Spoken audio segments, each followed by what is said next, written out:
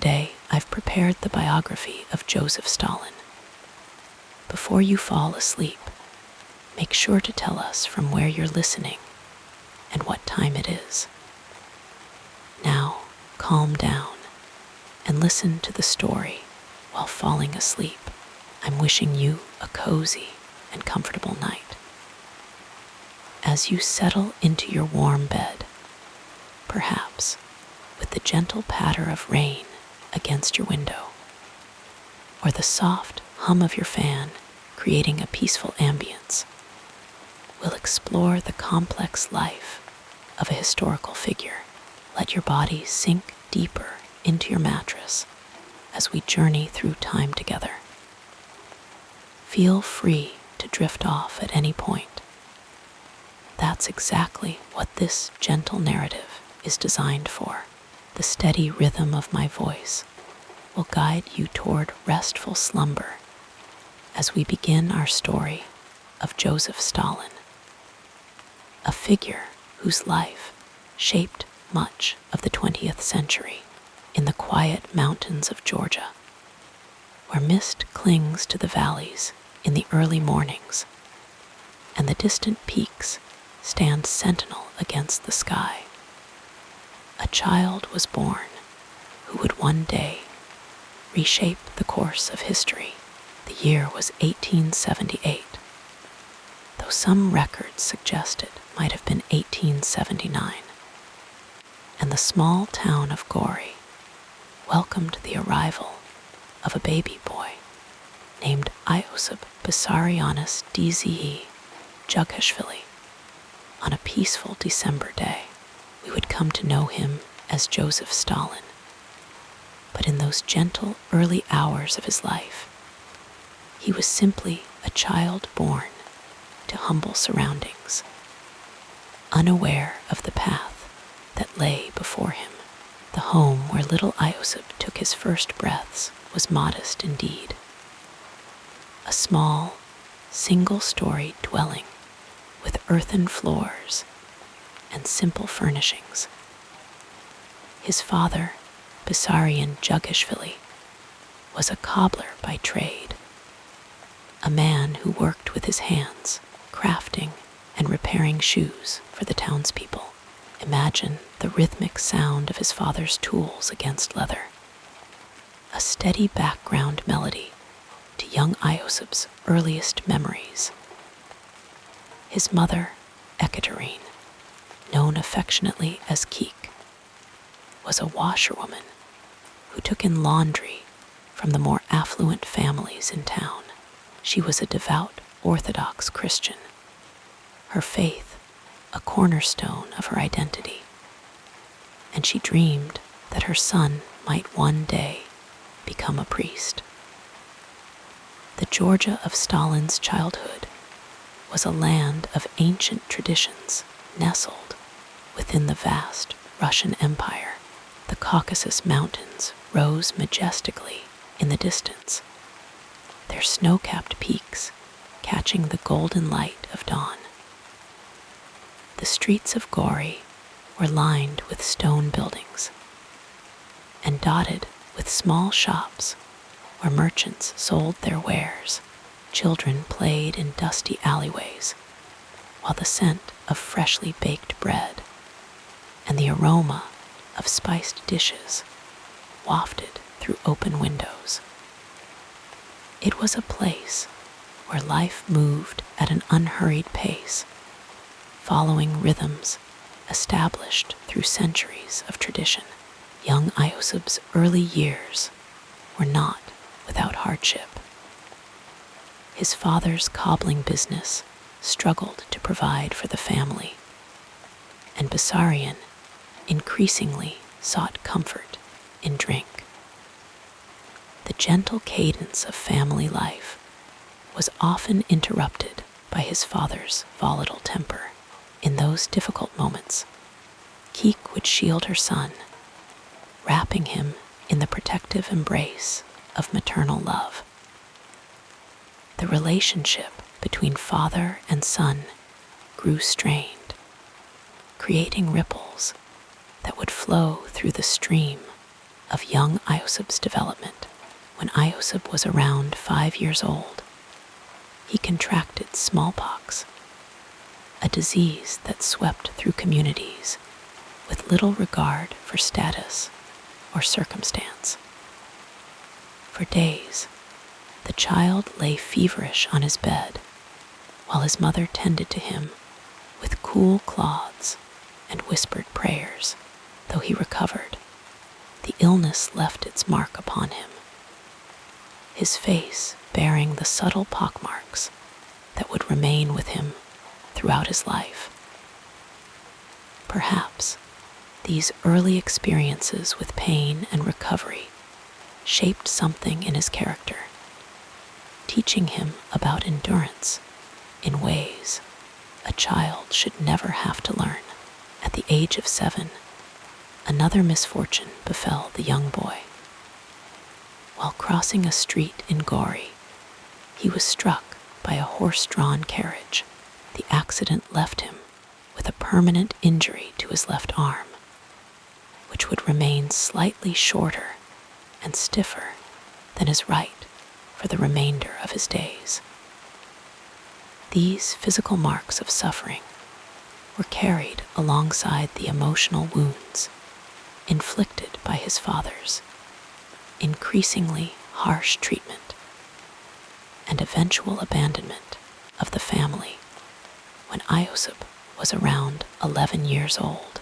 Despite these hardships, or perhaps because of them, Keek was determined that her son would receive an education. She worked additional hours, her hands reddened and rough from washing other families' linens, to save enough money for his schooling. In 1888, at the age of 10, Iosib began attending the church school in Gori. The schoolhouse was a simple structure with wooden desks worn smooth by generations of students. Sunlight filtered through tall windows, illuminating dust motes that danced in the air as the children recited their lessons. Young Iosib proved to be an exceptional student. His mind absorbed knowledge like the parched Georgian soil soaks up summer rain. He had a particular gift for languages and poetry, often memorizing verses after a single reading. His teachers noted his intelligence and dedication, qualities that earned him a scholarship to the Tiflis Theological Seminary in 1894. This opportunity represented a fulfillment of his mother's deepest wish, that her son might become a priest and escape the cycle of poverty that had defined their lives. The journey from Gori to Tiflis, now known as Tbilisi, was more than a physical transition. It marked a significant shift in the young man's life. The capital city was larger and more cosmopolitan than the small town where he had spent his childhood. Buildings rose several stories high. Streets were broader, and the pace of life quickened like a stream gathering momentum as it descends from the mountains. The seminary itself was an imposing structure of stone and purpose, its corridors echoing with the footsteps of young men preparing for lives of religious service. For 5 years, Iosib studied at the seminary. The daily routine was structured and demanding, rising before dawn for prayers, attending classes throughout the day, and spending evenings in study and reflection. The curriculum included religious instruction, Russian language and literature, history, and philosophy. It was during these years that the young man began to develop an interest in revolutionary ideas. The seminary library, though carefully curated, contained books that introduced him to new ways of thinking about society and justice. The Russia of the late 19th century was a nation of stark contrasts. While the Tsar and nobility lived in opulence, millions of peasants and workers struggled with poverty and harsh conditions. These inequalities were becoming increasingly difficult to ignore, particularly for young, educated individuals like Iosib. Revolutionary ideas were spreading, carried in whispered conversations, clandestine pamphlets, and the writings of thinkers who envisioned a different future for Russia and its people. In the quiet hours of night, when his fellow seminarians slept, Iosib would sometimes read forbidden texts by candlelight. The words of Marx and Engels found fertile ground in his mind, taking root and growing alongside his observations of the world around him. The contrast between the teachings of the Church and the realities of life for ordinary people created a tension that pulled at his developing worldview like gentle tides reshaping a shoreline. As his political awareness grew, so did his involvement with revolutionary circles. He began attending secret meetings where students and workers discussed ideas of social change and resistance to Tsarist authority. His participation in these activities did not go unnoticed by the seminary administration. And in 1899, at the age of 21, he was expelled from the institution for missing his examinations. Though the official reason was academic, his growing reputation as a radical likely influenced the decision. After leaving the seminary, Iosib worked briefly as a clerk at the Tiflis Observatory. The building stood on a hill overlooking the city, its domed roof housing telescopes that gazed into the night sky.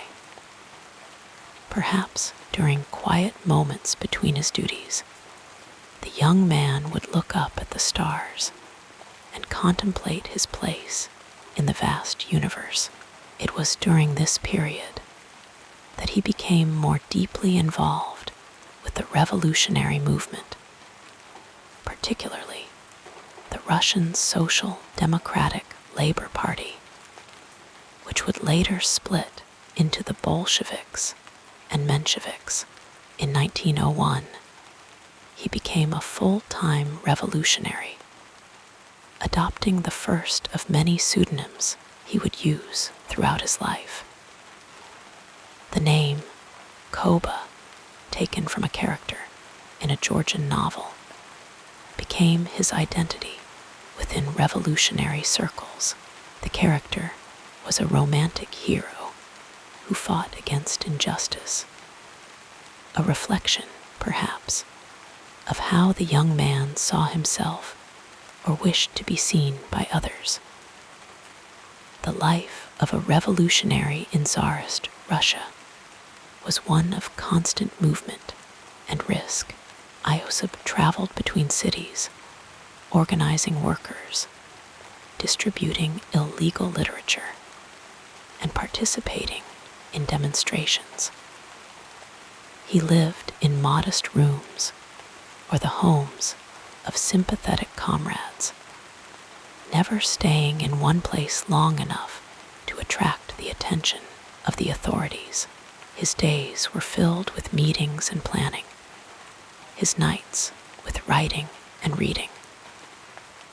The soft glow of oil lamps illuminated pages filled with ideas that promised a new world.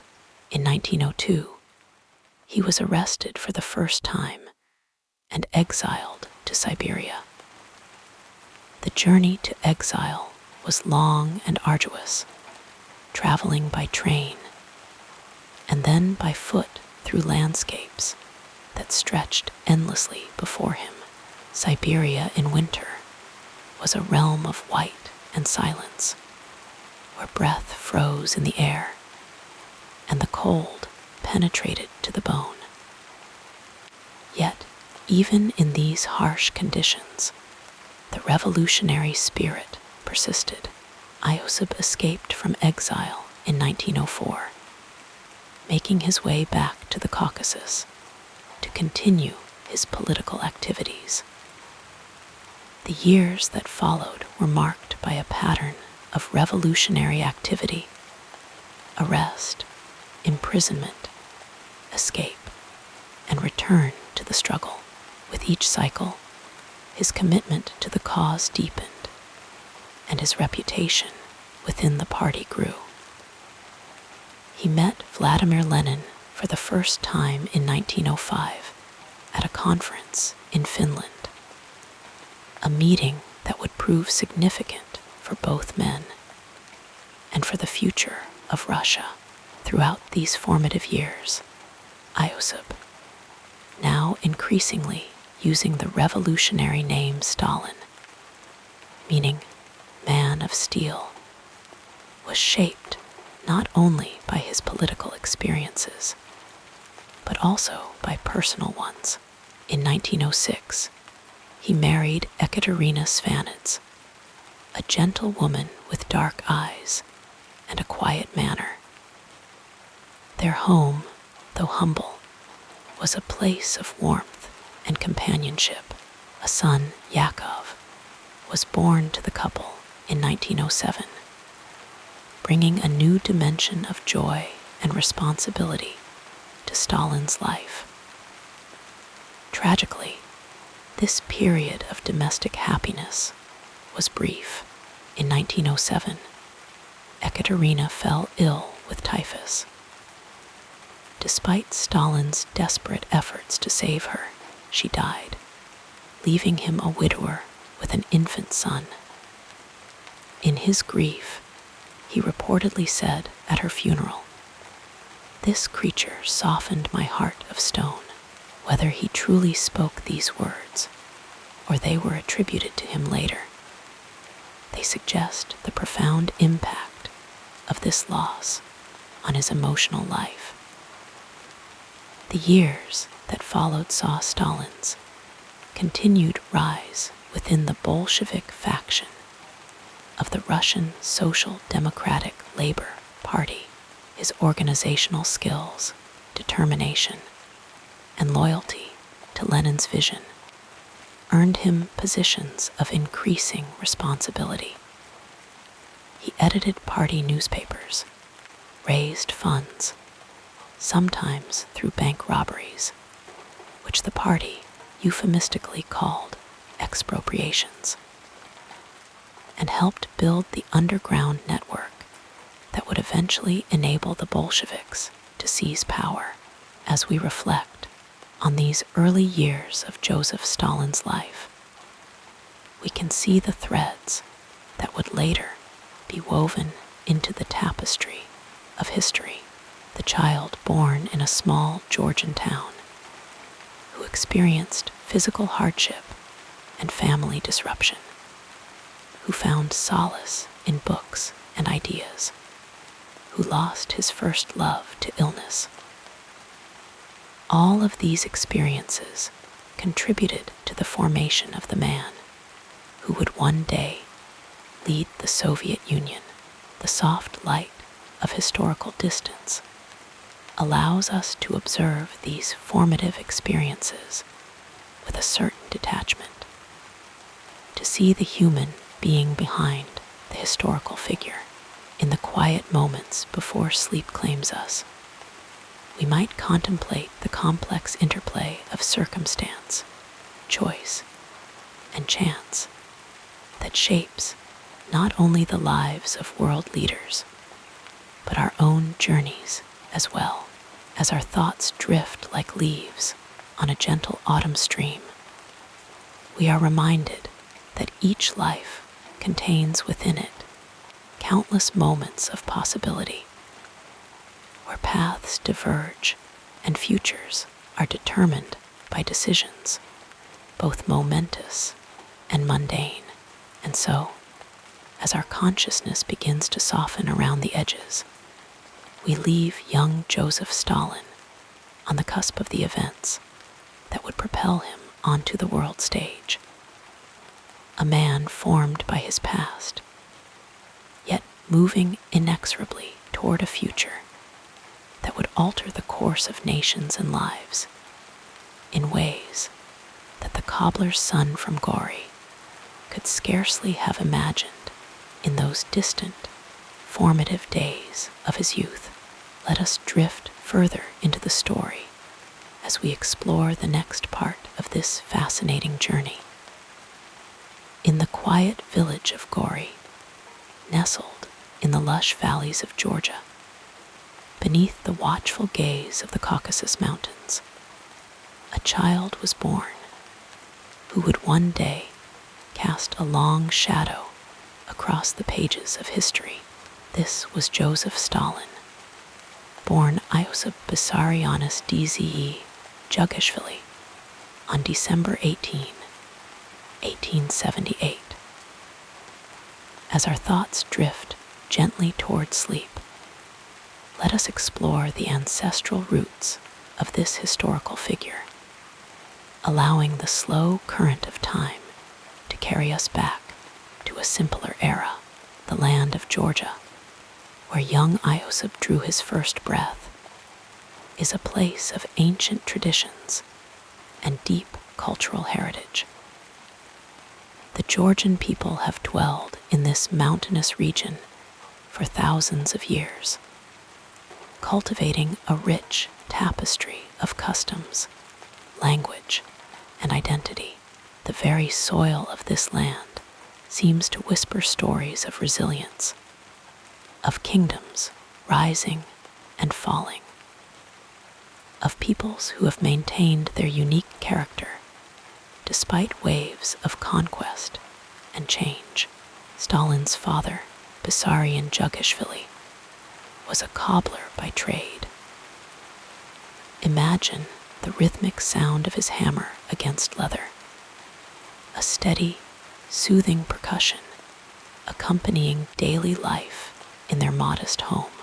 Vissarion came from a line of peasants in the village of Didililo, not far from Tbilisi, the Georgian capital. His ancestors had worked the land for generations, their hands familiar with the texture of soil and the weight of harvest.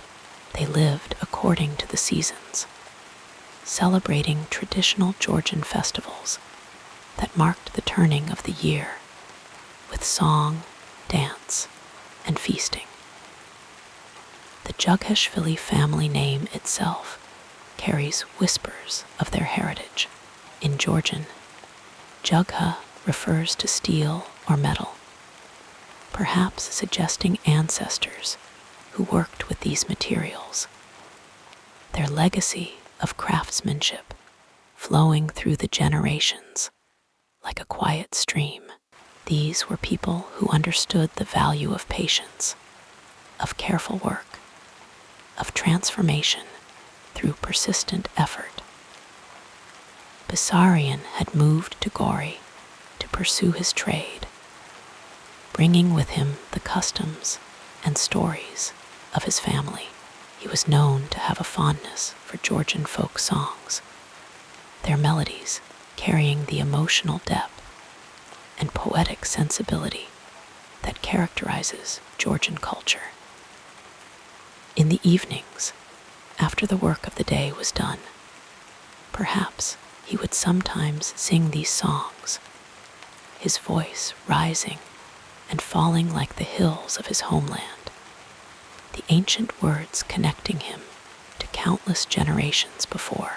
Joseph's mother, Ekaterine Geladze, known as Kik, came from a family of serfs who had worked on the land of Georgian princes before the emancipation.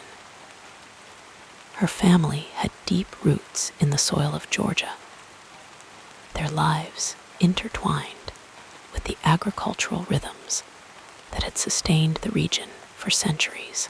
Keek brought to her family the strength and endurance that characterized Georgian women, who have long been celebrated in folk tales and songs for their resilience and wisdom. Keek was known for her skill in needlework, creating beautiful pieces that reflected traditional Georgian patterns and motifs.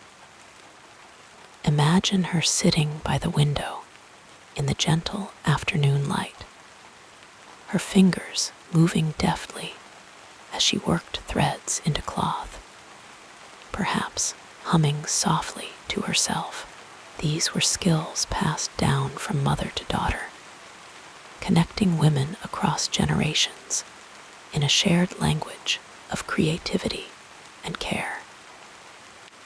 The Gelad's family, like many Georgian families, maintained a strong oral tradition, passing down stories, proverbs, and wisdom from one generation to the next. In the soft evenings, as darkness settled over the mountains, these stories would be shared, their familiar rhythms as comforting as a lullaby. Young Iosib would have heard tales of Georgian heroes, of kings and queens who ruled with justice, of ordinary people who showed extraordinary courage in times of hardship. The marriage of Bessarion and Keek brought together two strands of Georgian heritage, weaving them into the fabric of their son's early life. Their home, though humble, would have been filled with the cultural richness of Georgia, its language, its customs, its faith. The Georgian language, with its unique alphabet and melodic sounds, was Iosib's mother tongue, connecting him to a linguistic tradition that stretches back millennia. The family lived in a small, one-story house on Gori's Sabornea Street. The home had a dirt floor and a few simple rooms, a place where the necessities of daily life unfolded in predictable patterns. The scent of traditional Georgian bread baking in the tone. A clay oven might have filled the air, mingling with the earthy smell of the cobbler's leather and the fresh mountain breeze that drifted through open windows. Georgian cuisine, with its distinctive flavors and emphasis on hospitality, would have formed an important part of family life. Imagine young Iosib helping to prepare khachapuri, the cheese-filled bread that is a staple of Georgian tables, or watching as his mother stirred a pot of chakikbili, a fragrant stew of chicken and herbs. These foods were more than mere sustenance. They were expressions of cultural identity, connections to a shared heritage that stretched back through countless generations. Religion, too, played a significant role in shaping Stalin's early cultural environment. The Georgian Orthodox Church, with its ancient rituals and mystical traditions, formed the spiritual backdrop of community life in Gori. The golden light of candles illuminating icons, the haunting melodies of liturgical chants, the sweet scent of incense filling stone churches. These sensory experiences would have been familiar to young Iosib, even though his relationship with faith would change dramatically in later years. His mother was deeply devout, and had initially hoped her son might become a priest. She would take him to services at the local church, where the timeless rituals of Orthodox Christianity unfolded in an atmosphere of reverence and wonder. The church calendar, with its cycle of fasts and feasts, provided a rhythm to the year, marking the passage of time with celebrations that brought the community together in shared observance. The Georgian tradition of the supra, or feast, exemplifies the culture's emphasis on hospitality and community. These gatherings feature a tamada, or toastmaster, who offers eloquent toasts throughout the meal, honoring guests, family, ancestors, and ideals such as peace and love. Young Iosib would have observed these traditions, absorbing the cultural values they embodied. The importance of eloquence, of honoring relationships, of celebrating life's moments with both joy and thoughtfulness. The landscape itself shaped the character of the Georgian people, and by extension, the early experiences of Joseph Stalin. Gori sits in a river valley surrounded by mountains, a setting of natural beauty that inspires both awe and a sense of protective enclosure. The Caucasus Mountains, with their snow-capped peaks reaching toward the sky, have long symbolized the endurance and proud independence of the Georgian spirit. The Kura River, flowing gently through the valley, brings fertility to the land and serves as a natural pathway connecting communities. In this geographical context, stories and legends flourished. The mountains were home to mythical beings and heroes from Georgian folklore, their adventures passed down through generations. Perhaps young Iosib heard tales of Amirani, the Georgian Prometheus who brought fire to humanity, and was chained to a mountain for his defiance of the gods. A story that speaks to themes of rebellion and suffering that would later resonate in different ways throughout Stalin's life. The town of Gori itself had a rich history, having been founded in the Middle Ages and serving as a trading post and fortress town.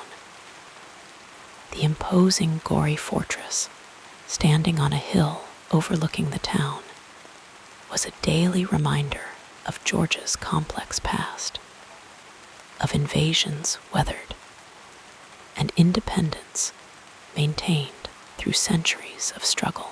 This sense of historical continuity, of belonging to a people with a distinct identity, forged through both triumph and adversity, formed part of the cultural inheritance of every child born in this ancient land. Family life for young Iosib was not without its hardships. His father's cobbling business struggled, and Bessarion increasingly turned to alcohol, becoming known for his volatile temper. The relationship between Stalin's parents grew strained, their home sometimes filled with the tension of unresolved conflicts and disappointed hopes. Two siblings born before Iosib had died in infancy, a common tragedy in an era when childhood mortality was high, but one that surely left its mark on family dynamics and expectations. When Iosib was around 5 years old, his father's business collapsed entirely, leading Bessarion to move to Tiflis, now Tbilisi, to seek work in a shoe factory. This separation altered the family structure, leaving Keek as the primary influence in her son's early life. She took in washing and sewing to support herself and her child, her days filled with constant labor. Imagine her hands, reddened from hot water and harsh soap, gently stroking her son's hair in a rare moment of rest. Her love expressed more in acts of sacrifice than in words of affection. Despite these challenges, or perhaps because of them, Keek was determined that her son would receive an education. This determination would ultimately change the course of his life, leading him away from the traditional paths that might have been expected for a cobbler's son in 19th century Georgia. When Iosib was around 7 years old, after much persuasion and against his father's wishes, Keek enrolled him in the church school in Gori. The cultural context of education in Georgia at this time is worth noting. Georgia had been incorporated into the Russian Empire in the early 19th century, and Russian influence was increasingly felt in all aspects of life, including education. At school, young Iosib would have been taught in Russian rather than his native Georgian, creating a linguistic duality that reflected the political reality of his homeland. This early experience of cultural intersection, of being Georgian in a Russian-dominated system, would have shaped his understanding of identity and power in subtle but significant ways. Despite these complexities, elements of traditional Georgian culture remained vital forces in community life. Music, for instance, has always held a special place in Georgian culture, with polyphonic singing being recognized as a UNESCO intangible cultural heritage. These harmonies, with their distinctive tonal qualities and emotional resonance, would have been part of the soundscape of Stalin's childhood, heard at celebrations, religious services, and informal gatherings. The oral tradition of storytelling, too, remained strong. Elders would share tales that connected the present to the past, that explained natural phenomena, that taught moral lessons through narrative rather than direct instruction. These stories, absorbed in childhood, often continue to influence one's worldview throughout life, providing frameworks for understanding human behavior and social relationships that operate beneath the level of conscious thought. The concept of honor, or KHMA, holds particular importance in Georgian culture. It encompasses ideas of personal dignity, family reputation, and obligation to community. Children were raised to understand that their actions reflected not only on themselves, but on their entire family and lineage. This cultural emphasis on honor and reputation creates a particular kind of social pressure, one that encourages conformity to certain values, while also fostering a strong sense of personal responsibility. As we drift toward sleep, we might imagine young Iosib walking through the narrow streets of Gori. The weight of these cultural influences surrounding him like an invisible cloak, the sounds of the Georgian language in the marketplace, the smell of freshly baked bread from a neighbor's oven, the sight of mountains in the distance. These sensory experiences formed the backdrop of his earliest understanding of the world, creating associations and memories that would remain with him even as his life took him far from his birthplace. The cultural roots that shaped Stalin's early years were complex and multifaceted, drawing from ancient Georgian traditions, Orthodox Christianity, and the realities of life in a region increasingly influenced by Russian imperial power.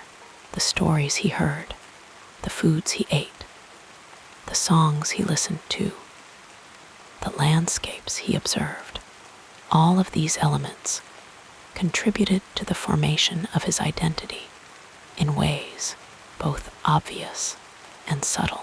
As our thoughts grow more distant and sleep begins to beckon, we might reflect on how these early cultural influences interact with individual temperament and circumstance to shape a person's development. The cobbler's son from Gori carried his Georgian heritage with him throughout his life, even as he adopted new identities and ideologies.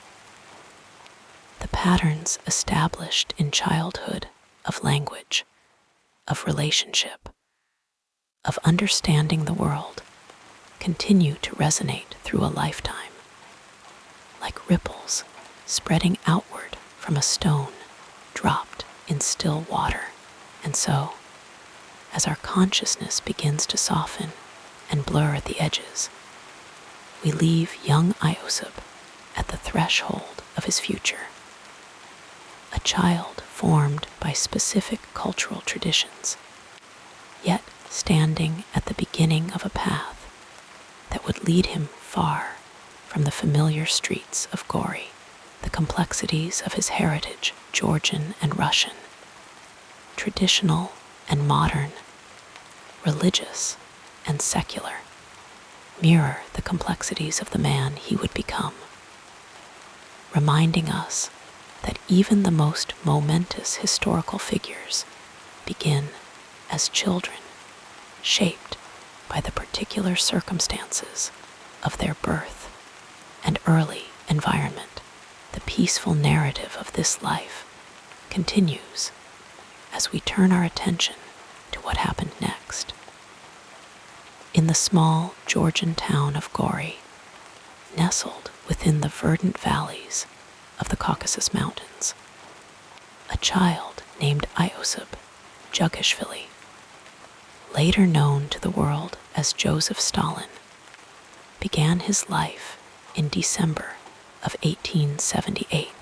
The town itself was a gentle tapestry of old-world charm and rustic simplicity, a place where time seemed to move with the languid pace of the nearby Kura River, its waters flowing softly over smooth stones, creating a continuous, soothing melody that formed the backdrop to daily life.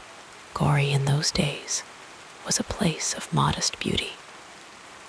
The streets were unpaved, winding pathways of packed earth that turned to mud when the gentle rains came.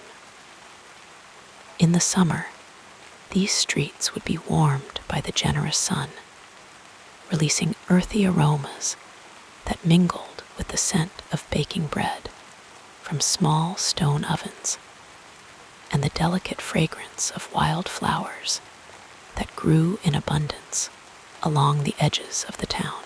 The air was clean and clear, carrying the distant sounds of shepherds calling to their flocks on the hillsides, the soft tinkling of bells around the necks of goats, and sheep creating a natural lullaby that drifted through the valleys. The Jugashvili family lived in a small, humble dwelling on the outskirts of town. Their home was a simple structure, built with local materials, stone walls that kept the interior cool during the warm summer months, and held what little heat they could generate during the cold winters. The roof was tiled in the traditional manner, weathered by years of sun and rain to a soft, muted color that blended harmoniously with the surrounding landscape. Inside, the floors were earthen, covered with hand-woven rugs in the Georgian tradition, their patterns telling stories of heritage and history in muted reds, blues, and earthy browns.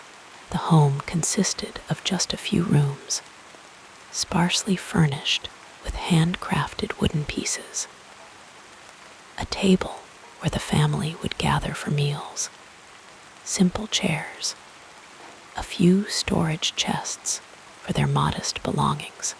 Oil lamps cast a warm, golden glow in the evenings, creating soft shadows that danced across the walls as the family moved about their evening routines. The kitchen area was centered around a traditional Georgian hearth, where young Iosip's mother, Ekaterine, would prepare their simple meals. The aromas of simmering stews, freshly baked bread, and aromatic herbs filling the small space with comforting scents. Windows were small, allowing just enough light to filter through during daylight hours, creating pools of gentle illumination on the floor. Through these windows, the changing seasons painted different pictures. Spring brought views of blossoming fruit trees and green hills. Summer offered vistas of golden fields and clear blue skies. Autumn transformed the landscape into a tapestry of warm colors, and winter draped everything in a quiet blanket of pristine snow.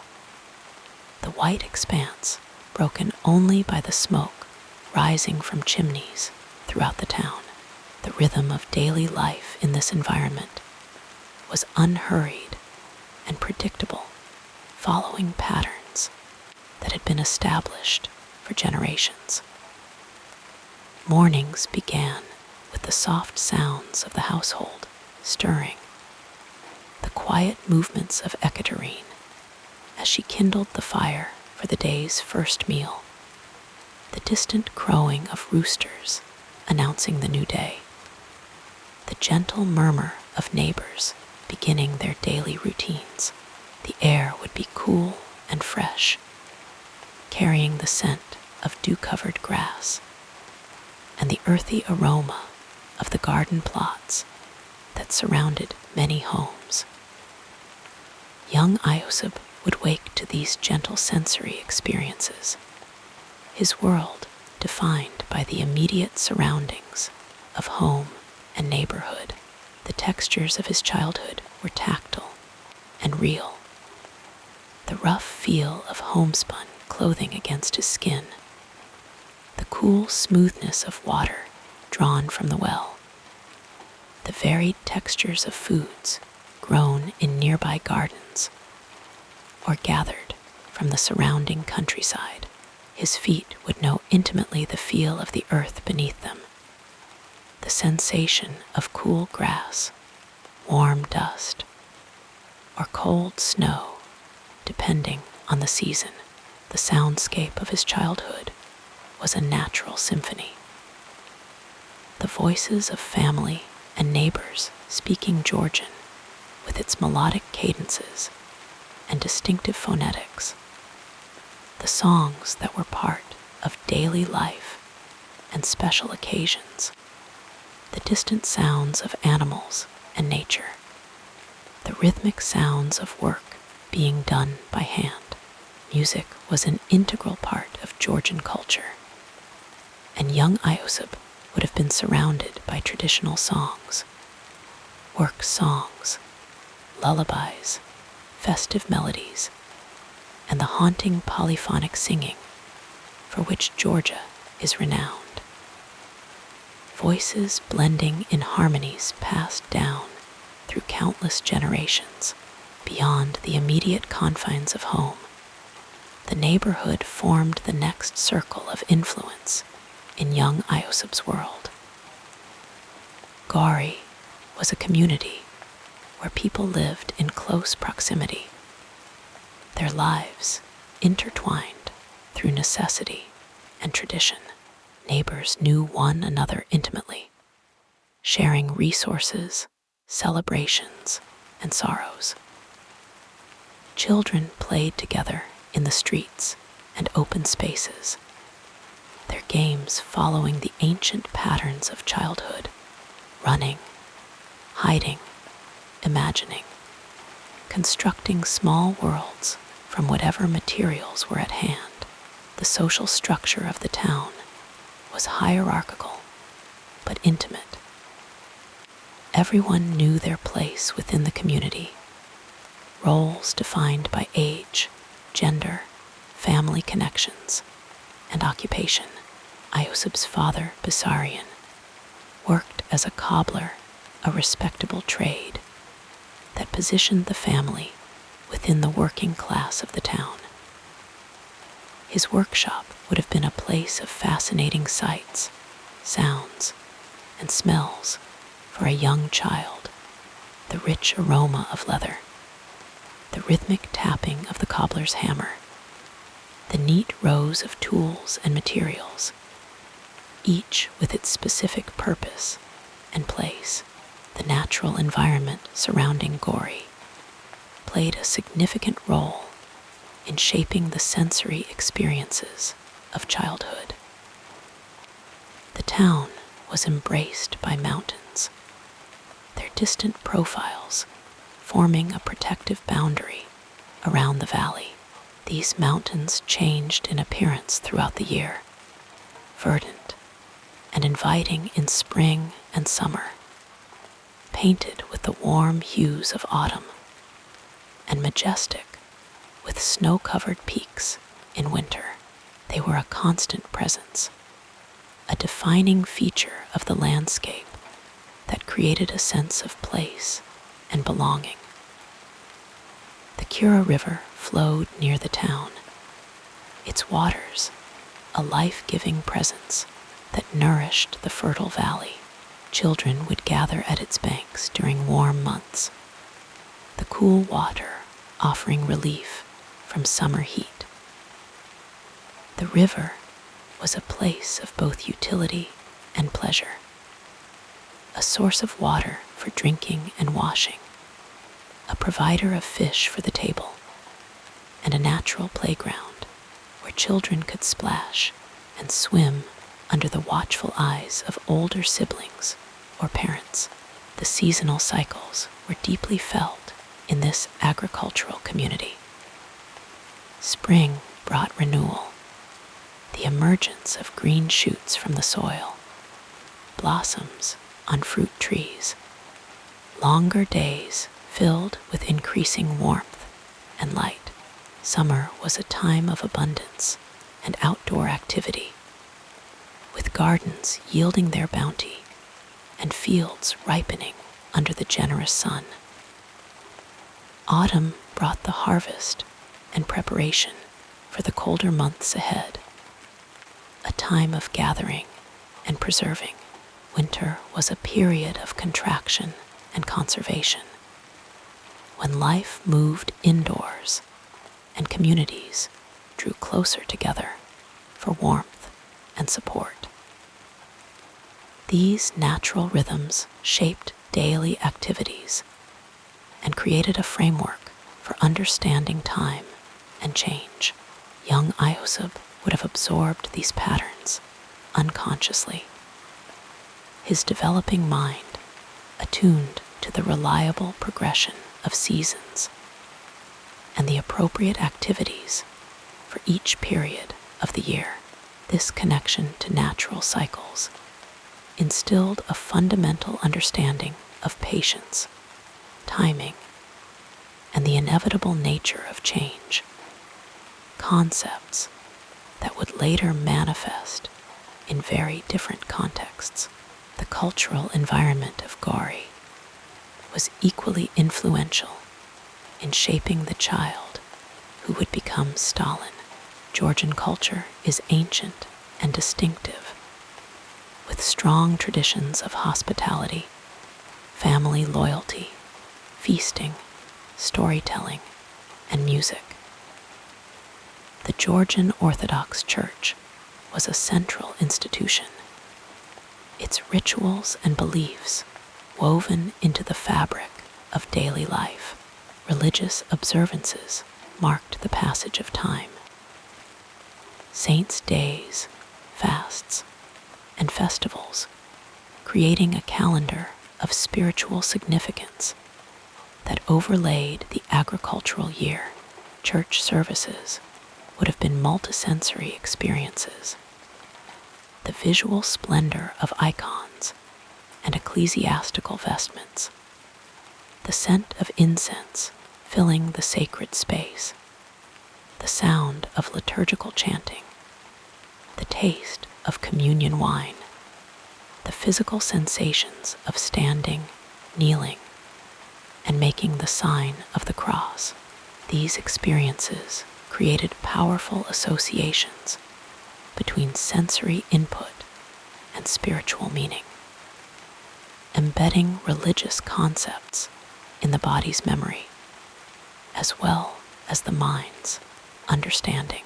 The stories told in this environment, both religious narratives and folk tales, populated young Ioseb's imagination with heroes and villains, moral lessons, and explanations for the mysteries of existence. Georgian folklore is rich with tales of brave warriors, clever tricksters, supernatural beings, and the eternal struggle between good and evil. These stories, told and retold in the intimate setting of home or the communal gathering of neighbors, created a shared cultural vocabulary and a framework for understanding human behavior and the natural world. Food was another powerful aspect of cultural identity.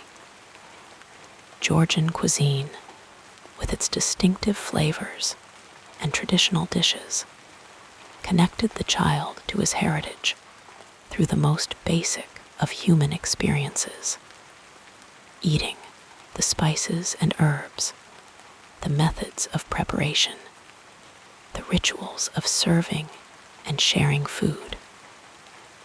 All these elements were part of a cultural inheritance, transmitted through daily practice rather than formal instruction.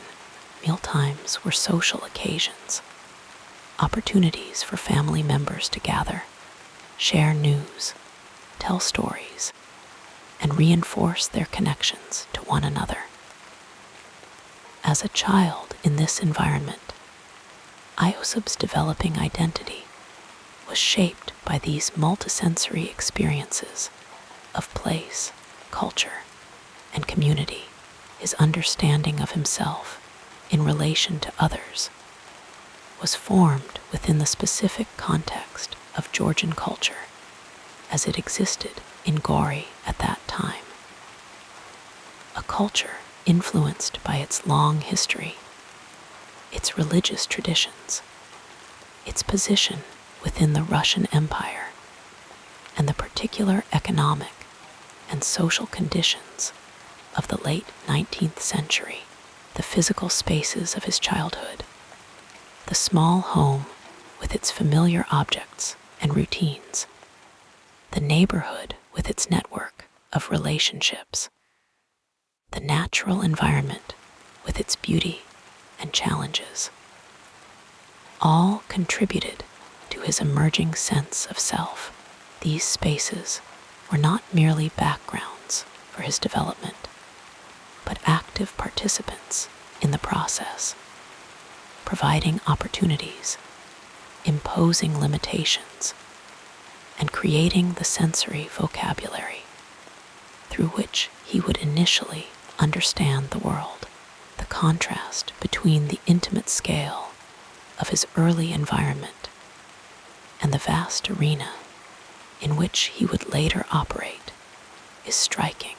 From the close-knit community of Gauri, where everyone knew everyone else and daily life unfolded within a limited geographical area, he would eventually move to spaces of enormous scale. First to the seminary in Tiflis, now Tbilisi, then to the revolutionary underground spanning the Russian Empire, and ultimately to the Kremlin, from which he would direct the affairs of the world's largest country. Yet the imprint of those early spaces remained. The physical and social environment of childhood creates neural pathways, emotional associations, and bodily habits that persist throughout life. The sensory experiences of early years, the quality of light in a particular place, the sounds and smells that signal safety or danger, the physical sensations associated with comfort or distress, form a foundation upon which later experiences are built and interpreted.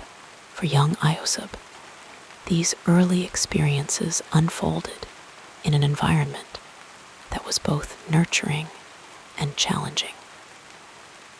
The beauty of the natural surroundings offered aesthetic pleasure and opportunities for exploration.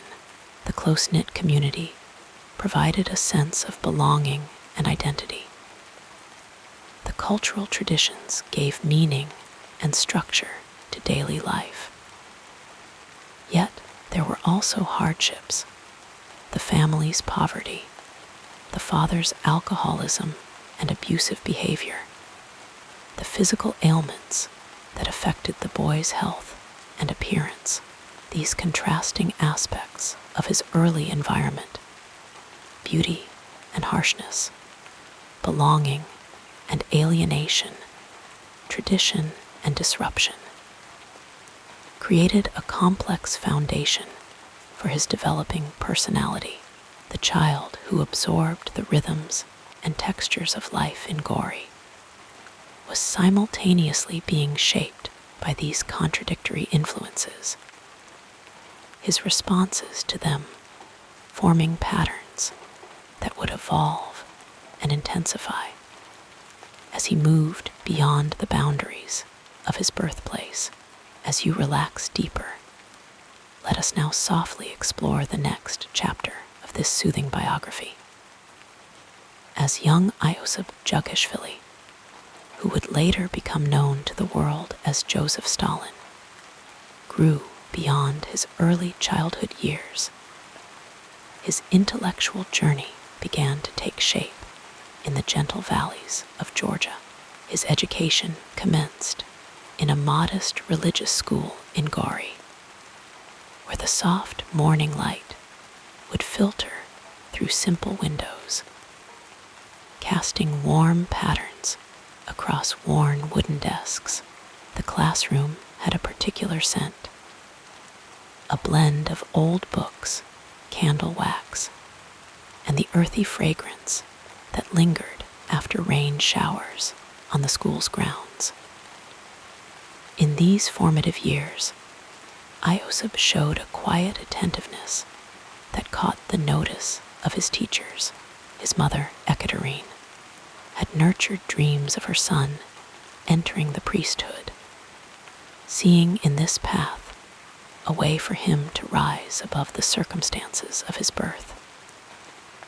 She would often sit with him in the evenings, the soft glow of oil lamps creating a cocoon of warmth as she encouraged his studies. Her voice, a soothing melody of maternal hope and ambition. The rhythms of learning in this provincial school were unhurried and deliberate, Young Iosip would spend hours practicing his Georgian script, the curved letters flowing from his pen with increasing confidence as the seasons changed outside the classroom windows. The Georgian language, with its ancient history and musical cadences, became a source of deep connection for the boy, rooting him in the cultural soil of his homeland. When he was around 10 years old, Iosip's academic potential led to a significant transition in his educational journey. His mother's sacrifices and his own scholastic promise secured him a place at the Gori Church School, a more formal institution where the curriculum expanded to include Russian language instruction. This linguistic doorway would eventually open pathways to a wider intellectual world. The transition to learning in Russian was not without its challenges. The sounds and structures of this northern language felt foreign on his tongue at first, like trying to navigate an unfamiliar path in gathering twilight. Yet with patient persistence, he gradually became comfortable with its rhythms and nuances. His Georgian accent remained, a gentle reminder of his origins that would follow him through life like a faithful shadow. At the Gori Church School, the daily schedule followed predictable patterns that provided structure and security. Morning prayers would begin as dawn light softened the darkness, followed by lessons in religious studies, history, mathematics, and languages. The afternoons often brought opportunities for reading and reflection, moments when young Iosip could lose himself in the worlds contained within books. It was during these formative school years that Iosip discovered his remarkable memory, a gift that would serve him throughout his life. He could absorb and recall information with unusual precision, the details settling into his mind like leaves gently falling onto still water. This ability brought him academic recognition and a growing sense of his own intellectual capabilities. His teachers noticed not only his memory, but also his capacity for focused concentration.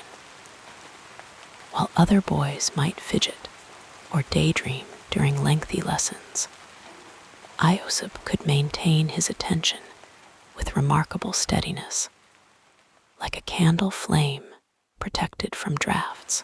This quality, combined with his retentive mind, allowed him to excel despite the limitations of his educational environment. As adolescence approached, Iosip's academic achievements opened another door.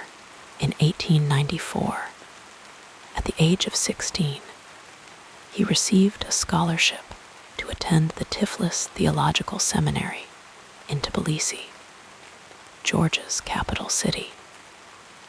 This transition marked a significant widening of his intellectual horizons, taking him from the familiar, close-knit community of Gori to the more cosmopolitan atmosphere of Tbilisi. The journey to Tbilisi itself was a gentle awakening to a broader world. The landscape unfurled before him like a slowly changing tapestry, rolling hills, giving way to different vegetation, settlements appearing and disappearing as the road wound its way toward the city. For a young man who had known mainly the contained world of Gori, each mile brought new sights and impressions that expanded his understanding of his homeland. Tbilisi in the 1890s was a city of contrasts and cultural crosscurrents. Russian imperial influence mingled with Georgian traditions, while Armenian, Azerbaijani, and other cultural elements added to the rich texture of urban life. The architecture reflected this diversity. Orthodox churches, with their distinctive domes, stood not far from mosques and synagogues, while European-style buildings housed government offices and the homes of the wealthy. The Tiflis Theological Seminary itself was an imposing structure of stone and purpose, its corridors echoing with centuries of religious scholarship. The seminary followed a strict routine designed to shape young men for religious service. Days began before sunrise with prayers, followed by classes in Orthodox theology, church history, liturgical practices, and religious philosophy. Secular subjects were also taught, though always within a framework that emphasized their relationship to religious understanding. For Iosib, the seminary offered access to a much more extensive library than he had known before. In quiet corners among the bookshelves, he would spend hours exploring volumes that transported him beyond the seminary walls. The library had a particular atmosphere, hushed and reverent, with dust motes dancing in shafts of afternoon sunlight, and the comforting scent of aged paper and leather bindings, creating a sanctuary for the mind. It was during these seminary years that Iosib's intellectual interests began to expand beyond the prescribed curriculum. While diligently studying his theological texts, he also discovered works of Russian literature that opened new vistas of thought and feeling. The writings of Pushkin, with their lyrical beauty and emotional depth, particularly resonated with the young man. He would sometimes recite Pushkin's verses to himself as he walked the seminary grounds in the evening hours, the poetry's rhythms merging with his footsteps on the paths beyond Russian literature. Iosib began to encounter works of social and political philosophy that would profoundly influence his developing worldview. The seminary, while intended as a bastion of orthodox teaching and imperial loyalty, paradoxically became a conduit for revolutionary ideas. Forbidden books circulated among some of the students, passed from hand to hand with the secrecy of valuable contraband.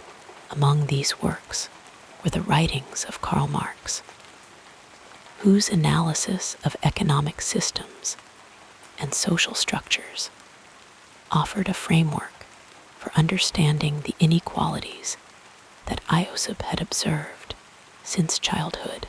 Marx's ideas did not arrive in his consciousness as sudden illumination, but rather as gradually unfolding insights that connected with his own experiences of poverty and class distinction.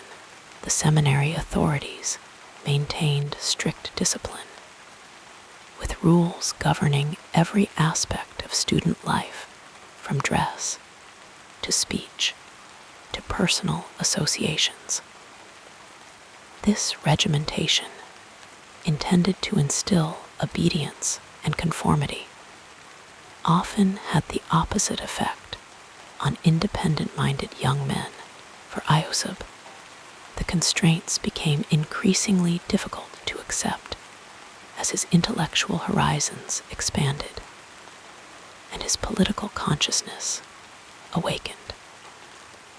His academic performance remained strong during the early seminary years, his natural intelligence and memory serving him well in mastering the required material.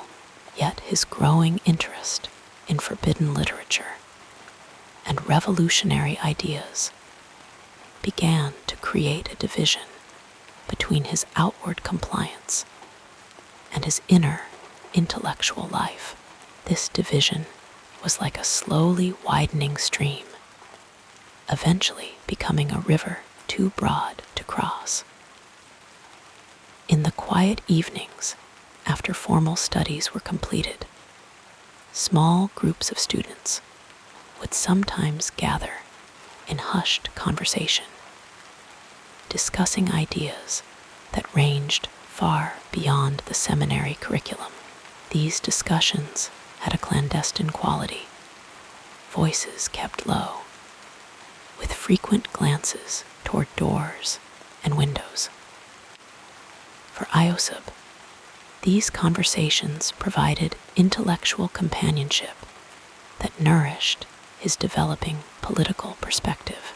One of the formative intellectual influences during this period came through his introduction to Georgian nationalist literature. Writers like Ilya Chavchavadze, who combined Georgian patriotism with progressive social ideas, offered a vision of cultural identity that resonated with Iosub's own sense of his Georgian roots. The flowing prose and stirring poetry of these Georgian writers created an emotional connection to political ideas that purely theoretical works might not have achieved. As his fifth and final year at the seminary approached, the tension between Iosub's formal studies and his clandestine reading intensified.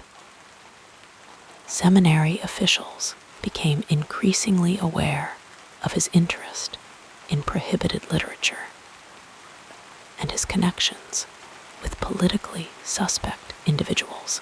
The atmosphere grew heavier, like the air before a summer storm, with unspoken confrontation building beneath the surface of daily routines. In 1899, just before completing his studies, Iosub left the seminary, or was expelled, according to some accounts. This departure marked the end of his formal education, but the beginning of a period of intense, self-directed learning that would continue throughout his life. The structured environment of educational institutions gave way to the more fluid and sometimes chaotic patterns of revolutionary activity, underground organizing, and periods of exile. In the years that followed his departure from the seminary, Iosub's intellectual development continued through a combination of extensive reading, political discussions, and practical experience in revolutionary activities. His reading expanded to include a wide range of Marxist theorists beyond Marx himself, Engels, Plekhanov, and eventually Lenin, whose writings would profoundly shape his understanding of revolutionary strategy. The pattern of his learning changed from the regular rhythms of formal education to the more irregular cadences of a revolutionary's life. Periods of intense study might be followed by weeks of political organizing, with books and pamphlets carried in pockets and read in whatever moments of quiet could be found. This pattern created a different kind of intellectual development, less systematic perhaps, but deeply connected to practical questions of political action. During periods of exile in remote regions of the Russian Empire, Iosib found unexpected opportunities for sustained reading and reflection. The vast silence of Siberian landscapes provided a backdrop for contemplation. The endless horizons somehow corresponding to the scope of the historical changes he believed were inevitable. In these spaces of enforced isolation, ideas could germinate slowly, taking root in the fertile soil of his disciplined mind. Throughout these years of revolutionary activity and intermittent imprisonment, Iosib maintained his remarkable capacity for absorbing and retaining information. Fellow revolutionaries noted his ability to recall theoretical texts with precision, often quoting extensive passages from memory during political discussions. This facility with revolutionary theory became an important element of his growing influence within revolutionary circles. His intellectual development during this period was not limited to political theory. He maintained an interest in poetry and literature, sometimes writing verses of his own that reflected both Georgian literary traditions and his evolving political perspective. These poems, published occasionally in revolutionary newspapers under pseudonyms, revealed a sensitivity to language and imagery that might seem at odds with his hardening political positions. As the years passed and his involvement in revolutionary politics deepened, Iosib's intellectual focus narrowed increasingly to questions of revolutionary strategy and tactics. The theoretical breadth of his seminary and post-seminary reading gradually gave way to a more instrumental approach to ideas, valuing them primarily for their utility in advancing revolutionary goals rather than for their intrinsic interest or truth. This transformation was not sudden but gradual, like the almost imperceptible shifting of a landscape through erosion and subtle movement. The curious, intellectually open young man of the seminary years slowly evolved into a more dogmatic thinker, for whom theoretical correctness became increasingly identified with political loyalty and revolutionary discipline. By the time of the Russian Revolution in 1917, when Iosib Jughashvili was known primarily by his revolutionary pseudonym Stalin, his intellectual formation was largely complete. The patterns of thought, the political convictions, and the approach to power that would characterize his leadership had been shaped through this long process of formal education, self-directed study, and revolutionary experience. The boy who had once sat in a classroom in Gori, carefully forming Georgian letters under the watchful eyes of his teachers, had traveled an intellectual journey that few could have predicted.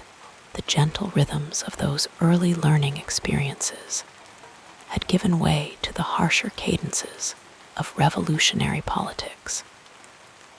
Yet something of that early student, his patience, his memory, his capacity for sustained attention, remained, transformed, but still recognizable in the man he had become. our soothing biography continues with a look at the next important period in this incredible life. In the quiet valleys of Georgia, where mist clings to the mountains in the early morning hours, a young boy named Iosip Jugashvili began his journey through life, the path that would eventually lead him to become Joseph Stalin, one of history's most consequential figures, was shaped not just by events, but by the gentle and sometimes harsh guidance of those who entered his life. Let us drift through the landscape of his formative relationships, like clouds moving unhurriedly across a summer sky in the small town of Gori, where Iosip spent his childhood days. His mother Ekaterine, or Kik, was perhaps his first and most enduring influence. A devoted and deeply religious woman, Kik worked tirelessly as a washerwoman and seamstress after Iosip's father, Bessarion, abandoned the family. Through long evenings lit by flickering candles, Kik would tell her son stories of Georgian heroes and saints. Her voice, a soothing melody that instilled in him both national pride and religious devotion. She sacrificed everything for his education, dreaming that one day he might become a priest. The soft touch of her hand on his forehead when he was ill, the quiet determination in her eyes as she mended clothes by candlelight to earn money for his school books. These moments formed the earliest impressions on young Iosip's developing mind. The relationship between mother and son was complex, like a river that changes character as it flows through different landscapes. Kik was protective, perhaps overly so, shielding her son from his father's drunken rages. Yet this protection came with expectations. Expectations that would weigh on Iosip like a heavy blanket on a warm night. Her ambitions for him were both a comfort and a burden, creating a pattern that would repeat throughout his life as the seasons changed and childhood gave way to adolescence. New figures entered Iosip's life. At the church school in Gori, where the hours passed like gentle raindrops, teacher Simon Gogkiashvili recognized the boy's intelligence. Gogkiashvili, with his patient manner and thoughtful gaze, encouraged Iosip's natural aptitude for learning. Under his guidance, the young student excelled in religious studies, mathematics, and singing. His clear voice rising like morning mist in the school choir, Gogkiashvili's belief in education as a path to enlightenment settled into Iosip's consciousness, becoming part of the foundation upon which his later self-education would build. When Iosip moved on to the Tiflis Theological Seminary in 1894, the quiet rhythms of his early education gave way to more structured days. Here, Father Dimitra was a figure of both respect and eventual rebellion for the young seminarian.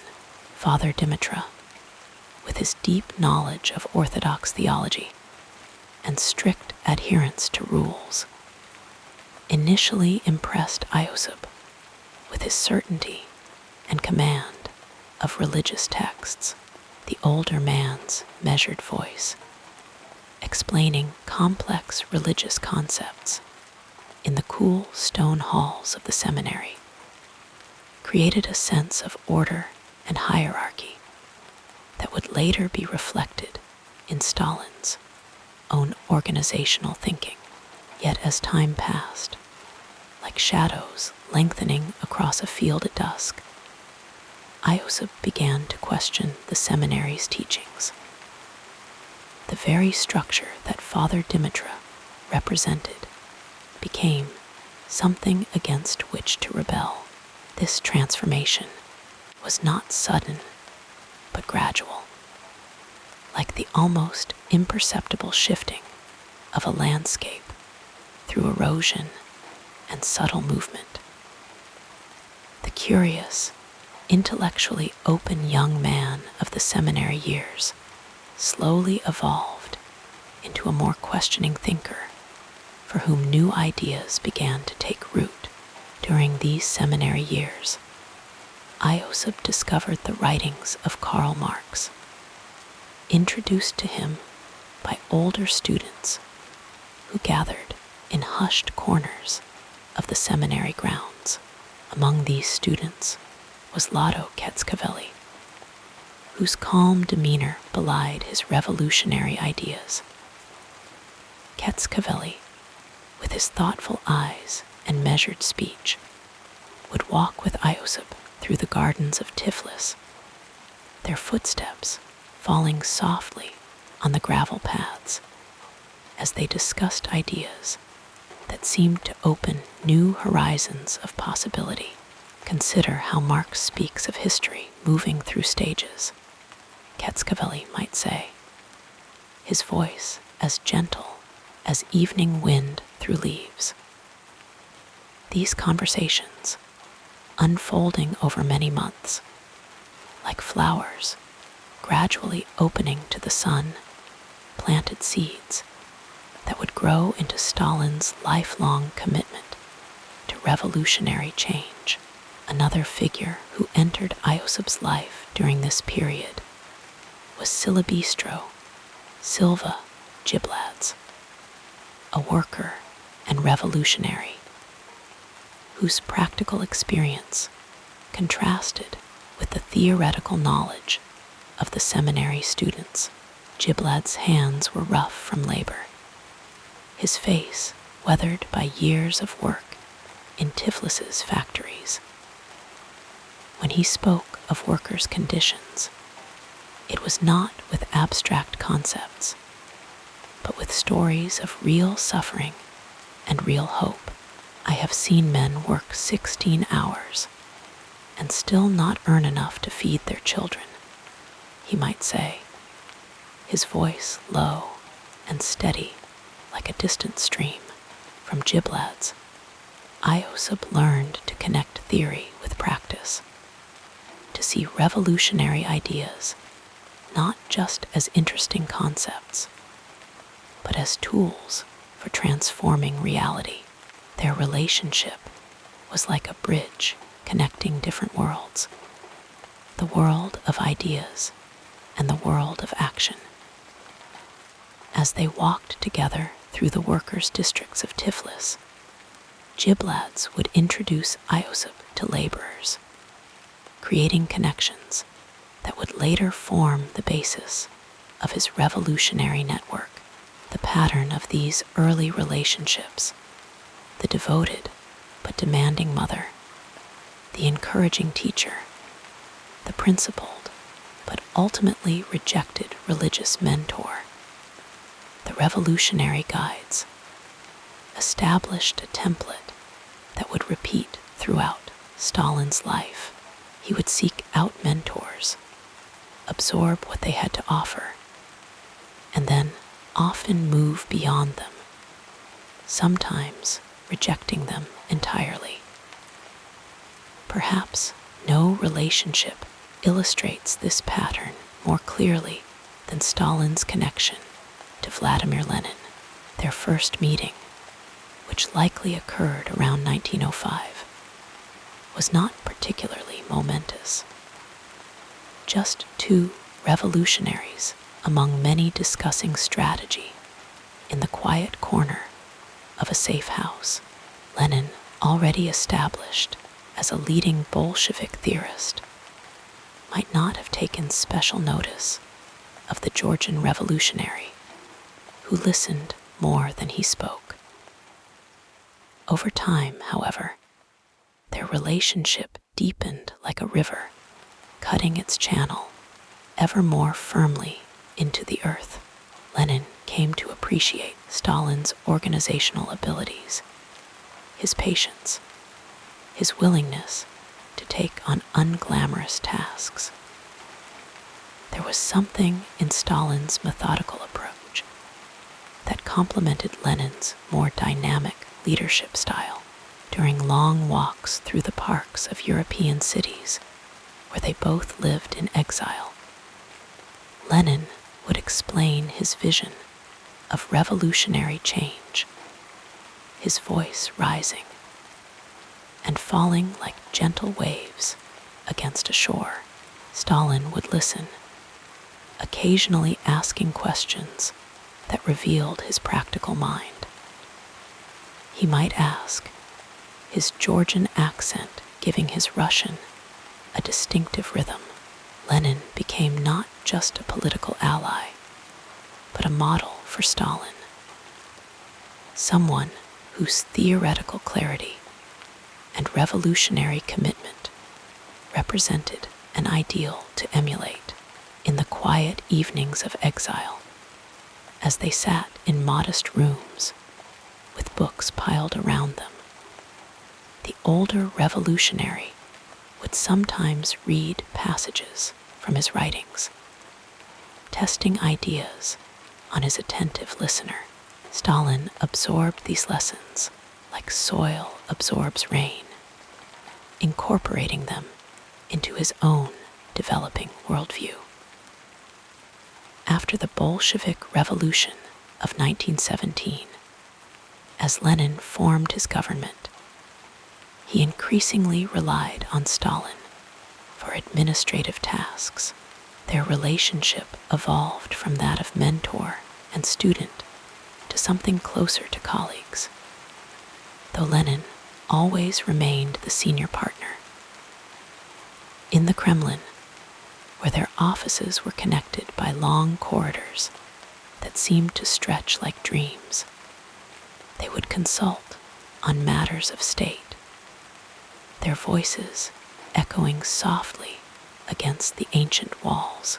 Yet even in this relationship, the pattern held.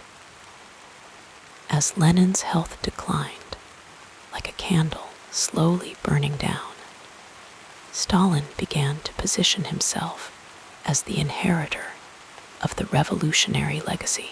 The man who had once eagerly sought Lenin's guidance now began to interpret that guidance for others, sometimes in ways that served his own ambitions. In the final months of Lenin's life, as he lay partially paralyzed from strokes, the relationship became strained. Lenin, concerned about Stalin's growing power and what he perceived as rudeness toward his wife Krupskaya, dictated what became known as his testament, criticizing Stalin's abrupt manner and suggesting he be removed as general secretary. This document, like a leaf falling silently in a forest, would not immediately change the course of events, but it marked a turning point in how Stalin's relationship with his greatest mentor would be remembered. After Lenin's death in 1924, Stalin positioned himself as the faithful disciple, the true interpreter of Leninism. At the funeral, as snow fell gently on the mourners gathered in Red Square, Stalin gave a speech pledging loyalty to Lenin's legacy. In the years that followed, as Stalin consolidated his power, he would often invoke Lenin's name and ideas, claiming a direct line of succession from the revolutionary leader. The relationship, even after Lenin's death, remained central to Stalin's self-conception and public image. He ordered Lenin's body preserved in a mausoleum, creating a physical reminder of the connection between them, like a monument to a relationship that had become mythologized. Beyond these central figures, there were others who influenced Stalin's development in subtler ways, like tributaries feeding into a river. Maxim Gorky, the writer whose stories of Russian life had captured the imagination of a generation, became both a cultural ally and occasionally a critic. Their conversations about Russian history and culture, unfolding over leisurely dinners that stretched into the night like dreams, helped shape Stalin's understanding of the role of art in revolutionary society. Sergei Kirov, a charismatic Bolshevik leader whose popularity rivaled Stalin's own, was both friend and potential rival. Their relationship had the complexity of two stars orbiting each other, sometimes drawing closer, sometimes moving apart. Kirov's assassination in 1934, which some historians believe Stalin may have orchestrated, marked another turning point. The moment when influence and mentorship gave way to something darker in Stalin's approach to relationships.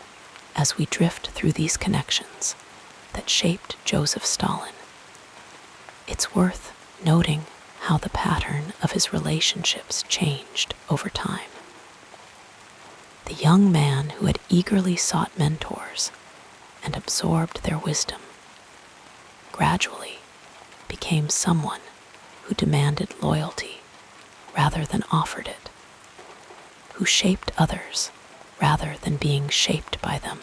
The student became the teacher, the mentee became the mentor, but perhaps without the patience and openness that had characterized his own early guides. In his later years, as leader of the Soviet Union, Stalin created a circle of close associates, men like Vyacheslav Molotov, Lavrentiy Beria, and Georgy Malenkov, who were less mentors than they were subordinates. Their relationships with him were characterized by careful deference, like courtiers attending a monarch. The days of equal exchange of ideas, of walking side by side through gardens discussing philosophy, had given way to late-night meetings in the Kremlin, where Stalin would hold forth and others would listen. Yet even in these later relationships, traces of the earlier patterns remained.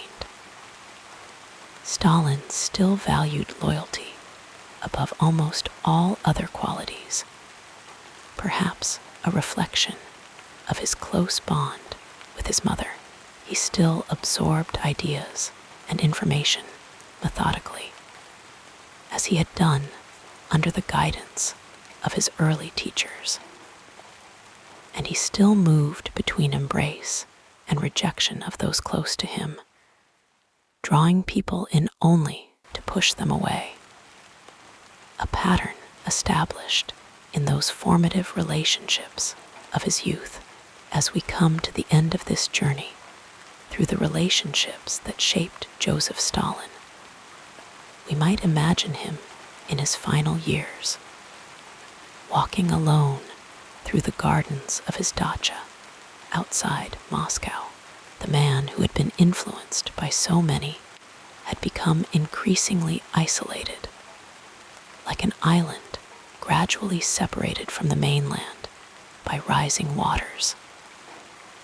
Yet the echoes of those early connections, the devoted mother, the patient teachers, the revolutionary mentors, remained within him.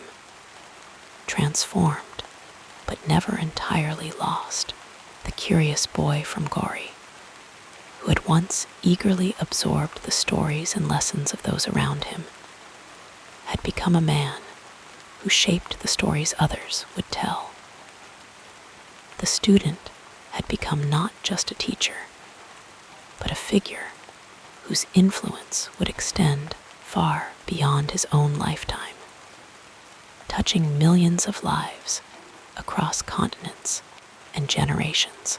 And in this transformation, we can see how profoundly our relationships shape not just who we become, but the world we create around us. Let your mind float with these gentle recollections as we move forward in our story in the gentle glow of the early 20th century, as the Russian Empire drifted through its final decades like a great ship slowly approaching an unseen shore. A young man named Joseph Stalin was beginning to find his way in the world, born in the small Georgian town of Gori, where the mountains watched over cobblestone streets with ancient patience. Joseph, who would later adopt the name Stalin, meaning man of steel, was entering the professional world with quiet determination. The air of those days was heavy with change, like the atmosphere before a summer storm. The Russian Empire stretched across vast territories, a patchwork of peoples and cultures held together by the threads of imperial authority.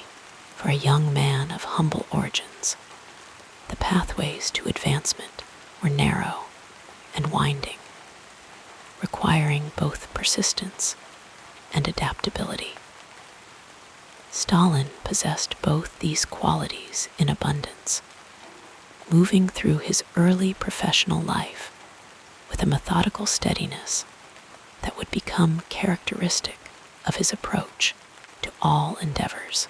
After completing his education at the Tiflis Theological Seminary, though not graduating, Stalin found himself at a crossroads.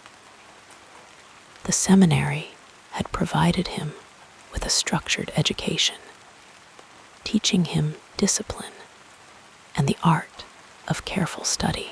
He had absorbed religious texts with the same meticulous attention he would later apply to political treatises, letting the words sink deeply into his consciousness like rainwater into fertile soil.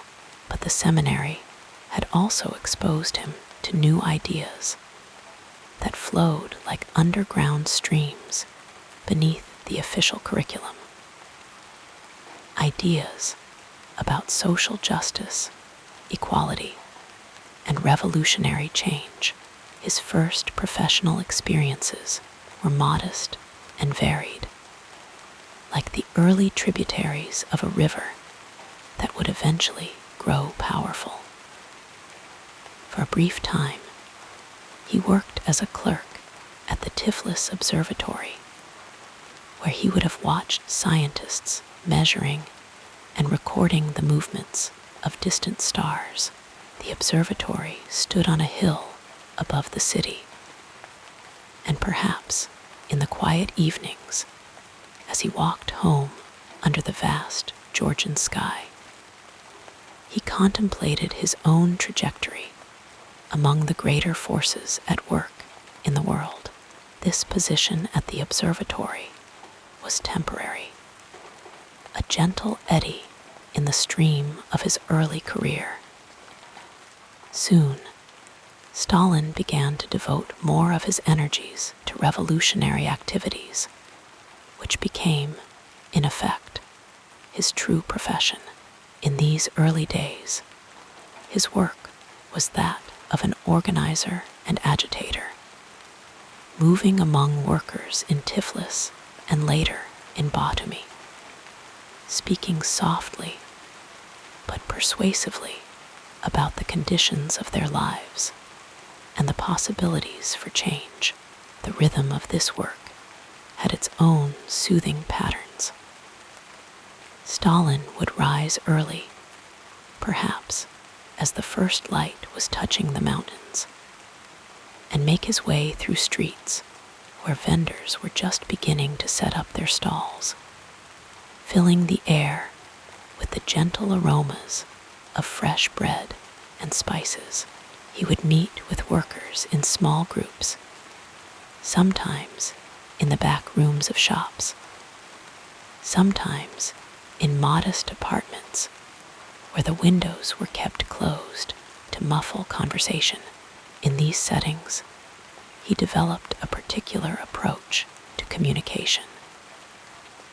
Unlike some revolutionary speakers who relied on passionate oratory, Stalin spoke in measured tones, presenting his ideas with a deliberate steadiness that allowed his listeners to absorb them completely. He would explain complex political concepts using simple analogies drawn from everyday life, making abstract theories feel as tangible as the tools his listeners used in their daily work. This period of his life was punctuated by challenges that came like waves against a shore, regular and persistent. The Tsarist authorities were vigilant against revolutionary activities, and Stalin experienced his first arrest in 1902. The prison cells were cold and damp, with walls that seemed to hold the size of previous occupants. Yet, even in these confined spaces, Stalin maintained his habits of careful reading and reflection, using the enforced solitude as an opportunity to deepen his understanding of revolutionary theory. His early career included periods of exile to remote regions of the Russian Empire, where winter winds swept across vast, open landscapes, and summer brought brief, intense periods of natural abundance. In these places, far from urban centers, Stalin continued his political work while also experiencing the rhythms of rural life. He stayed in the homes of local people, sharing their simple meals and listening to their stories, which flowed like gentle streams through the evenings. During these years, Stalin worked with a diverse collection of fellow revolutionaries, each bringing their own qualities to the movement. Like different instruments in an orchestra, there was Mika Tuskakaya, an older Georgian revolutionary who had helped introduce Stalin to Marxist ideas, and whose patient explanations had helped shape Stalin's understanding of theory. Tuskakaya moved through revolutionary circles with the quiet dignity of a man who had dedicated his life to a cause. His white beard and thoughtful eyes giving him the appearance of a philosopher rather than an agitator. Another significant figure in Stalin's early professional circle was Stepan Shamian, an Armenian revolutionary whose analytical mind complemented Stalin's more methodical approach. Their conversations would often continue late into the evening, the room growing dim as they discussed the intricacies of revolutionary strategy, their words floating in the air like dust, motes in a beam of fading sunlight. The historical context of Stalin's early career was one of growing tension and uncertainty. The Russian Empire, which which had stood for centuries, was beginning to show signs of strain, like an old tree whose core has begun to weaken. The Russo-Japanese War of 1904-1905 had revealed unexpected vulnerabilities in the imperial structure, and the 1905 revolution had sent tremors through Russian society that, while suppressed, continued to resonate in the years that followed. These events created both opportunities and challenges for the revolutionary movement. There were periods of increased repression, when meetings had to be held with greater secrecy and communications conducted through elaborate systems of codes and messengers. There were also moments of relative openness, when revolutionary ideas could be discussed more freely, like flowers blooming briefly in the short northern summer. Throughout these shifting circumstances, Stalin developed a reputation for reliability and organizational skill. He became involved in the planning and execution of various activities to raise funds for the revolutionary cause, including some controversial operations, such as the 1907 Tiflis bank robbery. This event, while dramatic, was just one note in the longer melody of Stalin's early career, which was characterized more by patient, behind-the-scenes work than by spectacular actions. Stalin's contributions to the revolutionary movement during this period included his writing, which began to appear in revolutionary publications. His articles were not marked by theoretical innovation or literary flourish, but rather by a clear, straightforward presentation of ideas. He wrote as he spoke, with a methodical patience that made complex concepts accessible, like a guide leading travelers through difficult terrain with a steady hand. One of his significant early contributions was his work on the national question, the complex issue of how different ethnic and national groups would relate to each other in a post-revolutionary society. Having grown up in Georgia, a region with its own distinct cultural identity within the Russian Empire, Stalin brought personal experience to these discussions. His writing on this topic, which would later be developed into the essay Marxism and the National Question, reflected his ability to apply theoretical principles to concrete historical circumstances. As the years passed, like seasons changing almost imperceptibly, Stalin's position within the revolutionary movement gradually strengthened. He became known to key figures in the Bolshevik faction, including Vladimir Lenin, whose theoretical works Stalin had studied with characteristic thoroughness. Their early interactions were limited but significant, like the first tentative notes of what would become a complex duet. Lenin recognized in Stalin qualities that were valuable to the revolutionary cause: his organizational abilities, his steadfastness, and his willingness to undertake the unglamorous but necessary work of building and maintaining the party structure. These qualities led to Stalin's co-option to the Bolshevik Central Committee in 1912, a recognition of his growing importance within the movement.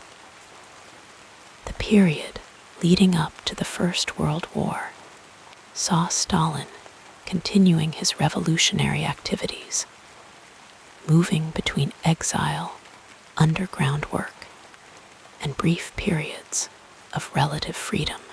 The war itself, which erupted in 1914, like a long-predicted storm finally breaking, created new conditions and challenges for the revolutionary movement. The vast Russian Empire was drawn into a conflict that would strain its resources and test the loyalty of its diverse populations. Stalin's experiences during these years included another period of exile in Siberia, where the natural world existed on a scale that dwarfed human concerns. The forests stretched to horizons so distant they seemed more like ideas than physical places, and rivers flowed with a timeless patience that might have reminded Stalin of the historical forces he believed were shaping human society. In this remote setting, far from the centers of power, he continued to read, to think, and to correspond with other revolutionaries when possible. The February Revolution of 1917 brought dramatic changes. Like a sudden thaw after a long winter, the Tsarist regime, which had seemed as permanent as the mountains, collapsed with unexpected speed. Stalin, along with many other exiled revolutionaries, made his way back to the centers of political activity, traveling across landscapes that were themselves in transition. Winter giving way to spring, as the old order gave way to new possibilities. Upon his return to Petrograd, formerly St. Petersburg, Stalin resumed his organizational work with the Bolshevik Party. The city in those days was alive with political activity, like a hive of bees awakened by warm weather. Meetings were held in workers' clubs, in theaters, in open squares. Ideas circulated with new freedom, and different visions of Russia's future competed for support among a population eager for change after years of war and privation. In this environment, Stalin's methodical approach and organizational skills proved valuable, while more charismatic figures delivered passionate speeches to large crowds. Stalin often worked behind the scenes, attending to the practical details that kept the party functioning, ensuring that publications were produced and distributed, that communications were maintained between different party cells, that decisions made by the leadership were implemented effectively. He became an editor of Pravda, the Bolshevik newspaper, where his straightforward writing style helped communicate party positions to a broad audience. The newspaper office would have been a place of constant activity, with the rhythmic sounds of printing presses providing a backdrop to discussions of strategy and ideology. Papers would be stacked and distributed, carrying ideas through the city like seeds scattered by a careful gardener. As the months passed and the political situation continued to evolve, Stalin's responsibilities within the party grew. He was elected to the Bolshevik Central Committee and became involved in the Military Revolutionary Committee, which would play a crucial role in the October Revolution. These positions reflected the trust placed in him by party leaders, including Lenin, who valued Stalin's practical approach and his ability to implement decisions without drawing attention to himself. The October Revolution itself, when it came, was less a single dramatic event than a series of carefully coordinated actions. Like a complex piece of music with many different parts working together, Stalin's role was not the most visible, but it was significant in ensuring that the various elements of the revolutionary plan functioned as intended. In the aftermath of the revolution, as the Bolsheviks worked to consolidate their power and begin the transformation of Russian society, Stalin's professional responsibilities continued to expand. He was appointed People's Commissar for Nationalities, a position that reflected his earlier work on national questions, and that gave him authority over policies affecting the many non-Russian peoples of the former empire.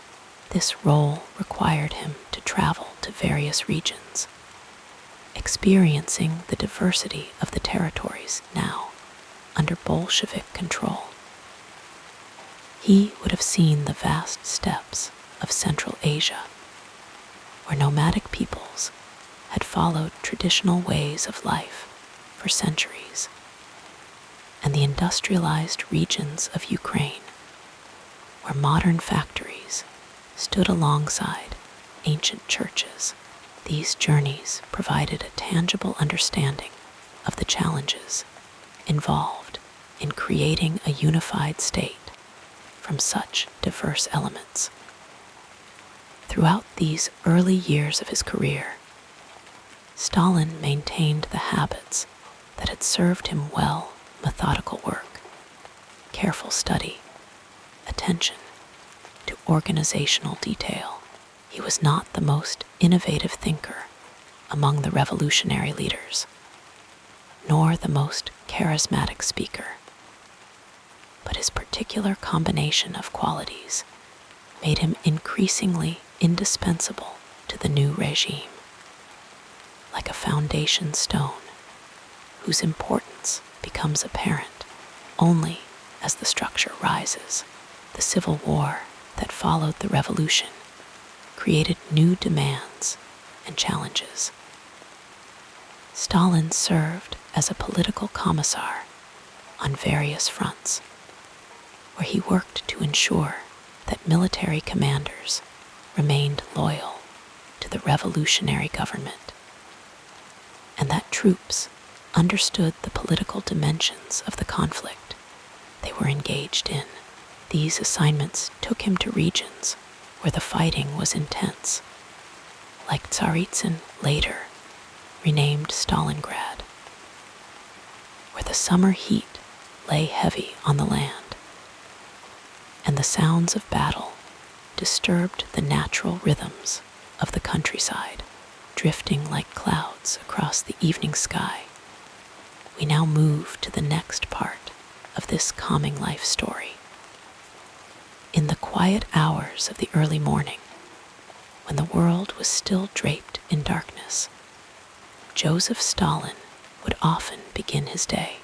The man who would become one of history's most formidable leaders approached his work with a methodical patience that reflected his seminary education and revolutionary discipline.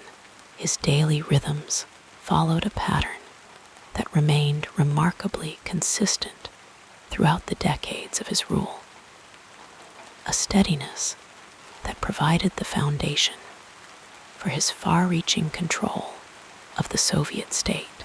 Stalin was not an early riser by nature, often working late into the night and rising around 10 or 11 in the morning. His mornings would begin slowly, with a simple breakfast often consisting of tea, bread, and cheese. sometimes accompanied by fruit from the southern regions of the Soviet Union. He preferred Georgian-style tea, strong and sweet, a small comfort that connected him to his homeland, even as he governed a vast, multinational empire from the Kremlin. After breakfast, Stalin would spend time reading reports that had been carefully prepared by his staff. These documents would be laid out in neat stacks, organized by importance and urgency.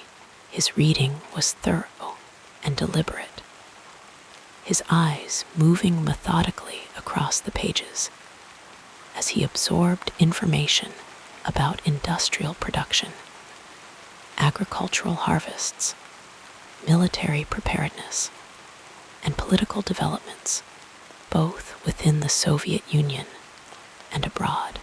As he read, he would make notes in the margins with a red pencil, his handwriting small and precise, reflecting his attention to detail. The middle of the day might find Stalin in meetings with members of the Politburo or other high officials. These gatherings took place in his office in the Kremlin, a space designed to emphasize his authority while maintaining an appearance of simplicity. The room was not lavishly decorated, but it was arranged to ensure that all attention focused on Stalin himself. He would sit at his desk, often smoking his pipe, listening more than speaking, as others presented their reports or proposals. Stalin's approach to these meetings revealed much about his working style. He was not one to rush decisions or to speak impulsively. Instead, he would listen carefully, sometimes asking a pointed question that revealed he had detected a weakness or inconsistency in what was being presented. His questions were rarely theoretical or abstract. Instead, they focused on practical matters. How many tons of steel would be produced? How many tractors delivered to collective farms? How many soldiers equipped with new rifles? In the afternoon, Stalin often took a break from his official duties. During these hours, he might walk in the gardens of one of his dachas outside Moscow.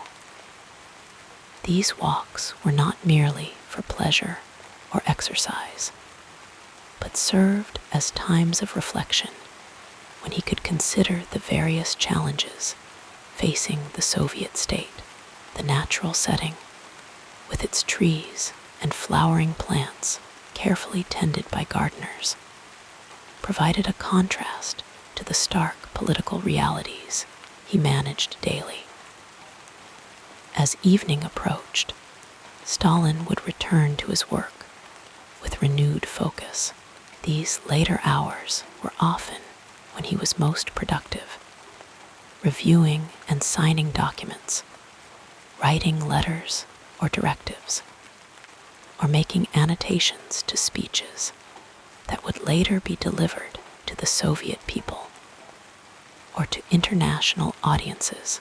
His writing process was careful and deliberate, with multiple drafts prepared and revised until the language precisely conveyed his intended meaning. Stalin's approach to theoretical work followed a similar pattern of methodical development when preparing his contributions to Marxist-Leninist theory, such as his writings on the national question or on the development of socialism in one country. He would first immerse himself in the relevant texts, the works of Marx, Engels, and Lenin. His reading was comprehensive, and he would make extensive notes, identifying passages that supported his arguments or that required reinterpretation to align with current Soviet policies. The evolution of Stalin's working methods over time reflected his increasing consolidation of power. In the early years after the revolution, when he served as Commissar for Nationalities, his work required extensive consultation with others and consideration of diverse perspectives. This role required him to travel to various regions, experiencing the diversity of the territories now under Bolshevik control. He would have seen the vast steppes of Central Asia, where nomadic peoples had followed traditional ways of life for centuries, and the industrialized regions of Ukraine, where modern factories stood alongside ancient churches. These journeys provided a tangible understanding of the challenges involved in creating a unified state from such diverse elements. Throughout these early years of his career, Stalin maintained the habits that had served him well: methodical work, careful study, attention to organizational detail. He was not the most innovative thinker among the revolutionary leaders, nor the most charismatic speaker, but his particular combination of qualities made him increasingly indispensable to the new regime, like a foundation stone whose importance becomes apparent only as the structure rises. The civil war that followed the revolution created new demands and challenges. Stalin served as a political commissar on various fronts, where he worked to ensure that military commanders remained loyal to the revolutionary government, and that troops understood the political dimensions of the conflict they were engaged in. These assignments took him to regions where the fighting was intense, like Tsaritsyn, later renamed Stalingrad, where the summer heat lay heavy on the land, and the sounds of battle disturbed the natural rhythms of the countryside. As the years passed and Stalin's authority grew, his working methods became more solitary. By the 1930s, when his position as leader was secure, he increasingly made decisions without extensive consultation, though he maintained the formal structures of collective leadership. His daily routine now centered more on the Kremlin and his dachas, where he would receive visitors rather than traveling widely himself.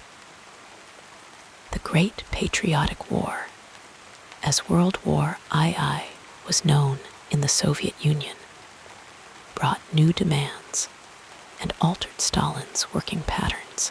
During this period, he served as chairman of the State Defense Committee, Supreme Commander-in-Chief, and People's Commissar of Defense. These roles required him to be constantly available, and his working hours extended even further, often lasting until dawn. He would receive military commanders, review battle plans, and make strategic decisions that affected millions of lives. Despite the pressures of wartime leadership, Stalin maintained his methodical approach. Maps were spread out before him, showing the positions of Soviet and German forces. He would study these carefully, sometimes using a magnifying glass to examine particular sectors of the front. His questions to military leaders were precise and focused on details. the availability of ammunition, the condition of roads, the morale of troops. He insisted on regular written reports and would compare new information with what had been previously presented, quickly identifying discrepancies. After the war, as Stalin entered his final years, his working methods reflected both his accumulated experience and his increasing isolation. He spent more time at his dachas outside Moscow, where the peaceful surroundings contrasted with the tensions of the emerging Cold War. His daily routine became even more nocturnal, with important meetings often scheduled late at night and continuing until the early hours of the morning. During these years, Stalin's creative process in developing policies and directives remained deliberate and thorough. When addressing complex issues such as the reconstruction of Soviet industry or the establishment of Soviet influence in Eastern Europe, he would first gather extensive information, reviewing reports from various sources. He would then consider this information in light of his understanding of Marxist-Leninist theory and Soviet national interests, gradually formulating an approach that combined ideological principles with practical considerations. Stalin's method for overcoming challenges in his work often involved careful preparation and the creation of detailed plans. When faced with resistance or difficulties, he would not rush to immediate action, but would instead develop a comprehensive strategy that addressed various aspects of the problem. This might involve reorganizing institutions, reassigning personnel, or revising policies to better achieve his objectives.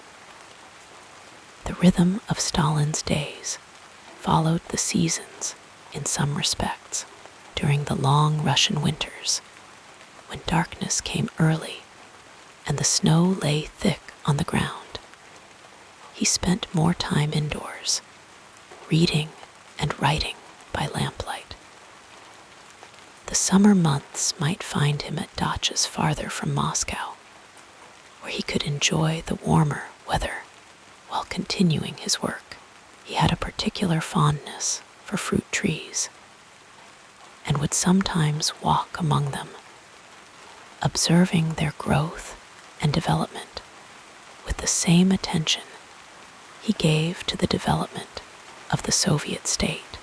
Throughout his life, Stalin maintained certain habits that supported his working methods. He kept regular hours for meals, despite the irregularity of his sleep schedule. His diet was relatively simple, featuring dishes from his native Georgia alongside Russian staples. He drank moderately, usually Georgian wine or vodka, and smoked his pipe consistently, the sweet aroma of the tobacco becoming a characteristic feature of meetings with him. Stalin's approach to creative challenges in leadership and governance reflected his practical nature. Rather than seeking innovative or original solutions, he often looked to historical precedents or to examples from other contexts that could be adapted to current circumstances. His creativity lay not in generating entirely new ideas, but in applying existing concepts in ways that served his purposes, and in combining elements from different sources to create approaches that appeared consistent with Marxist-Leninist principles. while advancing his own authority in the evening hours. As the day's activities wound down across the vast expanse of the Soviet Union, Stalin would often continue working, his desk lamp casting a warm glow in his office. The sounds from outside would gradually diminish, the footsteps in the corridors becoming less frequent, the typewriters falling silent, the telephones ringing more rarely. In this quietude, Stalin would review the day's achievements and setbacks, considering how each development fit into the larger pattern of Soviet development. As midnight approached and passed, Stalin might turn to reading materials not directly related to his governmental responsibilities. He maintained an interest in history and literature throughout his life, and his personal library contained thousands of volumes. Many of these books bore his annotations, revealing his engagement with the texts and his tendency to evaluate all ideas in terms of their relationship to Marxist-Leninist theory and Soviet interests. The very late hours, when most of Moscow slept, were sometimes when Stalin would receive visitors for more informal conversations. These meetings, often involving a small circle of close associates, could continue until dawn. The participants would discuss a wide range of topics, from practical matters of governance to theoretical questions about the development of socialism. Stalin would speak more freely in these settings, sometimes reminiscing about his revolutionary past or sharing his thoughts on cultural matters. As the first light of dawn began to appear, Stalin might finally retire to rest, bringing to a close another day in his methodical, patient approach to leading the Soviet Union. His working methods, developed over decades of revolutionary activity and governmental leadership, reflected his personality and his understanding of how power could be exercised most effectively. The patterns of his days, flowing one into another like the great rivers that traversed the Soviet lands, provided the structure within which he shaped the destiny of a vast nation and influenced the course of world history. As your breathing becomes more regular, let us continue with the next chapter of our biography. In the quiet stillness of the Soviet night, Joseph Stalin's legacy unfolds like a slow-moving river, winding its way through the landscape of 20th century history. His impact on the world came not in sudden bursts, but through the patient accumulation of power and the gradual transformation of a nation. As we explore his achievements and contributions, let us move unhurriedly, like clouds drifting across an evening sky, allowing each detail to settle gently in our minds.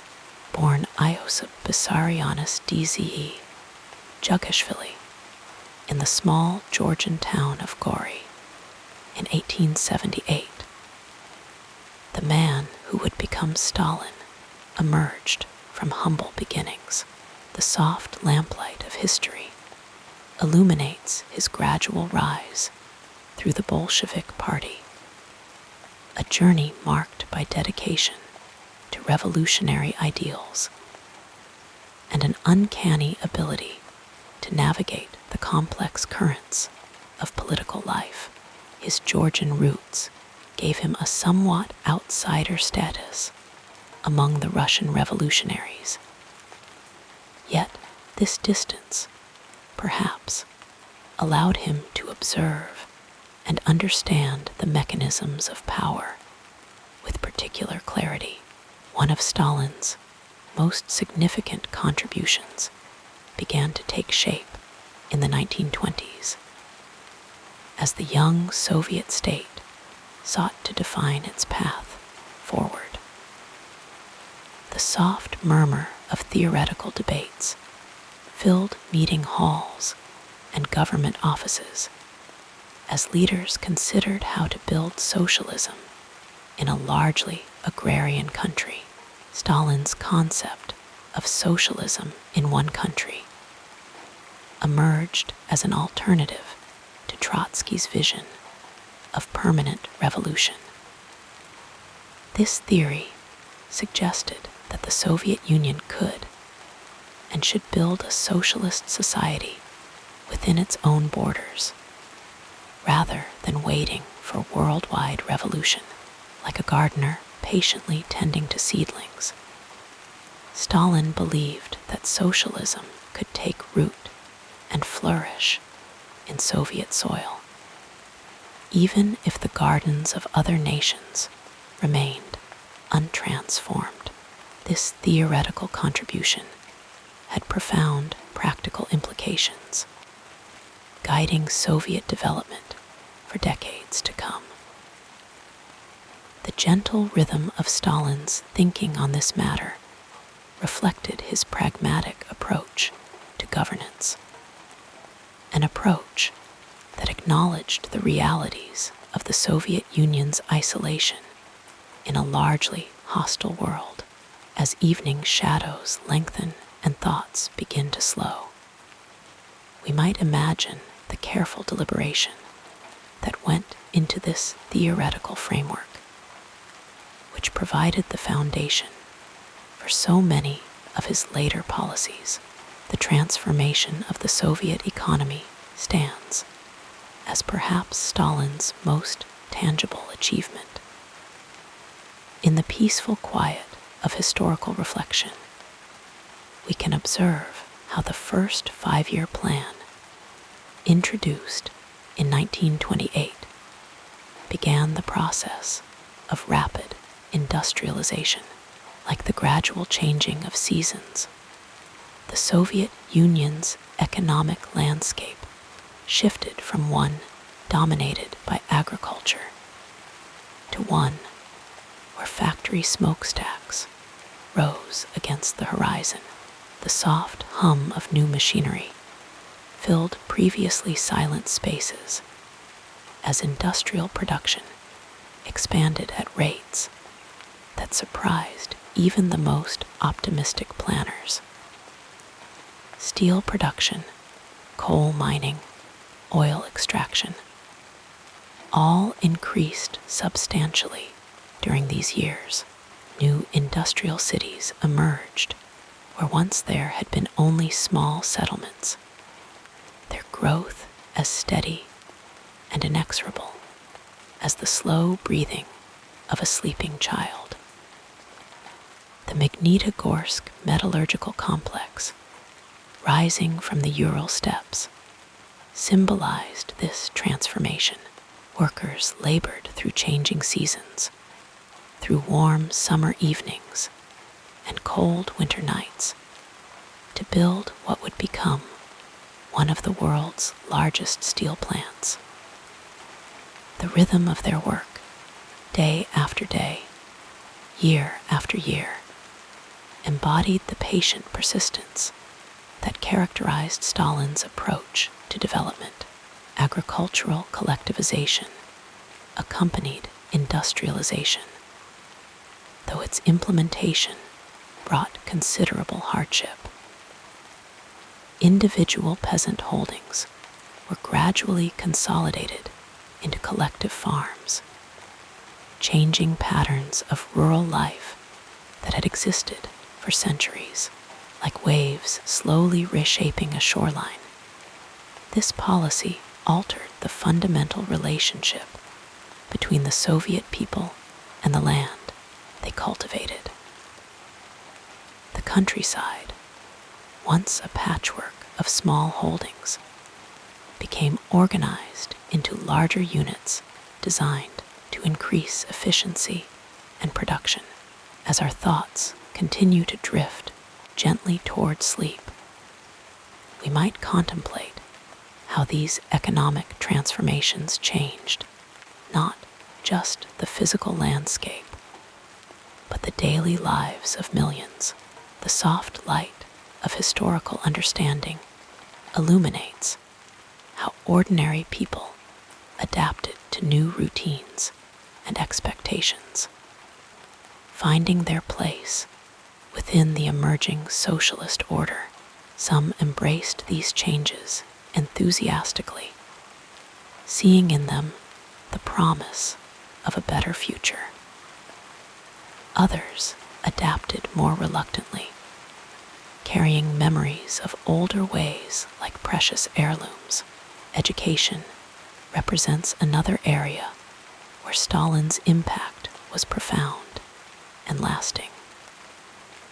Under his leadership, literacy rates rose dramatically across the Soviet Union.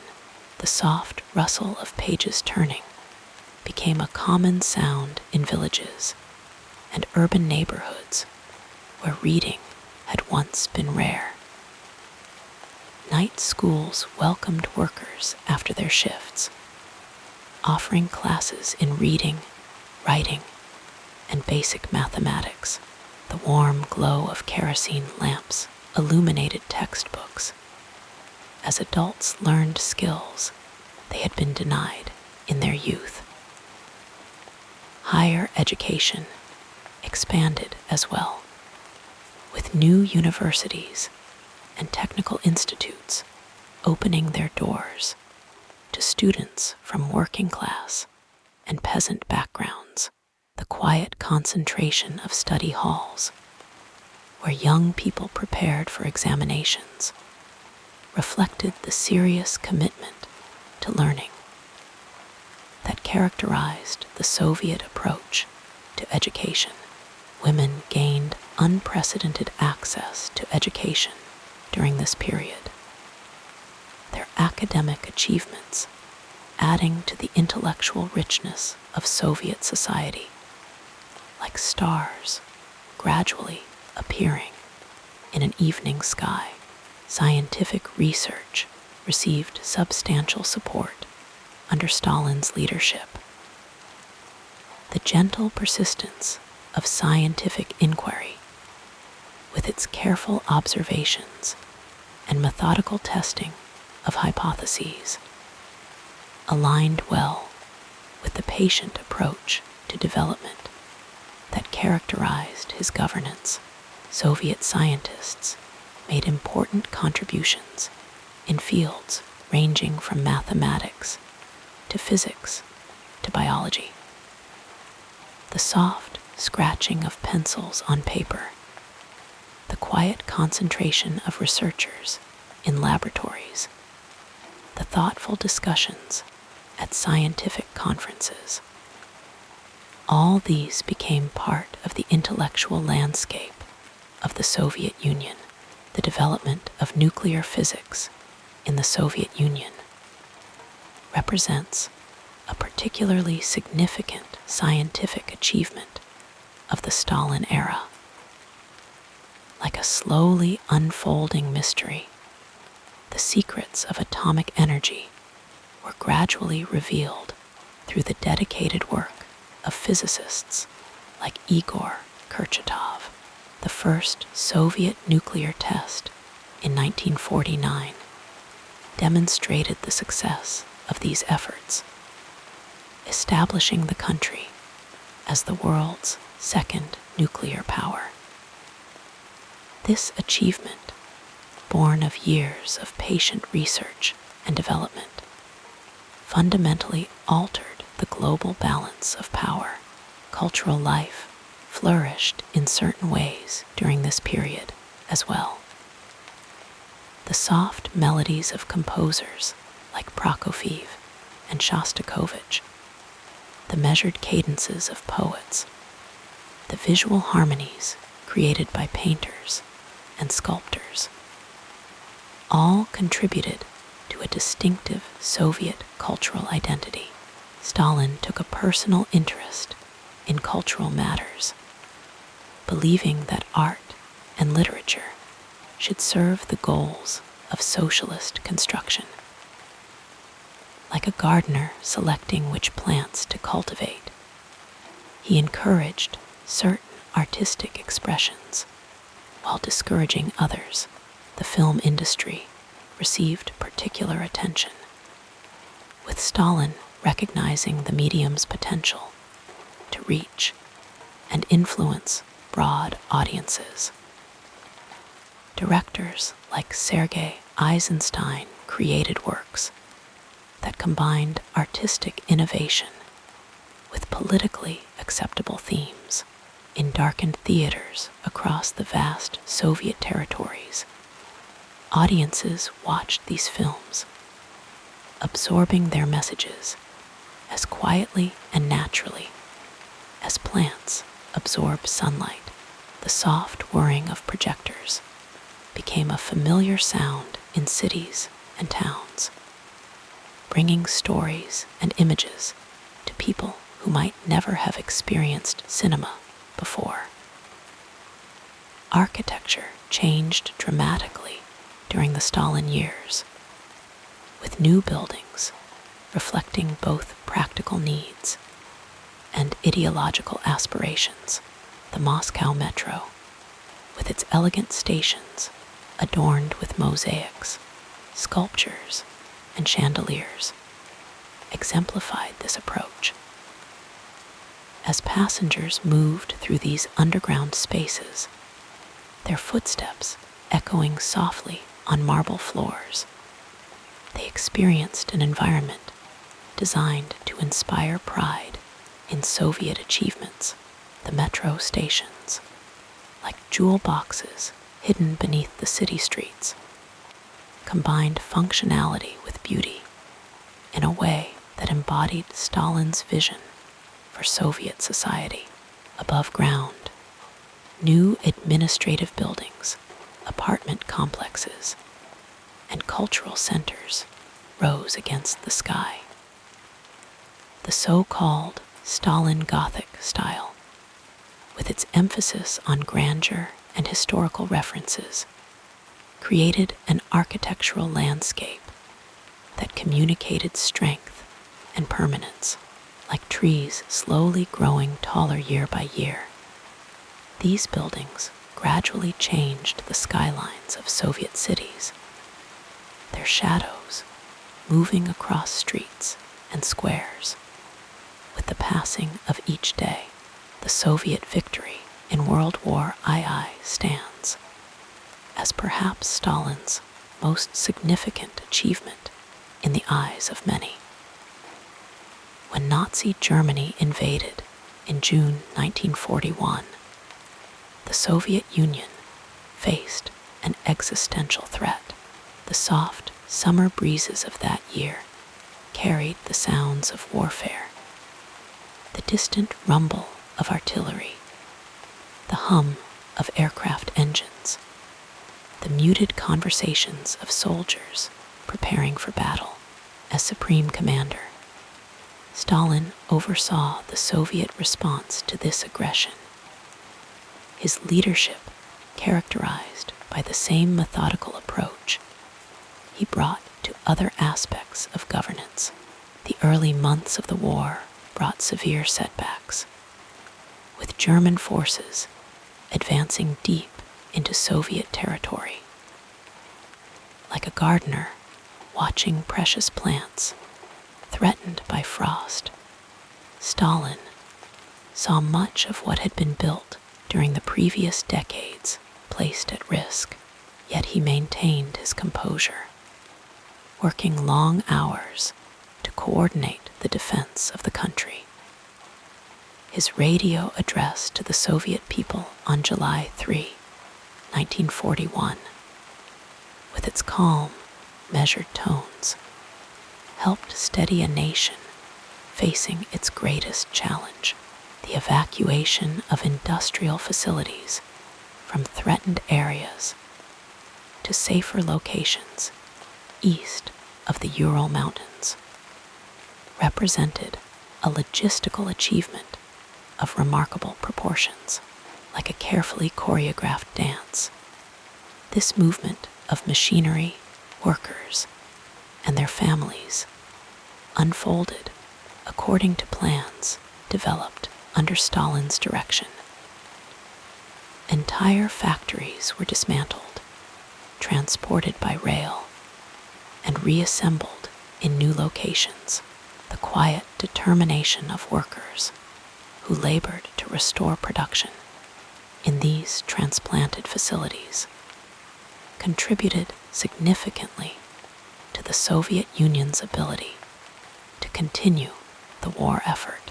The Battle of Stalingrad, which began in August 1942 and continued through the following winter, marked a turning point in the conflict. The city that bore Stalin's name became the site of one of history's most consequential military engagements. Through hot summer days and frigid winter nights, Soviet forces defended the city with remarkable tenacity. Stalin's insistence that the city be held at all costs proved strategically sound, though it came at an enormous human cost. The soft falling of snow during that winter covered a landscape transformed by combat, providing a quiet counterpoint to the intensity of the fighting as Soviet forces gradually pushed the invaders back, reclaiming territories that had been lost.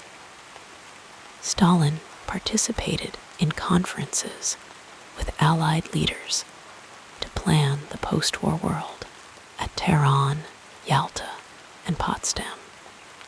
He demonstrated considerable diplomatic skill, securing agreements that recognized Soviet security interests. Like a chess player patiently developing a winning position, he maneuvered to ensure that the Soviet Union would emerge from the war with enhanced international standing. The post-war reconstruction of the Soviet Union reflected the same emphasis on planning and patient development that had characterized earlier periods. Cities that had been damaged or destroyed during the conflict were rebuilt, sometimes according to new designs that incorporated wider streets and more green spaces. The soft sounds of construction, hammers tapping, saws cutting, trowels spreading mortar, filled urban areas as buildings rose from ruins. This physical rebuilding paralleled the emotional recovery of a population that had endured tremendous suffering. Stalin's approach to international relations in the post-war period helped establish the Soviet Union as one of two global superpowers. The gradual expansion of Soviet influence in Eastern Europe created a buffer zone that addressed long-standing security concerns, like the slow, steady flow of a river shaping its banks. Soviet policy in this region transformed political and economic systems according to the Soviet model. New governments, friendly to Moscow, emerged in countries that had historically been sources of threats to Russian security. The development of the Soviet atomic bomb, first tested in 1949, altered the global strategic landscape. The soft pre-dawn light illuminating the Kazakh steppe on August 29 of that year witnessed an achievement that represented years of scientific work organizational effort. With this test, the Soviet Union established nuclear parity with the United States, creating the foundation for the strategic balance that would characterize the Cold War era. The patient development of this capability exemplified Stalin's approach to enhancing Soviet power and security. As our thoughts continue to drift toward sleep, we might reflect on how Stalin's leadership style itself represented a distinctive contribution to governance. His methodical approach to decision-making, his attention to detail, his emphasis on thorough preparation. All these established patterns that influenced Soviet administration for decades, like the gentle, regular ticking of a clock. His daily routines provided structure and predictability in a system that valued order and planning. Stalin's personal habits reflected this methodical nature. His working days typically began in the afternoon and extended into the early morning hours. The soft lamplight in his Kremlin office or at his dacha illuminated papers being reviewed, reports being annotated, decisions being carefully considered. He preferred to receive information in written form, allowing him to study materials at his own pace and to return to them as needed. This deliberate approach to information processing ensured that he maintained a comprehensive understanding of the matters under his authority. Meetings with Stalin followed established patterns, with participants expected to be thoroughly prepared and to present their views concisely. The quiet atmosphere of these gatherings, where voices rarely rose above conversational levels, belied their importance in determining policies that would affect millions. Like a conductor leading an orchestra through a complex composition, Stalin guided these discussions toward conclusions that aligned with his understanding of Soviet interests and ideological requirements. His personal library, containing thousands of volumes, reflected a genuine interest in ideas and a commitment to continuous learning. Many books bore his annotations, the soft pencil marks indicating passages that had captured his attention or provoked his disagreement. History, philosophy, political theory, literature. His reading encompassed diverse fields, though he evaluated all through the lens of Marxist-Leninist theory. The quiet hours he spent with these books, absorbing and assessing their contents, informed his approach to governance and his understanding of the historical process.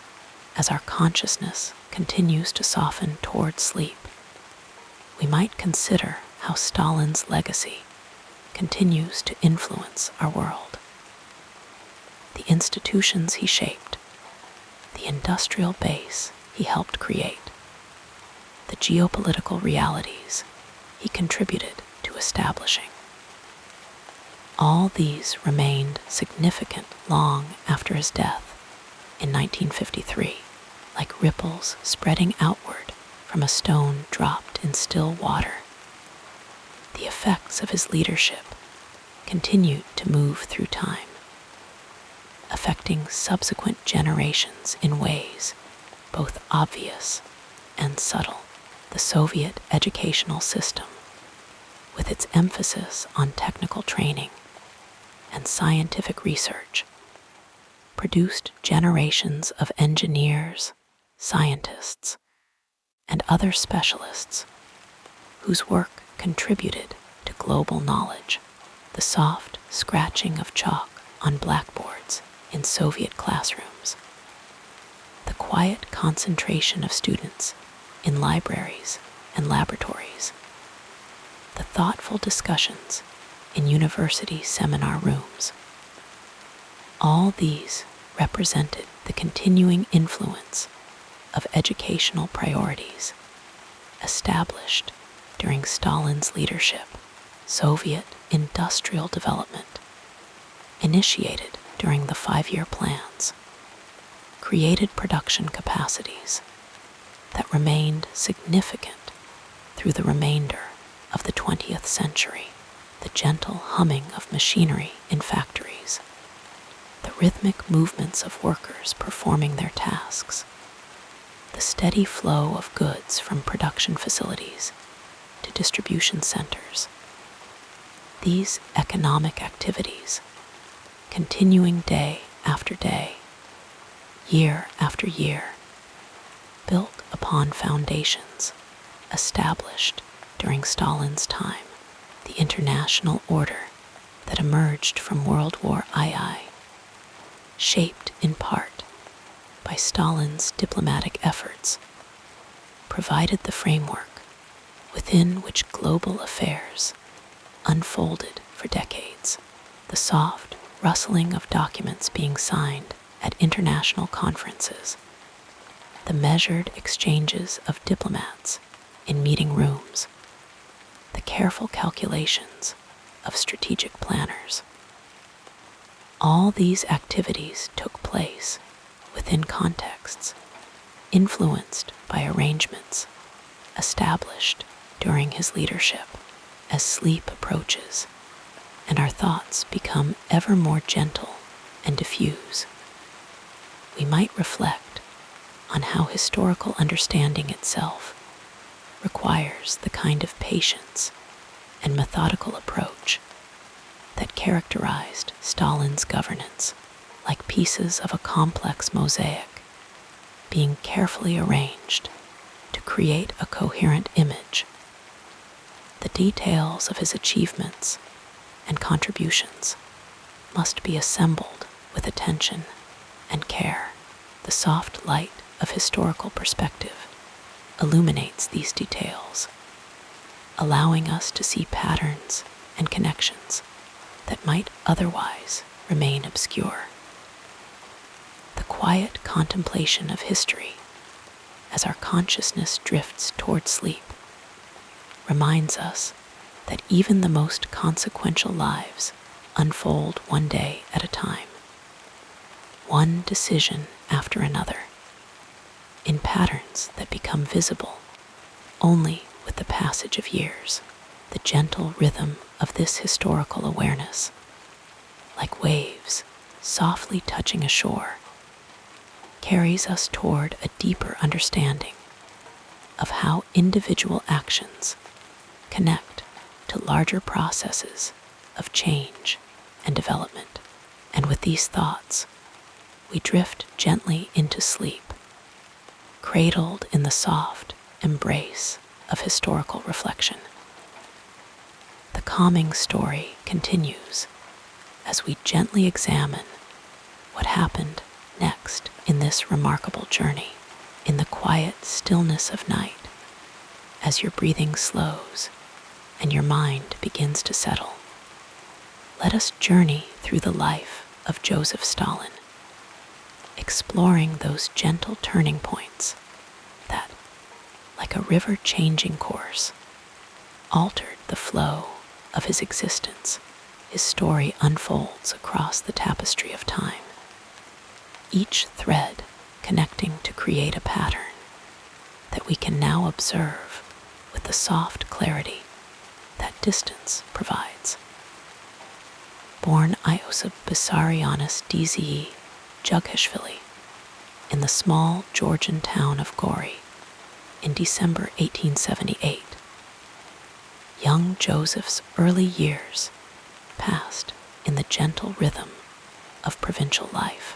The soft Georgian sunshine filtered through modest windows as his mother, Ekaterine, a devout woman with hopes for her son to become a priest, watched him grow. His father, a cobbler by trade, created shoes with weathered hands. The quiet tap of his hammer, a soundtrack to Joseph's childhood. Perhaps the first significant turning point came with his entrance into the gory church school. Picture the young boy walking along dusty streets, his small feet carrying him toward a future he could not yet imagine. Had he not received this education, had his mother not insisted upon it despite their poverty, the course of history might have drifted in entirely different directions, like autumn leaves carried on a different breeze. At the Tiflis Theological Seminary, where shadows lengthened across stone floors and the scent of old books filled quiet rooms, Stalin encountered revolutionary ideas that would slowly transform his worldview. Imagine the soft rustle of forbidden literature passed between students, the whispered conversations in dormitory corners, the gradual awakening of political consciousness. Had he embraced the religious path intended for him? Had those revolutionary texts never found their way into his hands, he might have lived out his days as a parish priest in a small Georgian church, the world unfolding without his influence. The decision to leave the seminary in 1899 represents another gentle crossroads. Picture the young man standing at the threshold, looking back at the life that might have been, then stepping forward into uncertainty. The seminary doors closed behind him with a soft sound that echoed through time. His departure marked not just a change in educational path, but a commitment to revolutionary politics that would carry him like a slow current toward an unimagined destiny. During those early revolutionary years, as the soft glow of oil lamps illuminated clandestine meetings, Stalin moved through the shadows of Imperial Russia. His work as a revolutionary organizer led to arrests and exiles to Siberia, where the vast silence of snow-covered landscapes provided time for reflection and intellectual development. Each exile, each period of solitude, shaped his character and hardened his resolve, like water slowly carving channels through stone. The Russian Revolution of 1917 arrived like dawn after a long night. In those uncertain days, as power hung in the balance and the future remained unwritten, Stalin positioned himself with careful precision. Imagine the revolutionary committees meeting in rooms where tension hung in the air like smoke, decisions being made that would ripple outward through decades. Had Stalin chosen differently? Had he aligned himself with different factions, or remained in more peripheral roles? The tapestry of the 20th century might have displayed entirely different patterns and hues. His appointment as General Secretary of the Communist Party in 1922 seemed, at the time, a relatively minor administrative position. Few could have foreseen how this role would become the foundation of his power. Picture the party offices with their wooden desks and filing cabinets, Stalin methodically organizing personnel records, building relationships, placing allies in key positions, like a gardener patiently tending to seedlings. He cultivated his influence with careful attention to detail and timing. When Lenin fell ill, the soft ticking of clocks in hushed sick rooms marked the beginning of another pivotal period. The struggle for succession unfolded slowly, like clouds gradually changing shape across the sky. Stalin maneuvered with patience, outflanking rivals like Trotsky, who perhaps underestimated the quiet, methodical Georgian. Had Lenin's health not failed, had his famous testament criticizing Stalin been more widely circulated, had Trotsky been more politically adept, the leadership of the Soviet Union might have followed a different path. Like a train switching to alternate tracks, the decision to pursue rapid industrialization in the late 1920s represented another significant turning point. Imagine the long meetings where economic plans were debated, the soft scratching of pens on paper as production targets were calculated, the weight of choosing a nation's direction resting on decisions made in rooms where maps hung on walls and economic charts were studied by lamplight. The 5-year plans transformed the Soviet Union from an agricultural society to an industrial power at an enormous human cost. Had a more gradual approach been chosen, had the human element been given greater consideration, the development of the Soviet state might have unfolded with less suffering, like a river finding a gentler course to the sea. The collectivization of agriculture, implemented alongside industrialization, forever altered the rural landscape of the Soviet Union. Picture the vast countryside changing as traditional farming gave way to collective methods, the ancient rhythms of peasant life disrupted by new systems. The resistance to these changes, particularly among kulaks, led to repression and famine. Had Stalin chosen a more moderate approach, had he allowed more time for adjustment, the transition might have occurred with less trauma, like a season changing more gradually from winter to spring.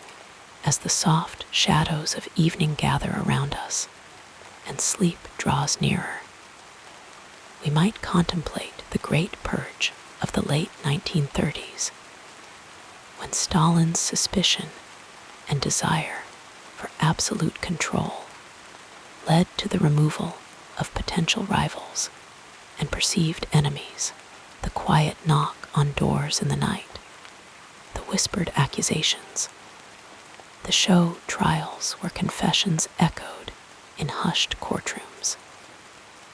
These events eliminated an entire generation of Soviet leadership. Had Stalin felt more secure in his position, had he trusted his colleagues more fully, had he chosen reconciliation over elimination, the Soviet system might have developed with greater intellectual diversity and resilience. The signing of the Molotov-Ribbentrop Pact in 1939 represents another crucial moment when paths diverged. Imagine the diplomatic reception rooms where representatives of two ideologically opposed systems sat across from one another. The soft clink of glasses, the careful wording of agreements that would shape the coming years. This non-aggression pact with Nazi Germany bought the Soviet Union time to prepare for the conflict that Stalin believed would eventually come had he instead chosen an alliance with Britain and France. Had different diplomatic arrangements been made, the opening stages of World War II might have unfolded along entirely different lines, like a different opening in a chess game, leading to an entirely different middle game when German forces invaded the Soviet Union in June 1941. Stalin reportedly retreated into shock and seclusion for several days. Picture the leader alone in his dacha, curtains drawn against the summer light, processing the reality of the situation as reports of advancing German forces arrived with increasing urgency. His eventual decision to take direct control of the war effort, to remain in Moscow rather than evacuate, to rally the Soviet people to resistance, proved decisive. Had he chosen differently, had his nerve failed, had he fled eastward beyond the Urals, the defense of the Soviet Union might have collapsed like a house of cards in a gentle breeze. The wartime conferences at Tehran, Yalta, and Potsdam saw Stalin engage in the reshaping of the post-war world. Imagine the conference rooms where the soft murmur of translators accompanied negotiations, where maps were redrawn and spheres of influence established.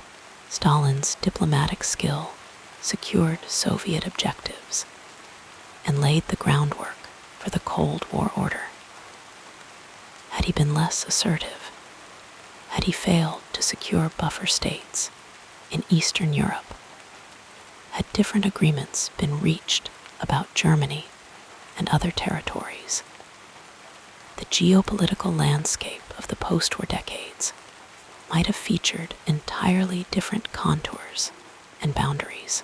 In the post-war years, as Reconstruction began, and new tensions emerged with former allies, Stalin's decision to impose Soviet models on Eastern European states created the socialist bloc. Picture the government buildings in Warsaw, Prague, Budapest, and other capitals, where local leaders received instructions from Moscow, where policies were implemented that mirrored Soviet approaches. Had Stalin allowed more national variation, had he permitted greater autonomy within the socialist camp, the Cold War might have evolved with different dynamics, like a dance performed with different steps and rhythms. The Berlin blockade of 1948-1949 represented another significant decision point. Imagine the planning rooms where strategies were discussed, the soft rustle of reports being reviewed, the careful calculation of risks and potential outcomes. Stalin's attempt to force the Western Allies out of Berlin failed in the face of the Berlin airlift, but solidified the division of Germany and Europe. Had different approaches been tried, had compromise been sought more actively, the hardening of Cold War divisions might have been less severe, like frost forming more gradually on a winter window. As our consciousness drifts toward sleep, we might reflect on how Stalin's health began to decline in his final years. Picture the Kremlin medical staff moving quietly through carpeted corridors, the soft closing of doors as doctors consulted in hushed tones.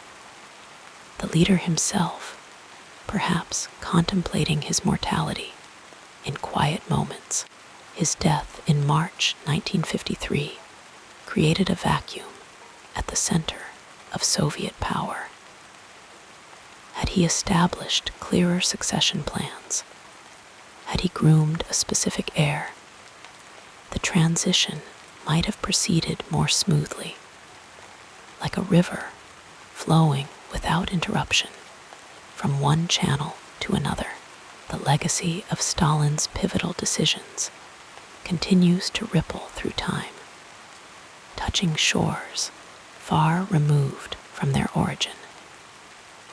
The institutions he shaped, the borders he established, the precedents he set influenced global affairs long after his passing, like stars whose light reaches us years after they have ceased to exist.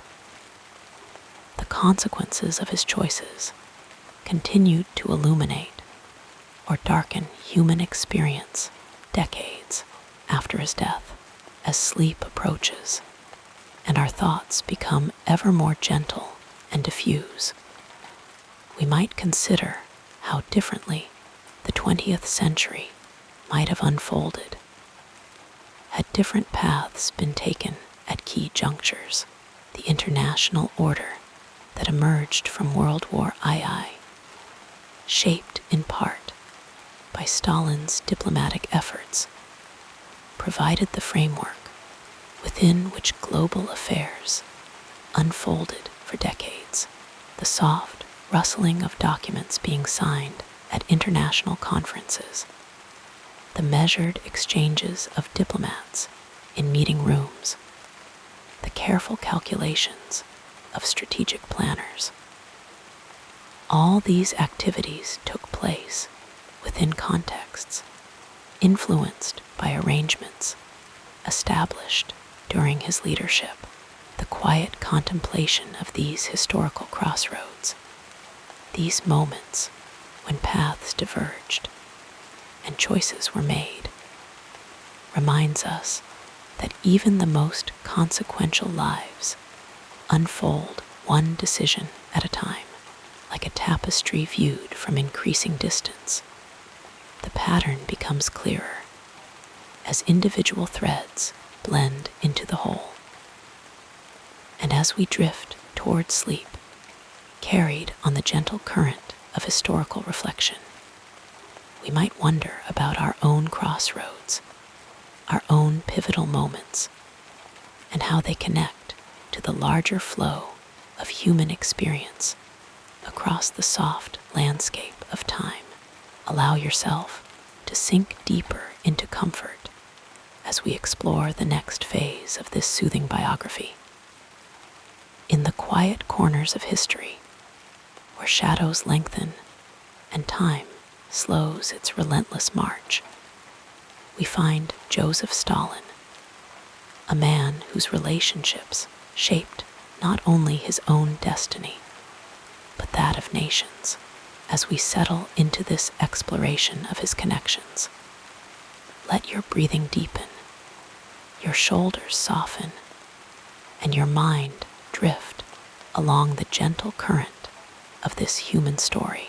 Born Joseph Vissarionis Dze Jughashvili in the small Georgian town of Gori in 1878, young Joseph's first and perhaps most influential relationship was with his mother, Ekaterine Geladze, a devout woman with weathered hands and unwavering determination.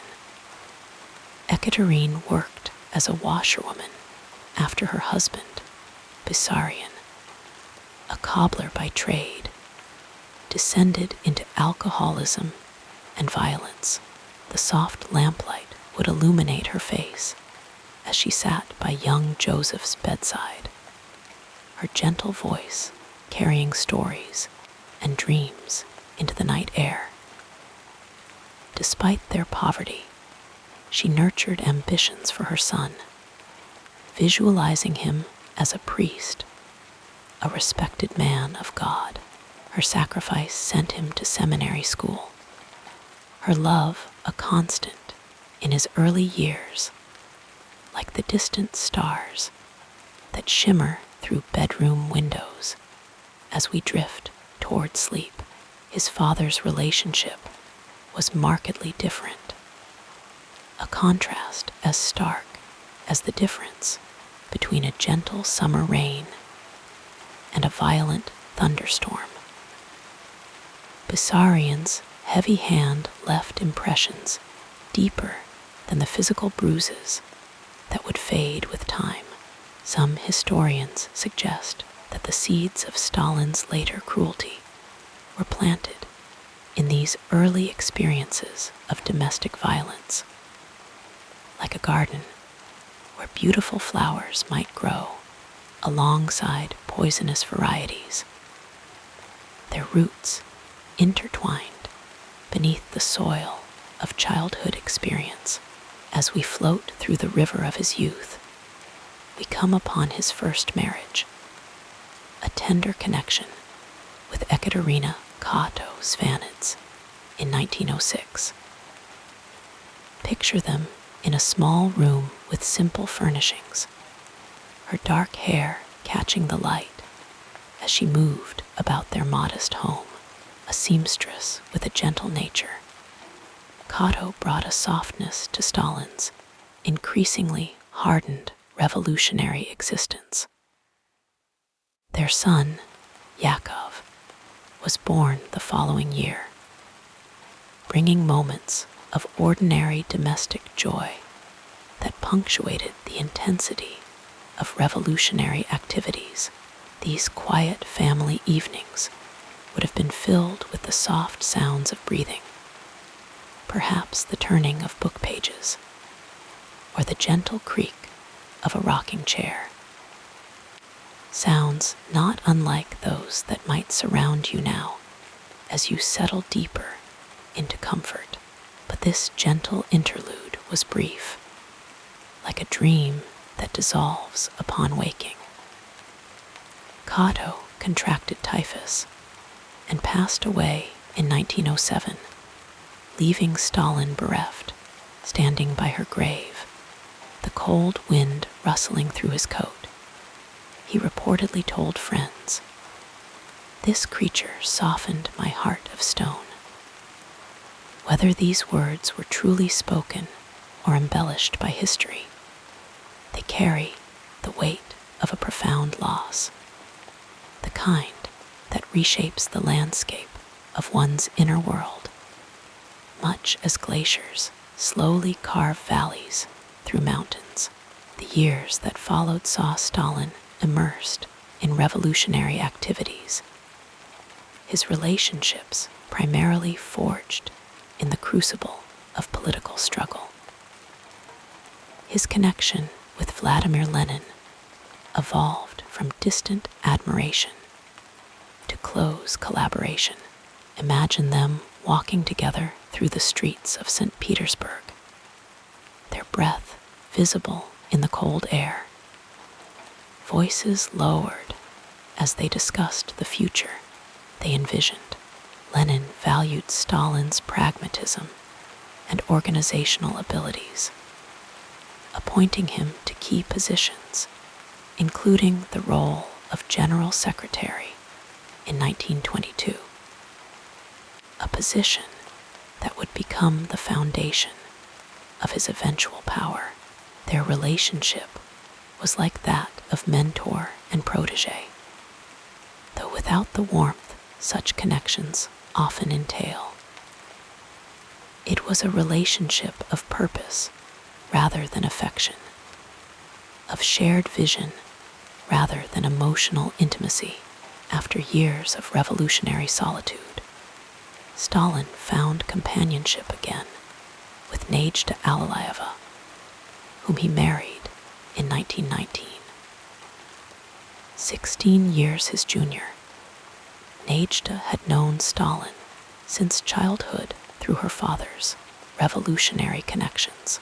Picture them in the evening hours, the soft glow of lamplight illuminating their faces as they discussed politics, literature, or simply shared the events of their day.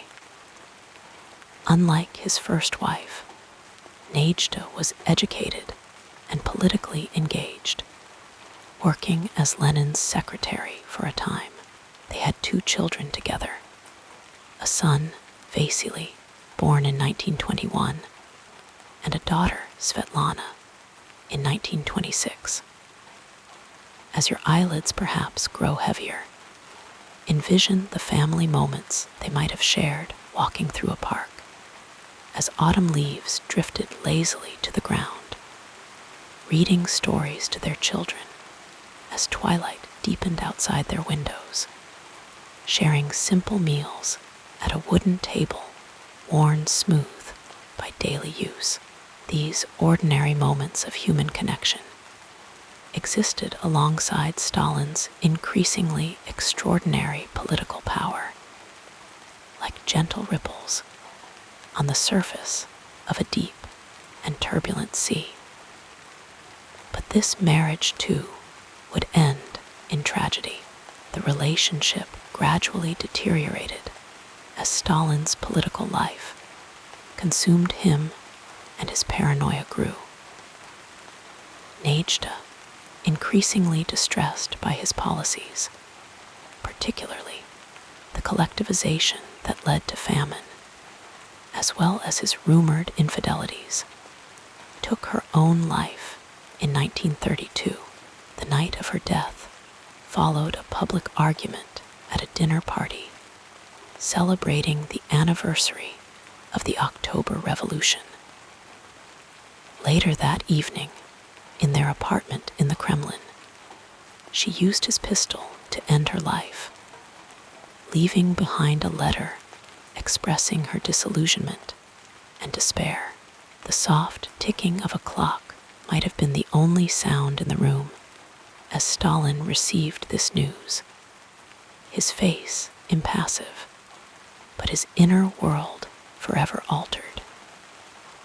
He did not attend her funeral and rarely spoke of her afterward, though those closest to him noted a deepening of his isolation and suspicion following her death, like a door slowly closing. Something in Stalin seemed to shut away any remaining capacity for intimate connection. His relationship with his children was equally complex and often troubled, like a landscape of valleys and peaks, shadows and light. With Yakov, his son from his first marriage, Stalin maintained a distant and often critical stance. During World War II, when Yakov was captured by German forces, Stalin refused special treatment for his son, who later died in captivity. One can imagine the weight of such decisions, carried like stones in the pockets of memory. With his son Vasily, Stalin's relationship was marginally warmer, but equally complicated. Vasily grew up in his father's considerable shadow, developing a reputation for alcoholism and recklessness. Despite his father's position, or perhaps because of it, he struggled to find his footing in the world, like a sapling attempting to grow beneath a mighty oak that blocks the sunlight. His relationship with his daughter Svetlana was perhaps the closest of his family connections in his later years. As a child, she would sometimes sit upon his knee during meetings with Soviet officials. Her small presence, a reminder of simpler human connections amidst the complexities of governance. As you sink deeper into relaxation, picture the contrast: the fearsome dictator gently adjusting a child's hair ribbon, or listening to her recite a poem learned at school. moments of ordinary parental tenderness amidst extraordinary historical circumstances. Yet even this relationship would fracture. After Stalin's death, Svetlana defected to the United States in 1967, an act that symbolically completed the estrangement that had begun during his lifetime. The daughter who once brought him small joys eventually rejected the legacy, and the country he had shaped, like a river changing course and flowing away from its source beyond family. Stalin's professional relationships were characterized by a mixture of collaboration, competition, and often eventual elimination. His relationship with Leon Trotsky, once a fellow revolutionary and architect of the Soviet state, devolved into bitter rivalry. Imagine them in the early days, seated around a table with other revolutionaries, the air thick with cigarette smoke and revolutionary fervor. Their differences yet to fully emerge. As Lenin's health declined, their competing visions for the Soviet future became increasingly apparent, their words to each other cooling like tea left too long on a windowsill. After Lenin's death in 1924, Stalin systematically outmaneuvered Trotsky, eventually forcing him into exile, and in 1940, arranging his assassination in Mexico. The relationship that began in shared purpose ended in blood, a pattern that would repeat itself throughout Stalin's political life. His inner circle during the height of his power included figures like Vyacheslav Molotov, Lavrentiy Beria, and Georgy Malenkov. These relationships existed in a strange space between collegiality and terror. Picture them gathered in Stalin's office or at his dacha for long dinners that stretched into the early morning hours, the atmosphere tense despite the food and drink, each man carefully measuring his words, aware that favor could turn to fatal suspicion with unsettling rapidity.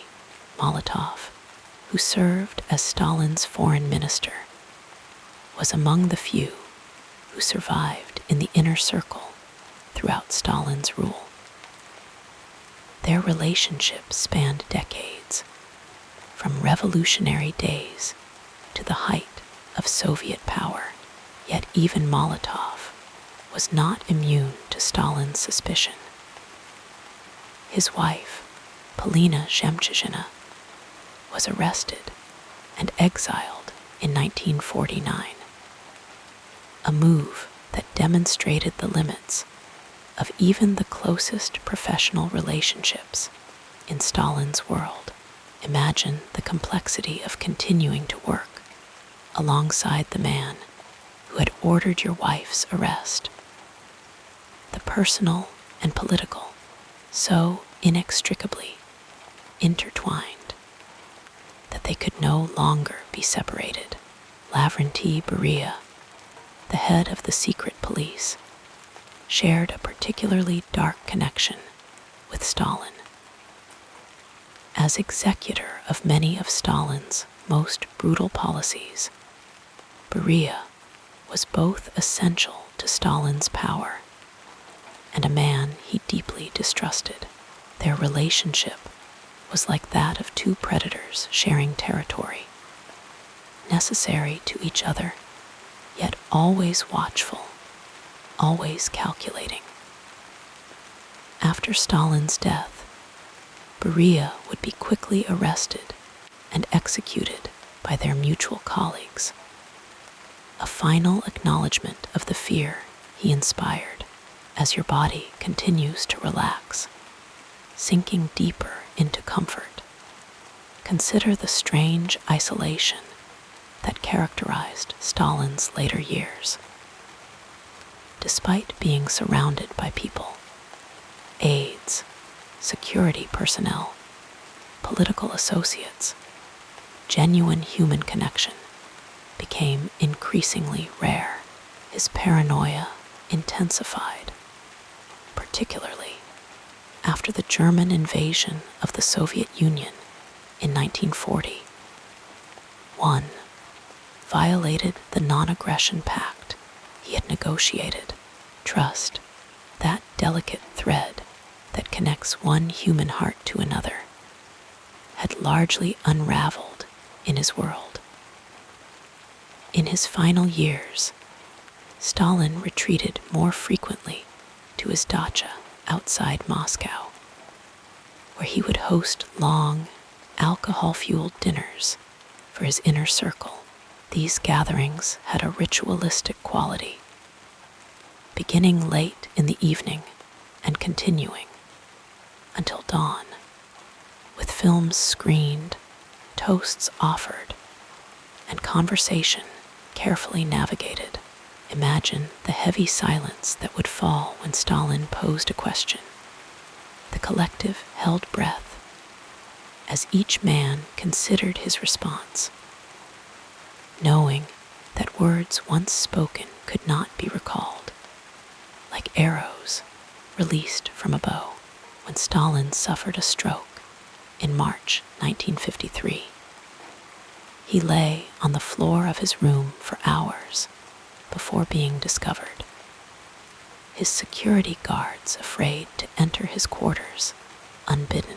Even in illness, the barriers he had erected between himself and others remained intact, like walls that had stood for so long that no one remembered how to dismantle them. As he lay dying, members of his inner circle gathered, their faces a complex mixture of concern, calculation, and in some cases, carefully concealed relief. The relationships that had defined his political existence continued their complex dance, even as his breathing grew labored, and his powerful presence began to fade, like a fire slowly burning down to embers. Joseph Stalin died on March 5, 1953, his final moments witnessed by those who had survived his suspicions and purges. The man who had transformed a nation through the force of his will and the ruthlessness of his methods left the world, as all humans must. His relationships, both those characterized by love and those defined by fear, part of the complex legacy he left behind. As sleep perhaps begins to enfold you in its gentle embrace, consider how even the most powerful figures in history are shaped by their connections to others.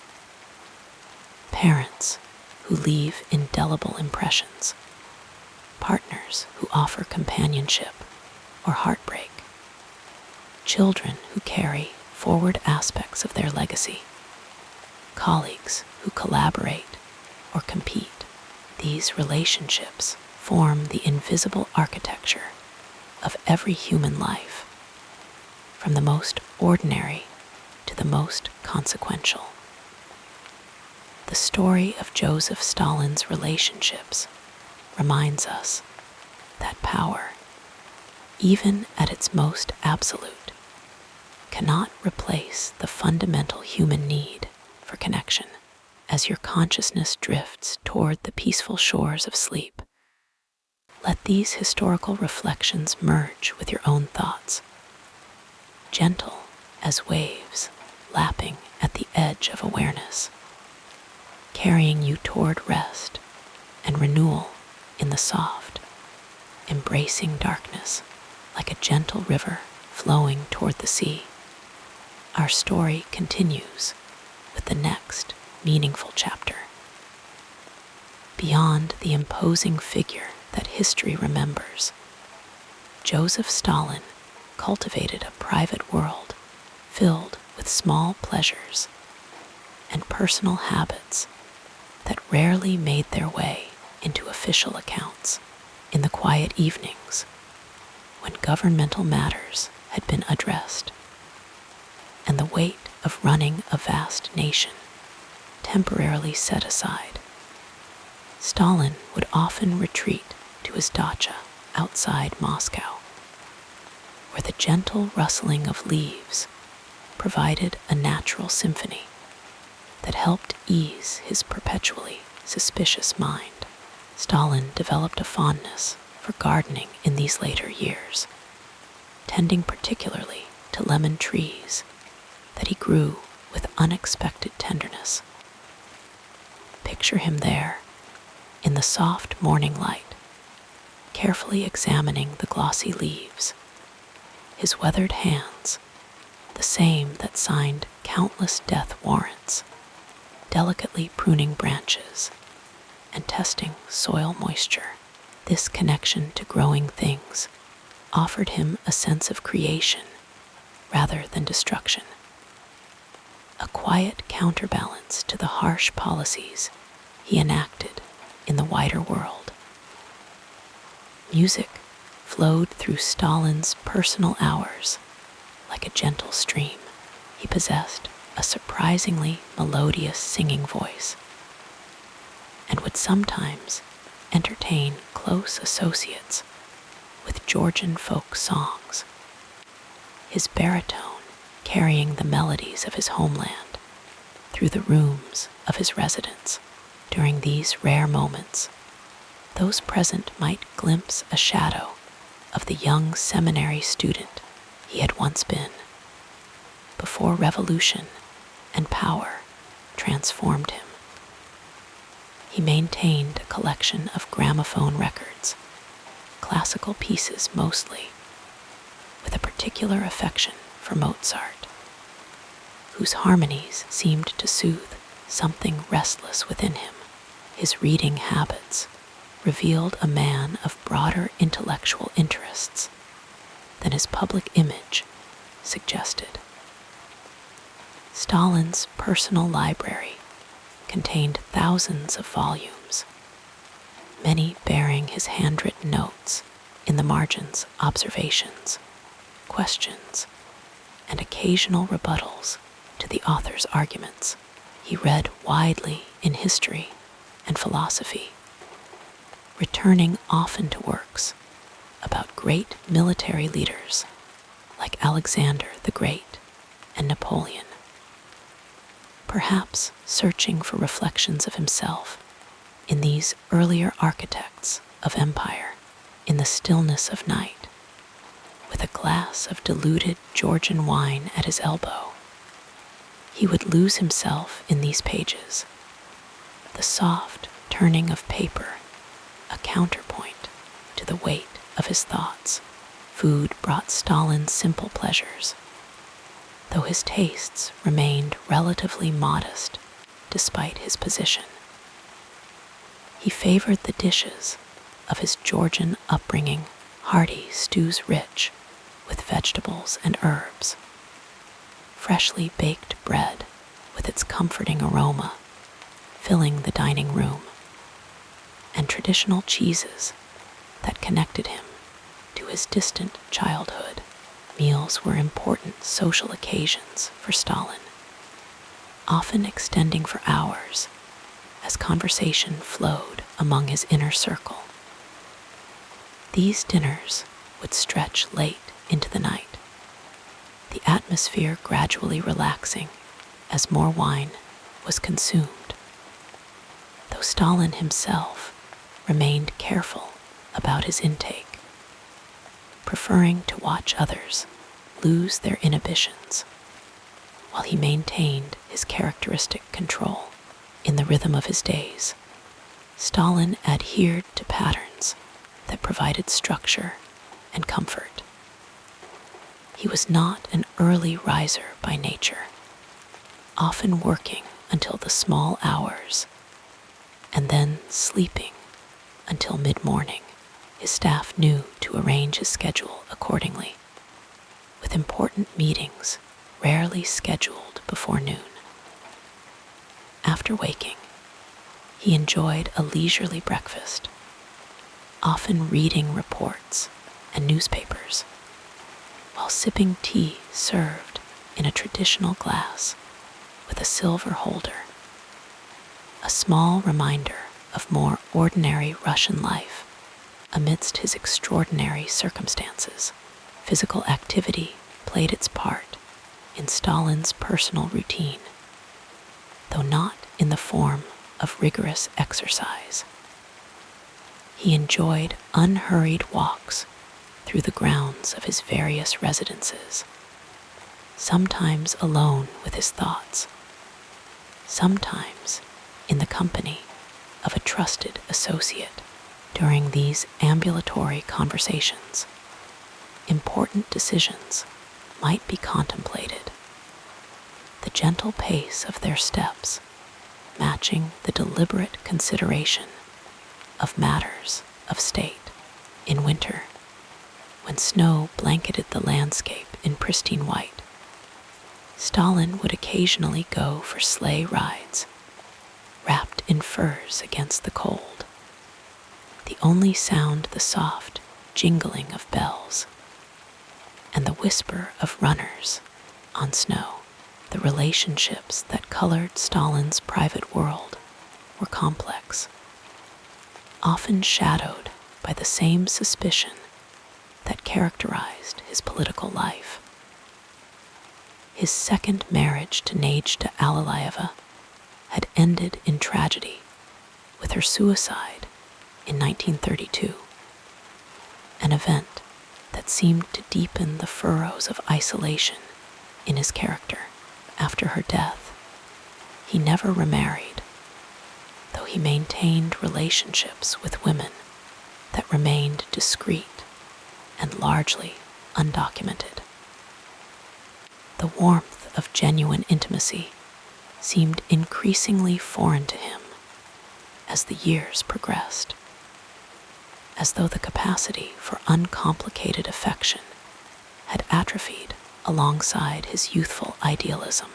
His relationships with his children reflected this emotional complexity. With his daughter Svetlana, Stalin showed occasional glimpses of tenderness, calling her his little sparrow, and indulging her childhood requests in ways that surprised those accustomed to his unyielding public persona. He would sometimes lift her onto his lap during informal gatherings, his expression softening momentarily as she whispered in his ear or played with the buttons on his tunic.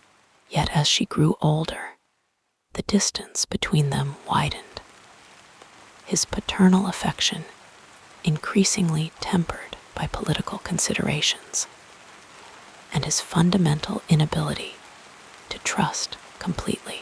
With his son Vasily, Stalin's relationship was more troubled, marked by disappointment and intermittent harshness.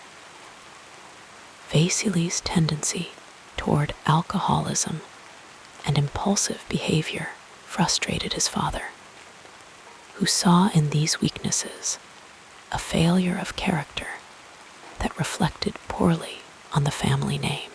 Still, in quieter moments, Stalin would inquire after his son's activities and career in the Soviet Air Force, a flicker of paternal pride occasionally visible beneath his customary reserve. The most tragic of Stalin's family relationships was with his eldest son, Yakov, born of his first marriage. When Yakov was captured by German forces during World War II, Stalin refused special negotiations for his release, reportedly saying, "I have no son named Yakov," though private accounts suggest he experienced this loss more deeply than his public stance indicated in the solitude of his study, looking at old family photographs. The weight of this decision would sometimes settle visibly on his shoulders, a rare glimpse of regret in a man who seldom acknowledged personal error. Friendships, in the conventional sense, were largely absent from Stalin's life, particularly in his later years. His relationships with close associates like Vyacheslav Molotov and Lavrentiy Beria were characterized by a wary collaboration rather than genuine camaraderie. Yet there were moments when something resembling friendship would emerge during long evenings at his dacha, when conversation turned from politics to literature or memories of revolutionary days. A different Stalin might briefly appear, one capable of wry humor and even occasional warmth. Stalin found particular pleasure in watching films, often inviting filmmakers and actors to private screenings where he would offer his opinions on their work. Soviet cinema developed under his attentive, if controlling, interest. He would sit in his special armchair, sometimes with a notebook to jot down thoughts, his face illuminated by the flickering light of the projector. American westerns were among his favorites, their straightforward narratives of conflict and resolution, perhaps offering a simplicity that appealed to him after days spent navigating the labyrinthine complexities of Soviet politics in the quietude of his personal spaces. Stalin collected pipes, displaying them in carefully arranged cabinets, and selecting each day's smoking companion with deliberate care. The ritual of pipe smoking, the careful filling of the bowl, the methodical tamping of tobacco, the slow, meditative draws provided moments of contemplation throughout his day. The sweet aroma of his preferred tobacco blend would linger in rooms after he had left, a sensory reminder of his presence that could comfort or disquiet, depending on one's relationship to the man himself. As age began to make its inevitable claims on his vitality, Stalin found solace in longer stays at his dacha in Kuntsivo. There, surrounded by pine trees whose gentle swaying in the breeze seemed to whisper secrets of a simpler existence, he would sometimes sit for hours on a veranda, wrapped in a woolen blanket even in mild weather, watching birds flit among the branches. These creatures, unaware of his identity and unconcerned with his power, moved with a freedom that must have seemed both foreign and fascinating to a man who had spent decades controlling the movements of millions. The changing seasons brought their own rhythms to Stalin's personal life. He appreciated the renewal of spring, sometimes remarking on the first blooms in his garden with unexpected poetry. Summer invited longer outdoor hours and occasional swimming in the small lake on his property. His security detail maintaining a respectful distance as he moved through the water with deliberate strokes. Autumn, with its gradual surrender of color and light, seemed to prompt in him a more philosophical mood, while winter's stark landscape matched something essential in his character: resilient, unyielding, yet capable of unexpected beauty when seen in the right light. Throughout his life, Stalin maintained a journal, writing in it irregularly, but revealing in these private pages a contemplative side rarely displayed publicly. His handwriting, neat and measured, filled these notebooks with observations on political developments, certainly, but also with reflections on books he had read, dreams that had disturbed his sleep, and occasionally memories of his youth in Georgia that seemed to carry an emotional resonance missing from his public recollections of that time. As the evening shadows lengthen and your thoughts perhaps grow more distant, consider how Stalin's personal world, like all human experience, contained contradictions and complexities that simple historical narratives cannot fully capture. The man who ordered mass relocations of entire populations also carefully transplanted delicate flowers in his garden.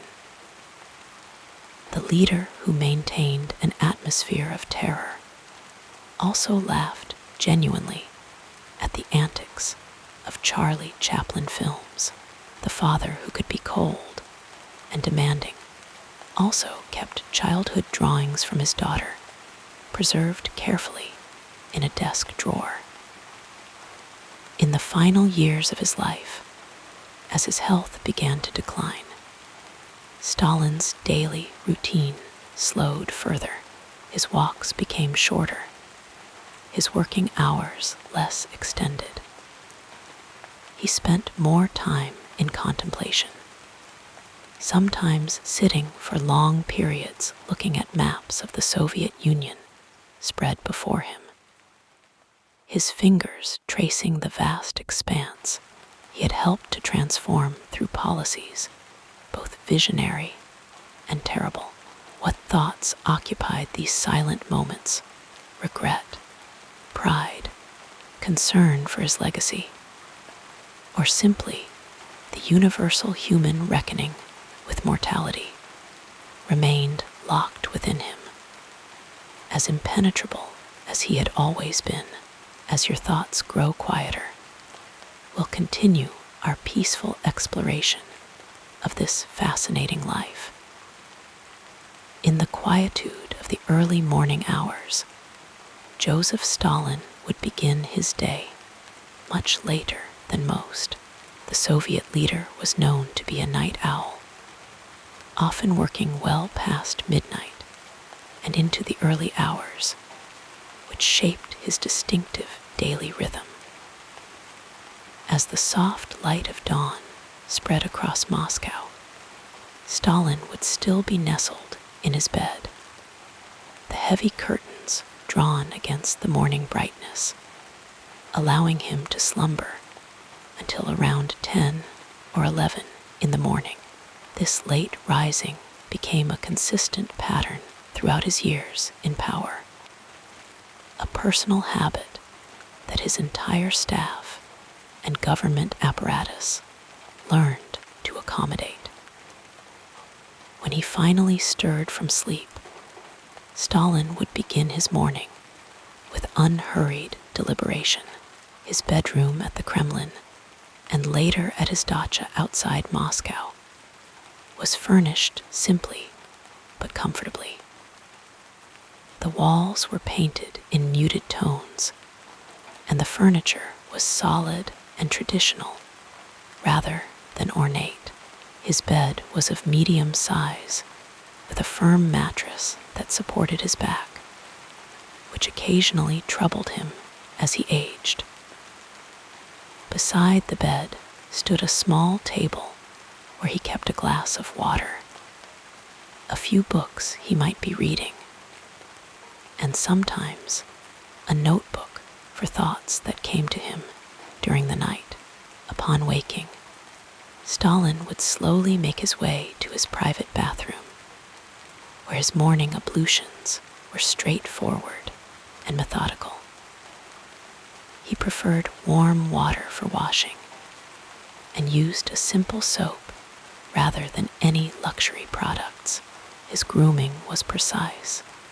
He would carefully trim his iconic mustache, ensuring it maintained its distinctive shape. His hair, which receded as he aged, was combed neatly back from his forehead, though not particularly concerned with fashion. Stalin was meticulous about cleanliness and order in his personal appearance. Breakfast for Stalin was typically a light affair, often consisting of tea, bread, cheese, and perhaps some fruit.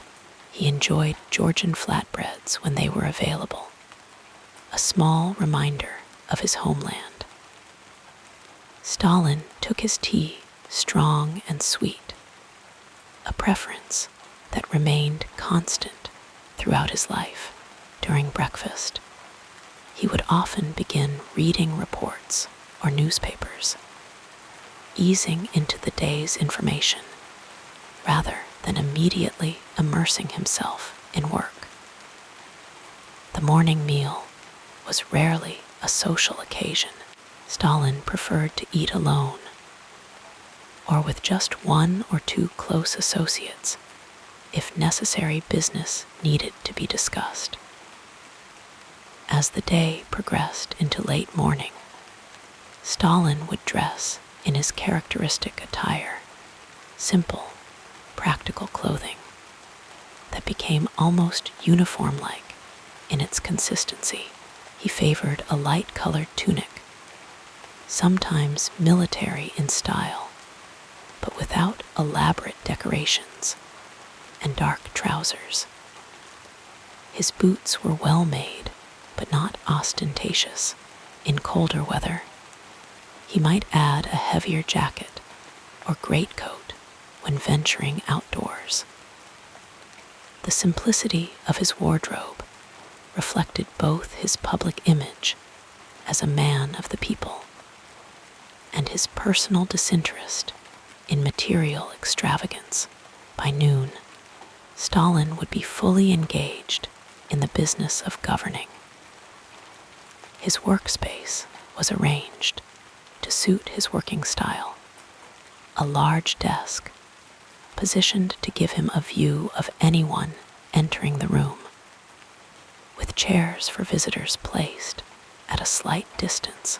The desk itself was kept organized, with papers arranged in neat stacks. He had several telephones within reach, including direct lines to key government and military officials. The walls of his office held maps of the Soviet Union, and during wartime, maps tracking military movements. The room was well lit, but not bright, creating an atmosphere conducive to long hours of concentration. Stalin's working method was distinctive. He preferred to receive information in written form whenever possible, reading reports with careful attention and making notes in the margins with a red or blue pencil. His handwriting was clear and precise, reflecting his early education and brief time in seminary. When meeting with officials or advisors, Stalin often paced slowly around his office, listening more than speaking, occasionally asking pointed questions that revealed how closely he was following the discussion. His voice was surprisingly soft, with a Georgian accent that never fully disappeared, despite his decades in Russia. He rarely raised this voice in anger, finding a quiet, measured tone more effective at creating tension and communicating displeasure. The midday meal was usually served around 2 or 3 in the afternoon, later than was customary in Moscow. Stalin enjoyed traditional Russian and Georgian dishes, soups like borscht, stews with meat and vegetables, and various fish preparations. He had a particular fondness for fruit, especially tangerines and lemons. His approach to food was practical rather than indulgent. He ate for sustenance and some pleasure, but did not dwell long over meals during formal dinners with Soviet officials or foreign dignitaries. However, the meal could extend for hours, becoming an important venue for political discussion and observation of others after lunch, particularly in his later years. Stalin sometimes took a brief rest, lying down for 30 minutes or so, though rarely falling into deep sleep. This short respite helped maintain his energy through the long evenings ahead. Following this break, he would return to work, often focusing on different matters than those that occupied his morning.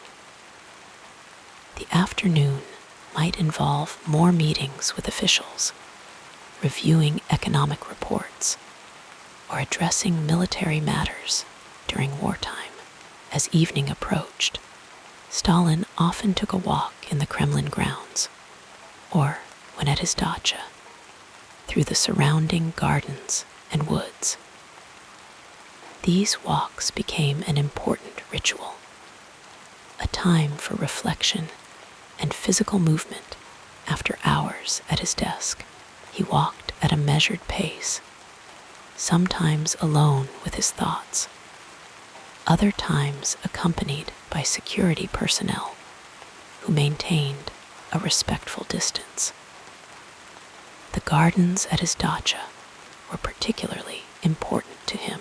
He took an interest in the plants and trees, occasionally giving instructions about their care or new specimens he wished to see added to the collection.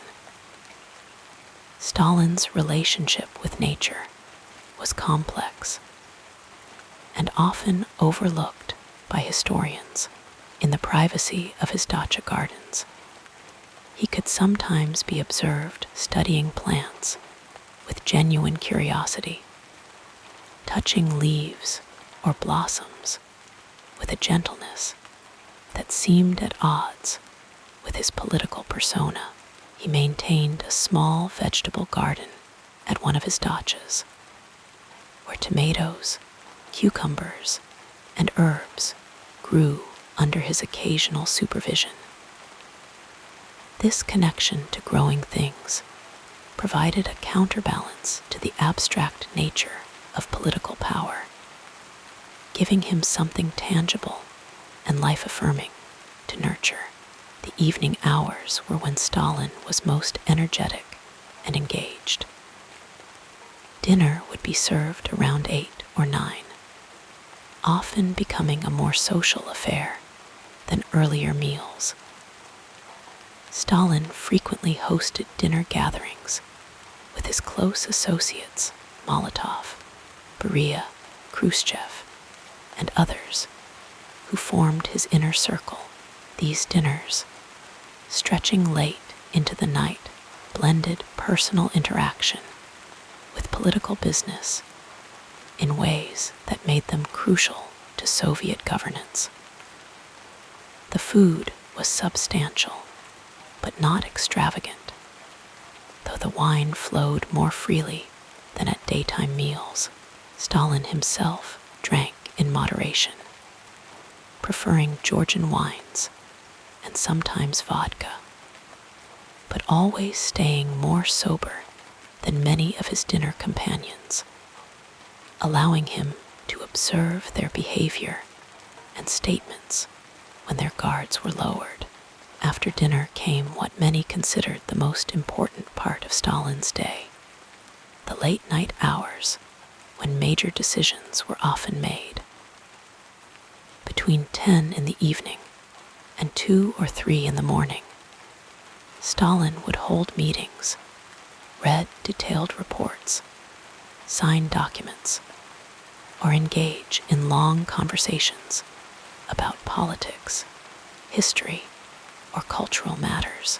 The lighting in his study would be warm but subdued, creating an atmosphere that was both intimate and somewhat tense, as those present were never quite certain of his mood or intentions.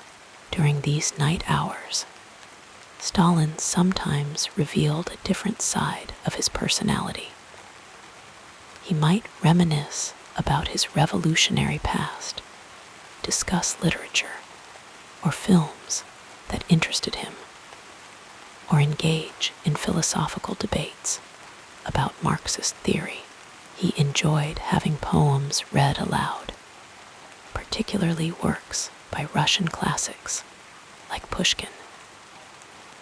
Music also provided occasional accompaniment to these late evenings, with Stalin showing appreciation for traditional folk songs and certain classical compositions. His cultural interests were genuine, if somewhat narrowly focused on works that aligned with his worldview. The cinema held a special place in Stalin's leisure activities.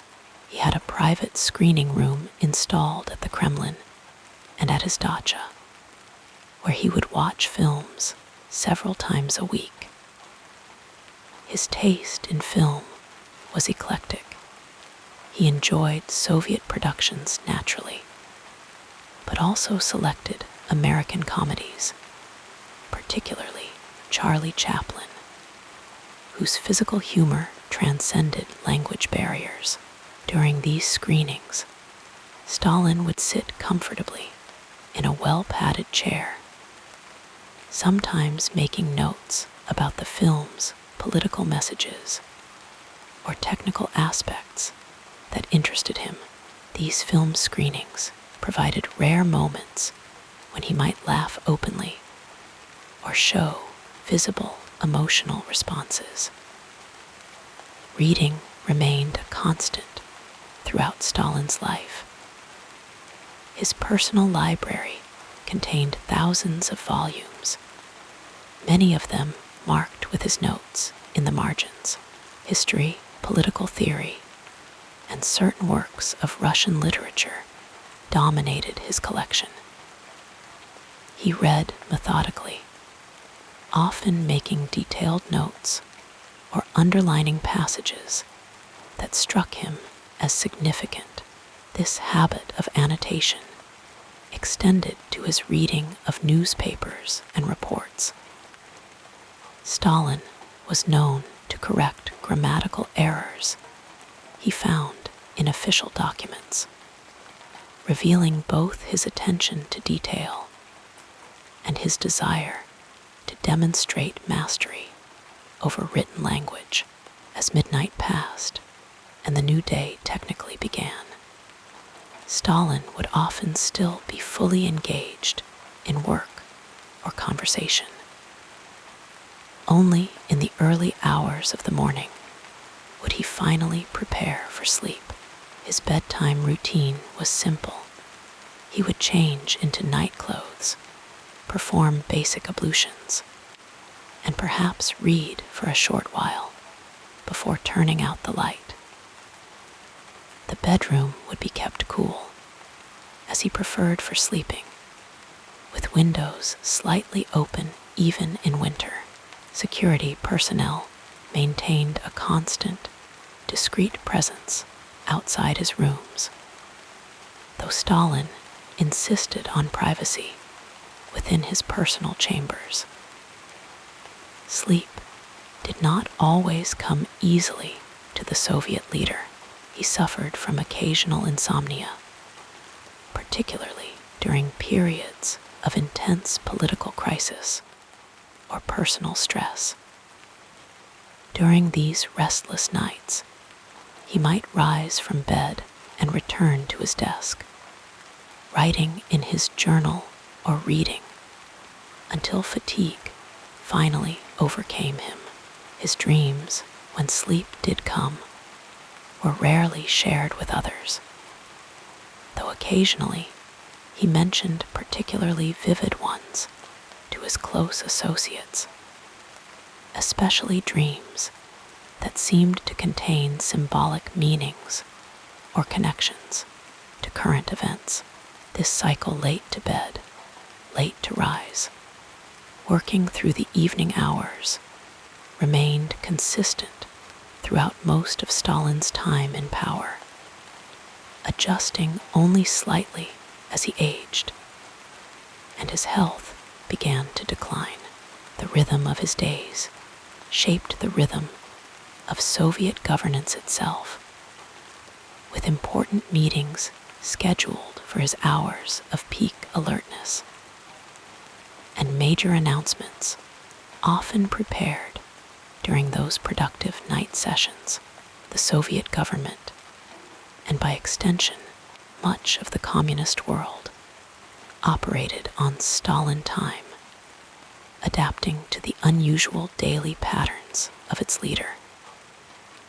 Throughout his life, Stalin maintained a journal, writing in it irregularly, but revealing in these private pages a contemplative side rarely displayed publicly. His handwriting, neat and measured, filled these notebooks with observations on political developments, certainly, but also with reflections on books he had read, dreams that had disturbed his sleep, and occasionally memories of his youth in Georgia that seemed to carry an emotional resonance missing from his public recollections of that time. As the evening shadows lengthen and your thoughts perhaps grow more distant, consider how Stalin's personal world, like all human experience, contained contradictions and complexities that simple historical narratives cannot fully capture. The man who ordered mass relocations of entire populations also carefully transplanted delicate flowers in his garden. The leader who maintained an atmosphere of terror also laughed genuinely at the antics of Charlie Chaplin films. The father who could be cold and demanding also kept childhood drawings from his daughter, preserved carefully in a desk drawer. In the final years of his life, as his health began to decline, Stalin's daily routine slowed further. His walks became shorter, his working hours less extended. He spent more time in contemplation, sometimes sitting for long periods looking at maps of the Soviet Union spread before him, his fingers tracing the vast expanse he had helped to transform through policies both visionary and terrible. What thoughts occupied these silent moments? Regret, pride, concern for his legacy, or simply the universal human reckoning with mortality remained locked within him, as impenetrable as he had always been, with each breath becoming slower and deeper. Let us turn to another aspect of this soothing story.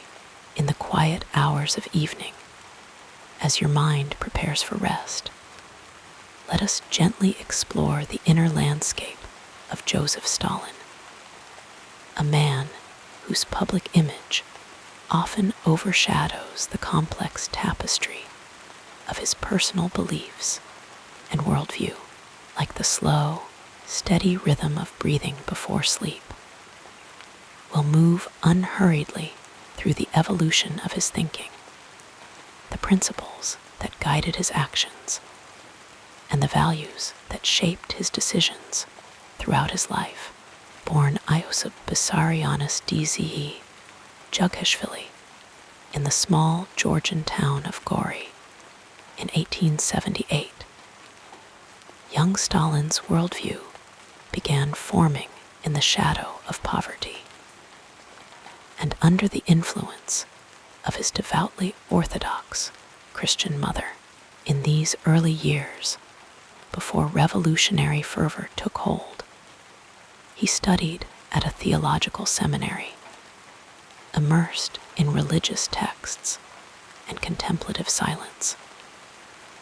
This religious education, though later rejected, left subtle imprints on his thinking that would manifest in unexpected ways throughout his life. This quiet admission reveals how his early religious framework gradually gave way to a materialist understanding of the world. A transition that wasn't sudden, but rather unfolded like the slow changing of seasons, each day imperceptibly different from the last, until the landscape is transformed. In his personal journal, discovered years after his death, Stalin wrote in a measured hand about his gradual disillusionment with religion. The contradictions became too great to reconcile. These private musings show a contemplative side rarely glimpsed by those who knew only his public persona. A man who questioned and sought understanding, even as he moved toward the revolutionary ideologies that would define his life's work.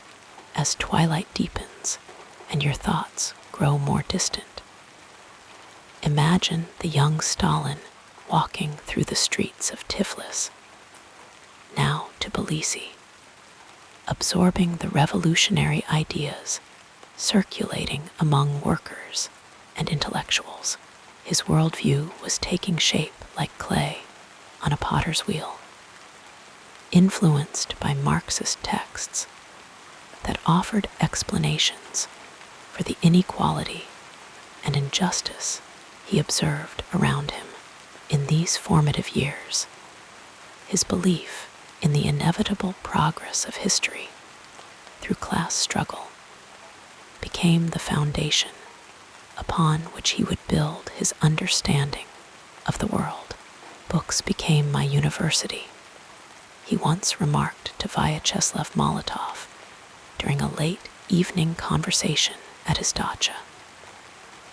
In prison, I read and reread until the pages were worn thin. His voice, according to those present, carried a rare note of reverence when discussing these intellectual foundations, suggesting how deeply these ideas had penetrated his consciousness. Stalin's philosophical outlook centered on several key principles that remained remarkably consistent throughout his life, even as their application evolved. This troubling sentiment reveals not callousness alone, but a worldview in which the individual was meaningful only in relation to larger historical movements and collective progress. The slow rhythm of his thinking followed the changing seasons of Soviet history. In the early revolutionary period, his philosophy emphasized the necessity of struggle and sacrifice for future generations. As he consolidated power in the 1930s, his worldview increasingly focused on the need for vigilance against enemies, both external and internal. A perspective that justified the terrible purges and repressions that marked this period. In quiet moments, Stalin would sometimes speak of his belief in historical necessity with an almost mystical certainty. History has chosen us as its instruments, he told Anastas Mikoyan during a late walk through the Kremlin grounds, snow falling silently around them. This conviction that he was acting in accordance with historical forces larger than himself provided justification for actions that might otherwise have troubled his conscience. As your eyelids perhaps grow heavier, consider how Stalin's relationship with the concept of truth evolved throughout his life. In his early years as a revolutionary, truth seemed absolute. The Marxist understanding of class struggle represented reality, and opposing views were not merely different, but objectively wrong. As his power grew, this relationship became more complicated. Truth became increasingly malleable, something that could be shaped to serve the needs of the revolution and later, the state. Sometimes a useful fiction serves the people better than a harmful truth. He once remarked to Andrei Zhdanov while discussing cultural policy. This pragmatic approach to truth would influence everything from Soviet historiography to economic reporting, creating a system where reality itself seemed to bend to political necessity. Stalin's personal library, containing over 20,000 volumes, reveals another dimension of his inner life. Books lined with his own notations in the margins show a mind constantly engaging with ideas, questioning, arguing, and synthesizing. He read widely in history, particularly biographies of figures like Ivan the Terrible and Peter the Great, seeking lessons from Russia's past that might guide its future. His copy of Machiavelli's The Prince contained extensive annotations suggesting a deep interest in questions of power and governance. In the gentle quietude of night, imagine Stalin at his desk, lamplight illuminating the pages before him, pencil in hand, making careful notes.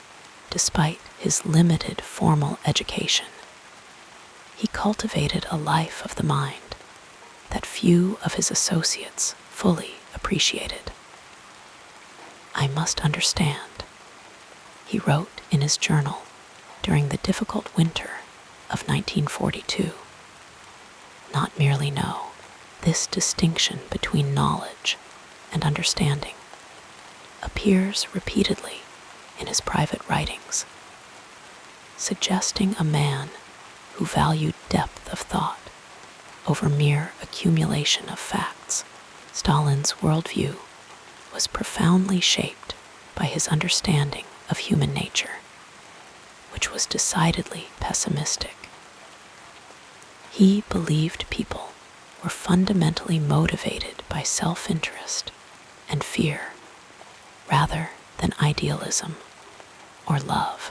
This perspective informed his approach to governance, favoring control and coercion over persuasion and inspiration.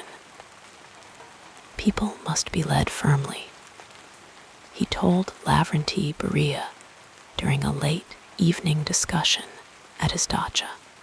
As night deepens around you, bringing the comfort of darkness and rest, consider how Stalin's thinking about nationalism evolved throughout his life.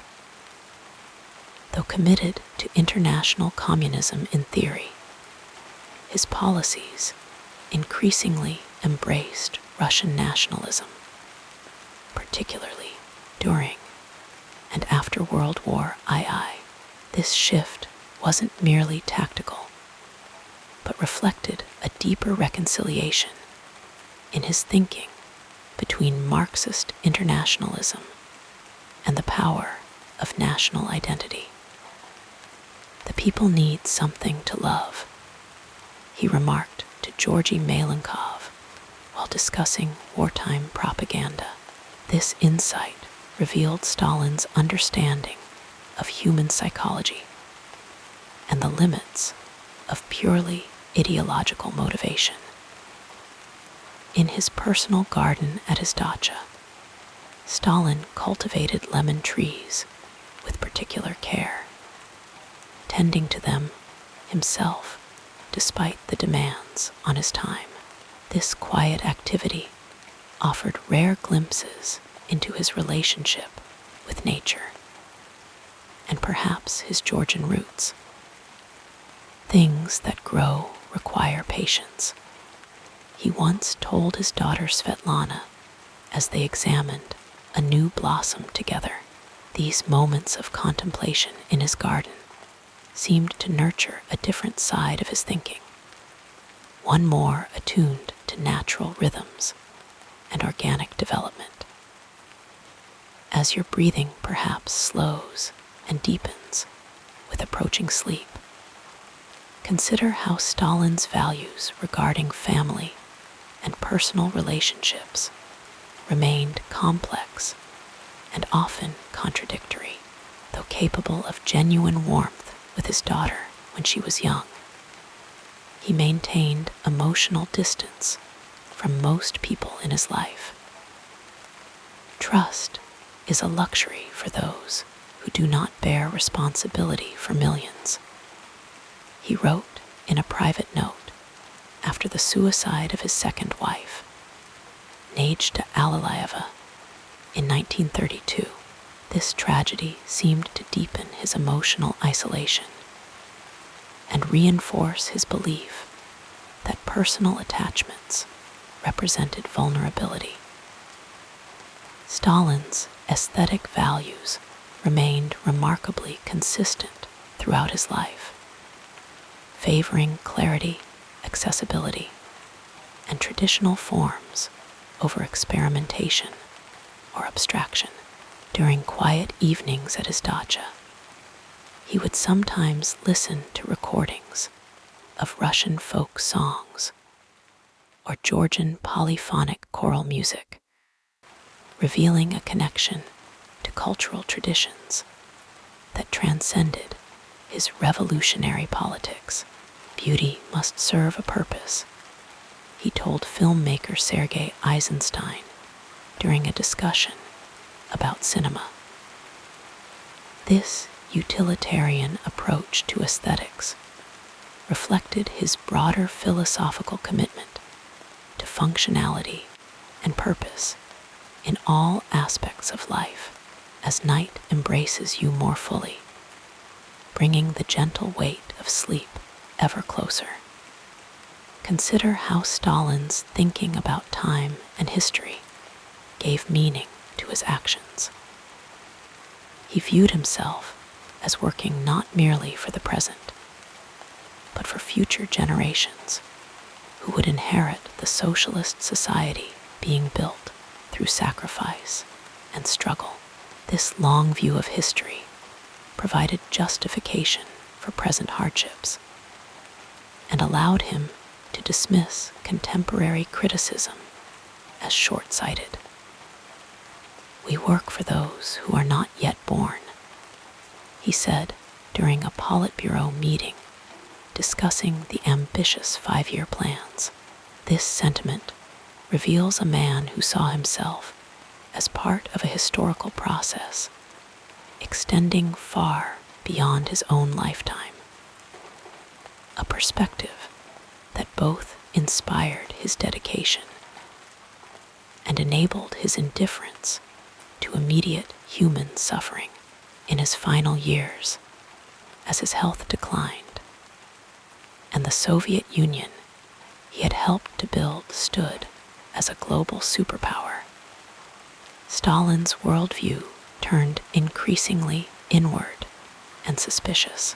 His belief in enemies hiding within the party deepened, and he began planning new purges that were only prevented by his death in 1953. Yet, even in this period, his journal entries reveal moments of philosophical reflection. "The revolution continues without me," he wrote in shaky handwriting just months before his death.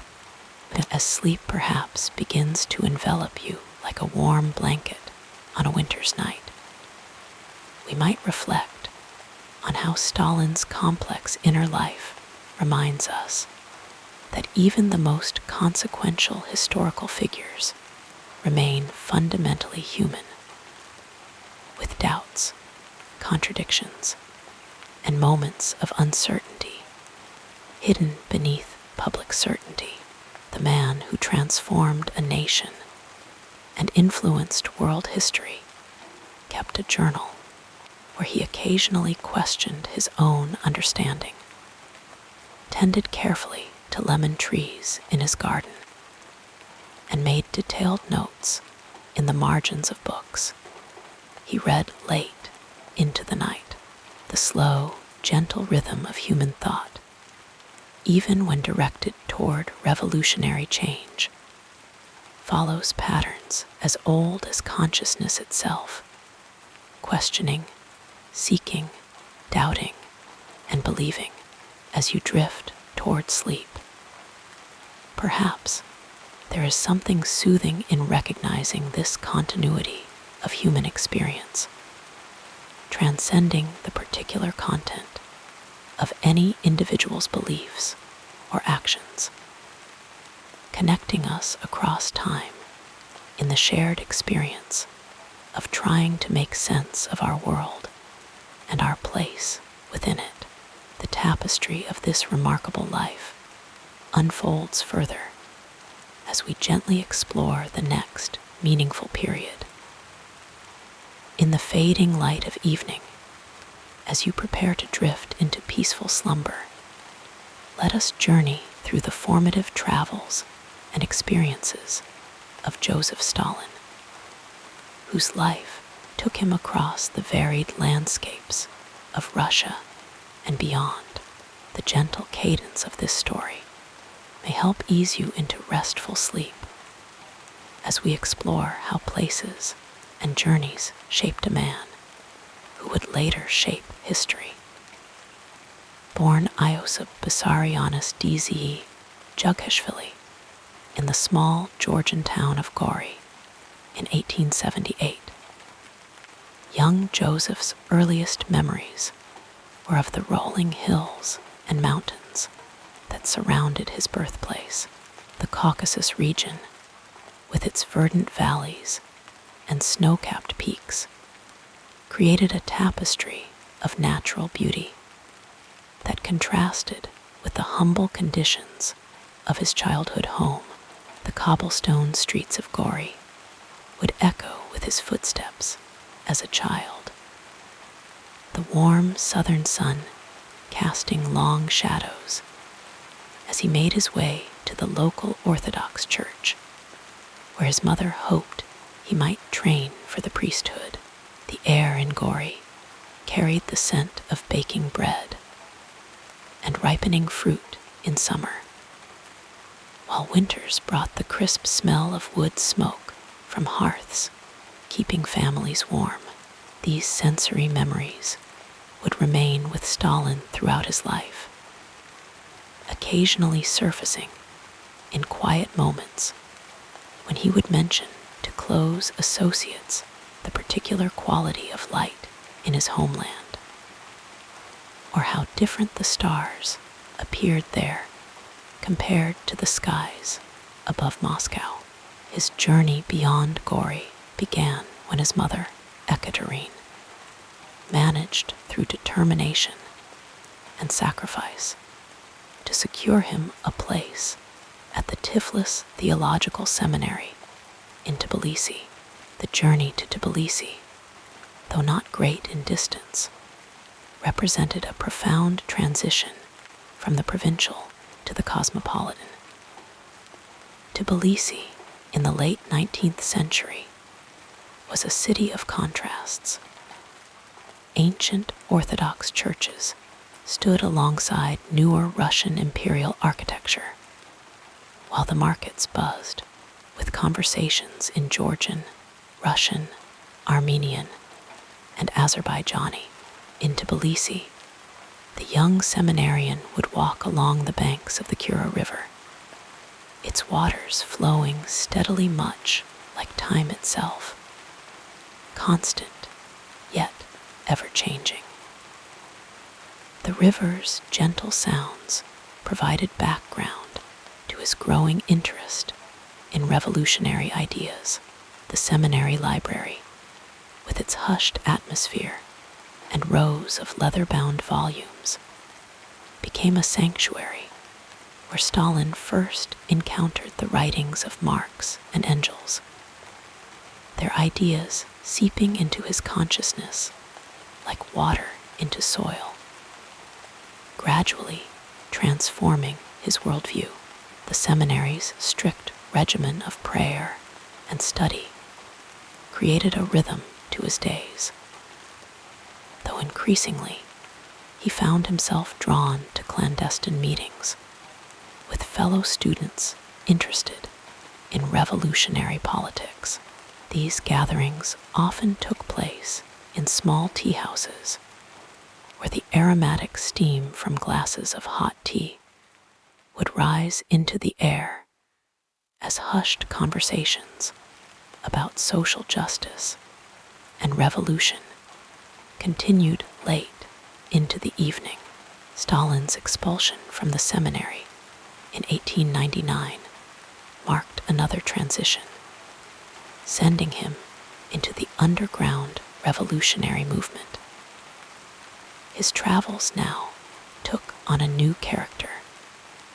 No longer a student moving between structured environments, he became a revolutionary constantly on the move, often one step ahead of Tsarist authorities.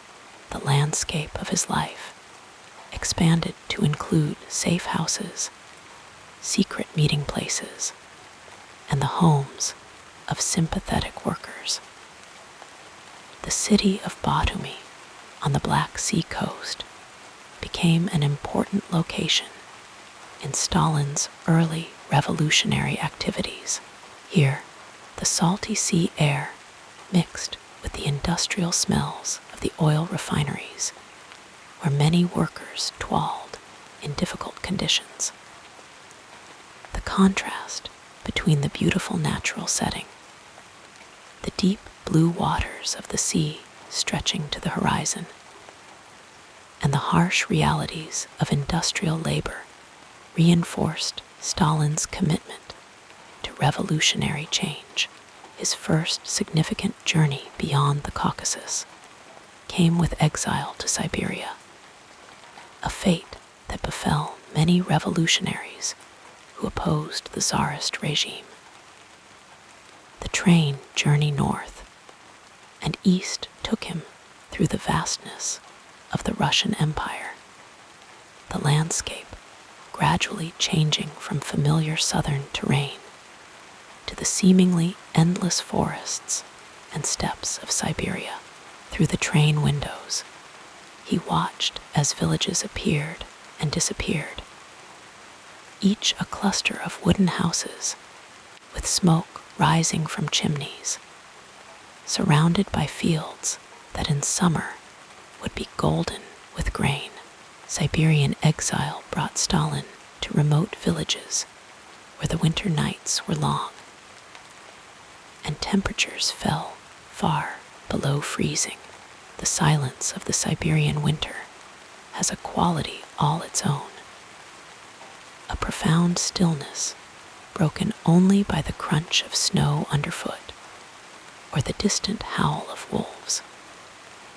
In these isolated places, with their vast horizons and star-filled skies, Stalin had time to read, to think, and to refine his understanding of revolutionary theory. The harshness of the climate and the simplicity of life there seemed to reinforce his already stoic nature.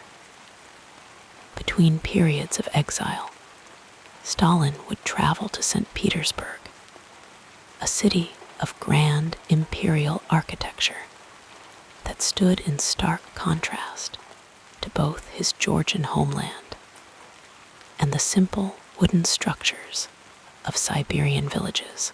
The wide avenues and imposing buildings of the Russian capital represented the power of the state he sought to overthrow. Yet the city also had its hidden corners, basement printing presses, where revolutionary pamphlets were produced, workers' districts where discontent simmered, and inconspicuous apartments where revolutionaries gathered to plan and debate. In 1912, Stalin made his first journey abroad, traveling to Krakow, which was then part of the Austro-Hungarian Empire. Here, he met with Lenin and other Bolshevik leaders. The medieval architecture of Krakow, with its Gothic churches and Renaissance palaces, provided a very different urban landscape from the Russian cities he knew. The sounds of spoken Polish and German in the streets, the unfamiliar food aromas from cafes and restaurants, the different style of dress among the local population. All these created an experience of cultural difference that expanded Stalin's understanding of the world beyond the Russian Empire. The outbreak of World War I and the subsequent Russian revolutions of 1917 changed the nature of Stalin's travels. No longer a fugitive revolutionary moving in the shadows, he became a figure of authority within the new Soviet government. His journeys now took him to the fronts of the Civil War, where the abstract theories of revolution confronted the chaotic realities of a country in conflict. The landscape of Russia during these years was one of contrast and contradiction.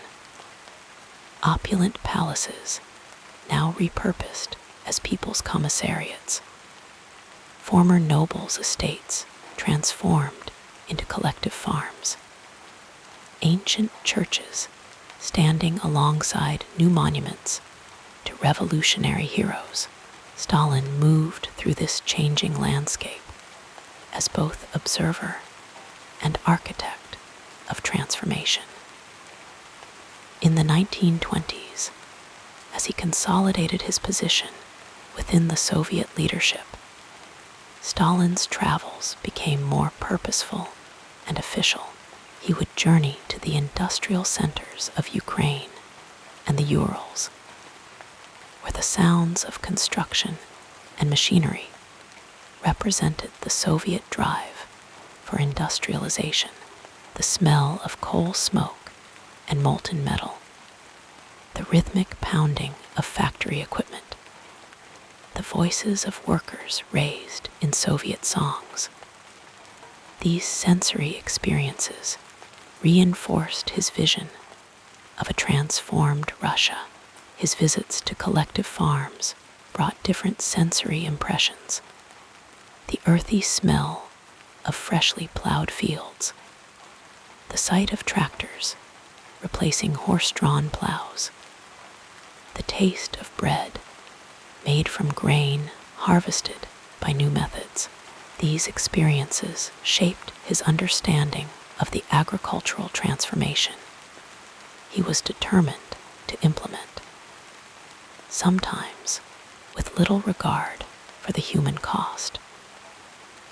Throughout these years, Stalin maintained a connection to the Georgian landscapes of his youth.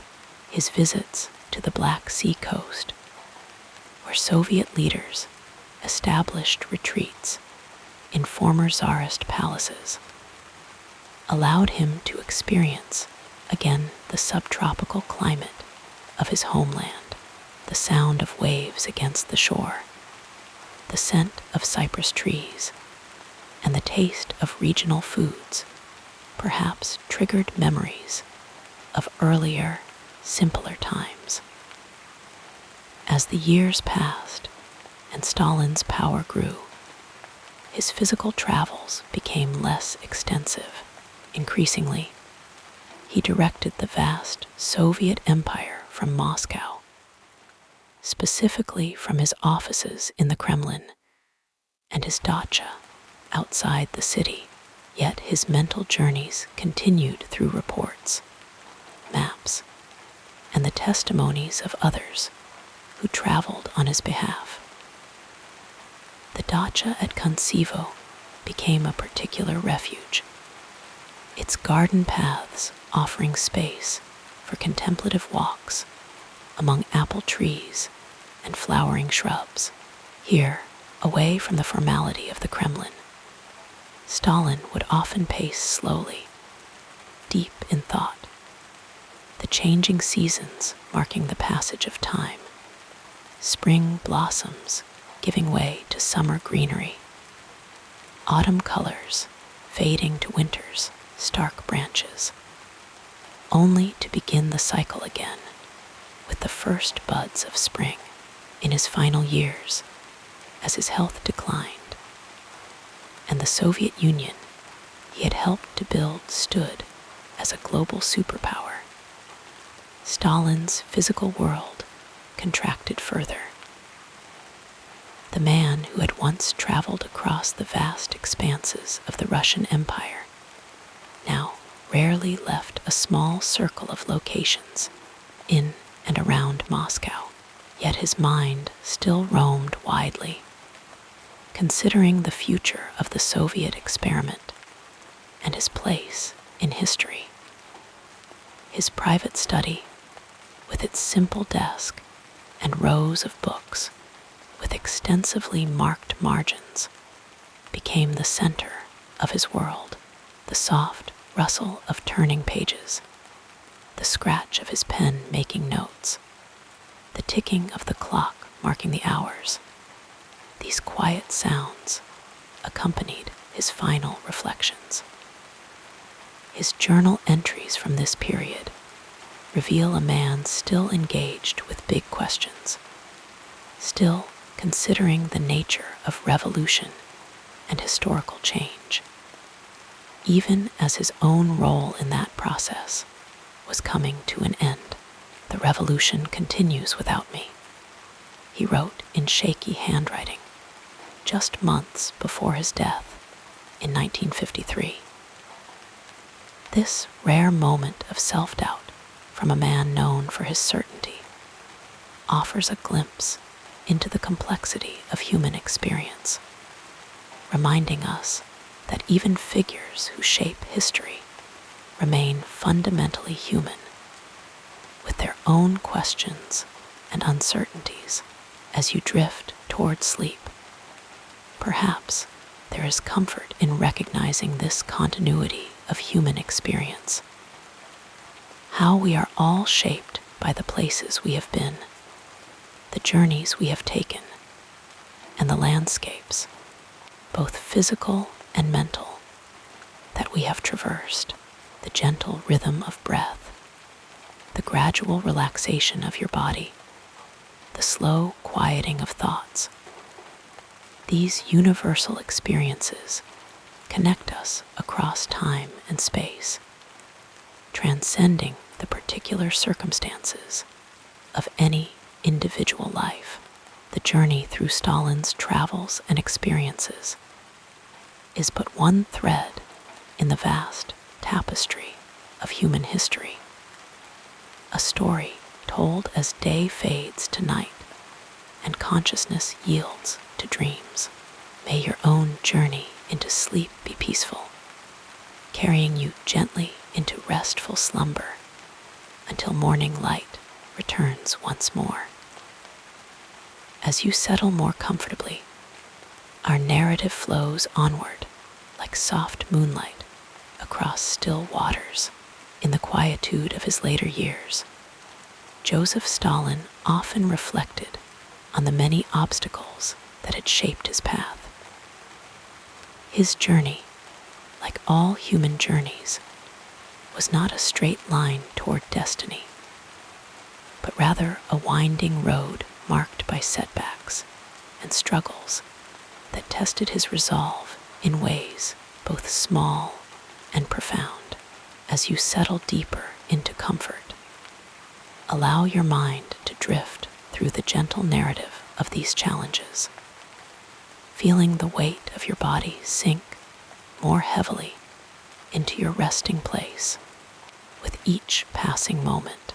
Born Iosip Bessarianis Dze Jugashvili in the small Georgian town of Gori in 1878, young Joseph's earliest challenges began in the cradle. His father, a cobbler with a fondness for alcohol, brought turbulence to their modest home. The soft leather of his father's workshop might have provided comfort, but the harsh realities of poverty created a childhood where scarcity was an ever-present companion. Imagine the cool stone floors of their small dwelling, the whispered conversations between his mother and the neighbors, the gentle sound of rain on the tin roof as the family wondered how they would manage through another difficult season. As a child, Joseph suffered from a bout of smallpox that left his face permanently scarred, a physical manifestation of early suffering that would follow him throughout his days. Later, an accident involving a horse-drawn carriage injured his left arm, leaving it slightly shorter than his right and somewhat stiff at the elbow. These physical limitations in a society that valued manual labor presented challenges for the young boy, who would need to find other paths forward in life. Picture him sitting quietly by the window, watching other children play freely, feeling the afternoon sun warm against his scarred face as he contemplated his difference from others. His mother, Ekaterine, dreamed of a better life for her son and managed through tremendous sacrifice to enroll him in the local church school and later the Tiflis Theological Seminary. The seminary days brought new difficulties. Stalin struggled with the strict religious environment, the endless prayers echoing through stone corridors, the monotonous routine of religious study that seemed to him increasingly disconnected from the suffering he witnessed in the world around him. Imagine the soft flicker of candles in the seminary chapel, the hushed voices of young men reciting ancient texts, and the growing discontent in young Joseph's heart. It was during these formative years that Stalin first encountered the revolutionary ideas that would eventually consume his life's purpose. The seminary, ironically, became the place where he was first exposed to forbidden Marxist literature, those dangerous ideas passed secretly from hand to hand, read by candlelight when supervisors had retired for the evening. The tension between the religious doctrine he was supposed to embrace and the revolutionary ideals that stirred his imagination created an internal conflict that would resolve itself only when he abandoned his religious studies altogether. This decision brought its own hardships. His mother's disappointment hung heavily in the air of their small home when he returned without the promised priesthood that would would have elevated their social standing, the gentle touch of her hand on his shoulder, her eyes filled with questions she dared not ask aloud, the soft sigh that escaped her lips as she turned away. These moments carved themselves into his memory, becoming part of the complex emotional landscape that shaped his character. The early years of revolutionary activity brought physical dangers and deprivations that tested Stalin's endurance. His first arrest came in 1902, beginning a cycle of imprisonment, escape, and exile that would continue for years. The Siberian wilderness, with its endless expanses of snow and bitter cold, became familiar to him during multiple periods of exile. Imagine the crunch of snow beneath his boots, the biting wind that found every opening in his inadequate clothing, the long nights when darkness seemed eternal, and the frozen breath that formed clouds around his face as he contemplated escape. These years of underground revolutionary work required constant vigilance. Stalin adopted numerous aliases to evade authorities, moving frequently between safe houses, never knowing when a knock at the door might signal discovery. The strain of living under such conditions, the perpetual wariness, the inability to form lasting connections, the necessary suspicion of even friendly faces, took an emotional toll that is difficult to fully comprehend. Picture him sitting in a dimly lit room, curtains drawn against prying eyes, speaking in hushed tones with fellow revolutionaries, always aware that betrayal or discovery might be just moments away. The revolution of 1917 seemed to promise an end to these hardships, but in reality, it only transformed their nature. The civil war that followed brought new challenges as the fledgling Soviet state fought for its survival against both internal and external enemies. Food shortages became severe. Disease spread through crowded cities. The machinery of government had to be built from the ground up amid chaos and uncertainty. Imagine the quiet determination required to face each day, to make decisions that affected millions of lives, while hunger gnawed at one's own stomach and exhaustion clouded one's thinking. During these turbulent years, Stalin suffered personal losses that added private grief to public responsibilities. His first wife, Ekaterina Svanets, whom he had married in 1906, died of typhus in 1907, leaving him with their infant son, Yakov. The demands of revolutionary work meant that Stalin could not care for the child himself, and Yakov was raised primarily by his deceased mother's family. This separation created a distance between father and son that would never fully close, a quiet sorrow that shadowed their relationship throughout their lives. Imagine the weight of absence, the photographs carefully preserved, but rarely viewed, the questions about what might have been different had circumstances allowed for a closer bond.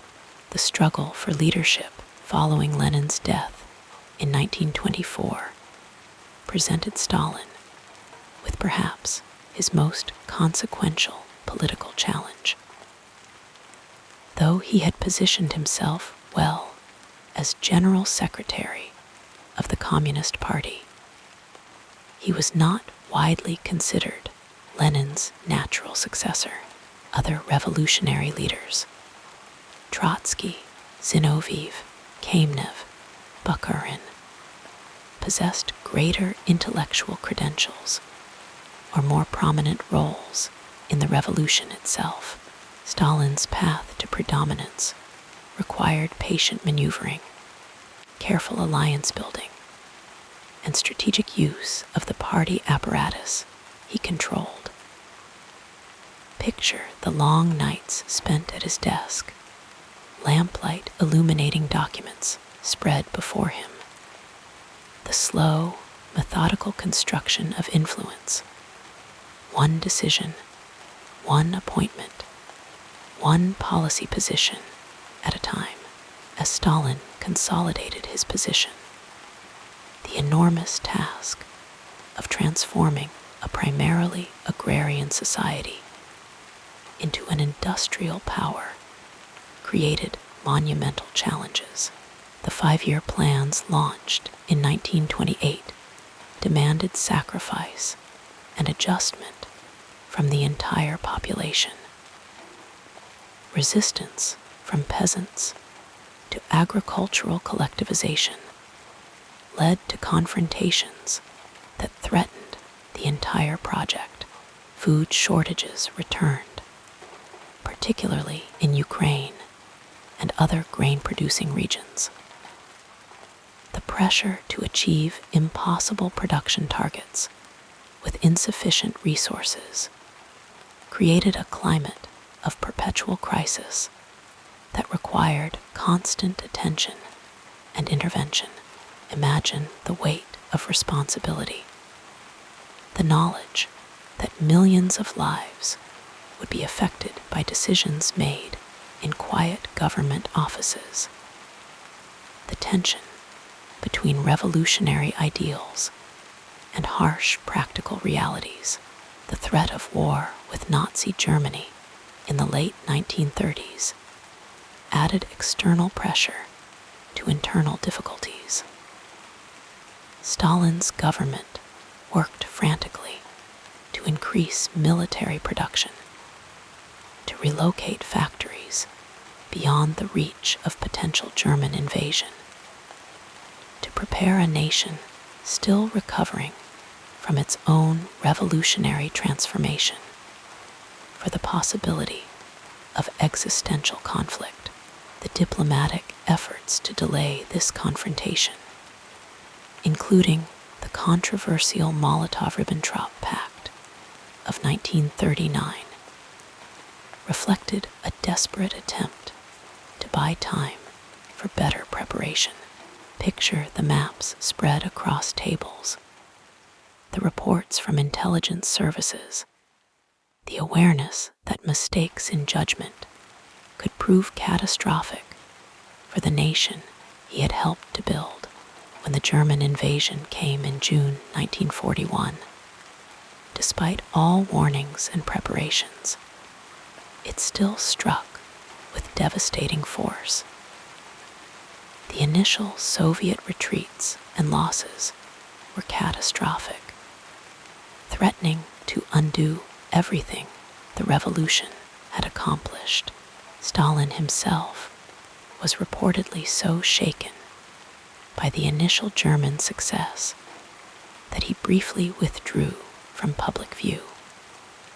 Overwhelmed by the magnitude of the crisis, imagine those quiet days of contemplation, the weight of potential failure pressing down, the struggle to find renewed determination when all seemed lost. The war years brought physical hardship even to the highest levels of Soviet leadership.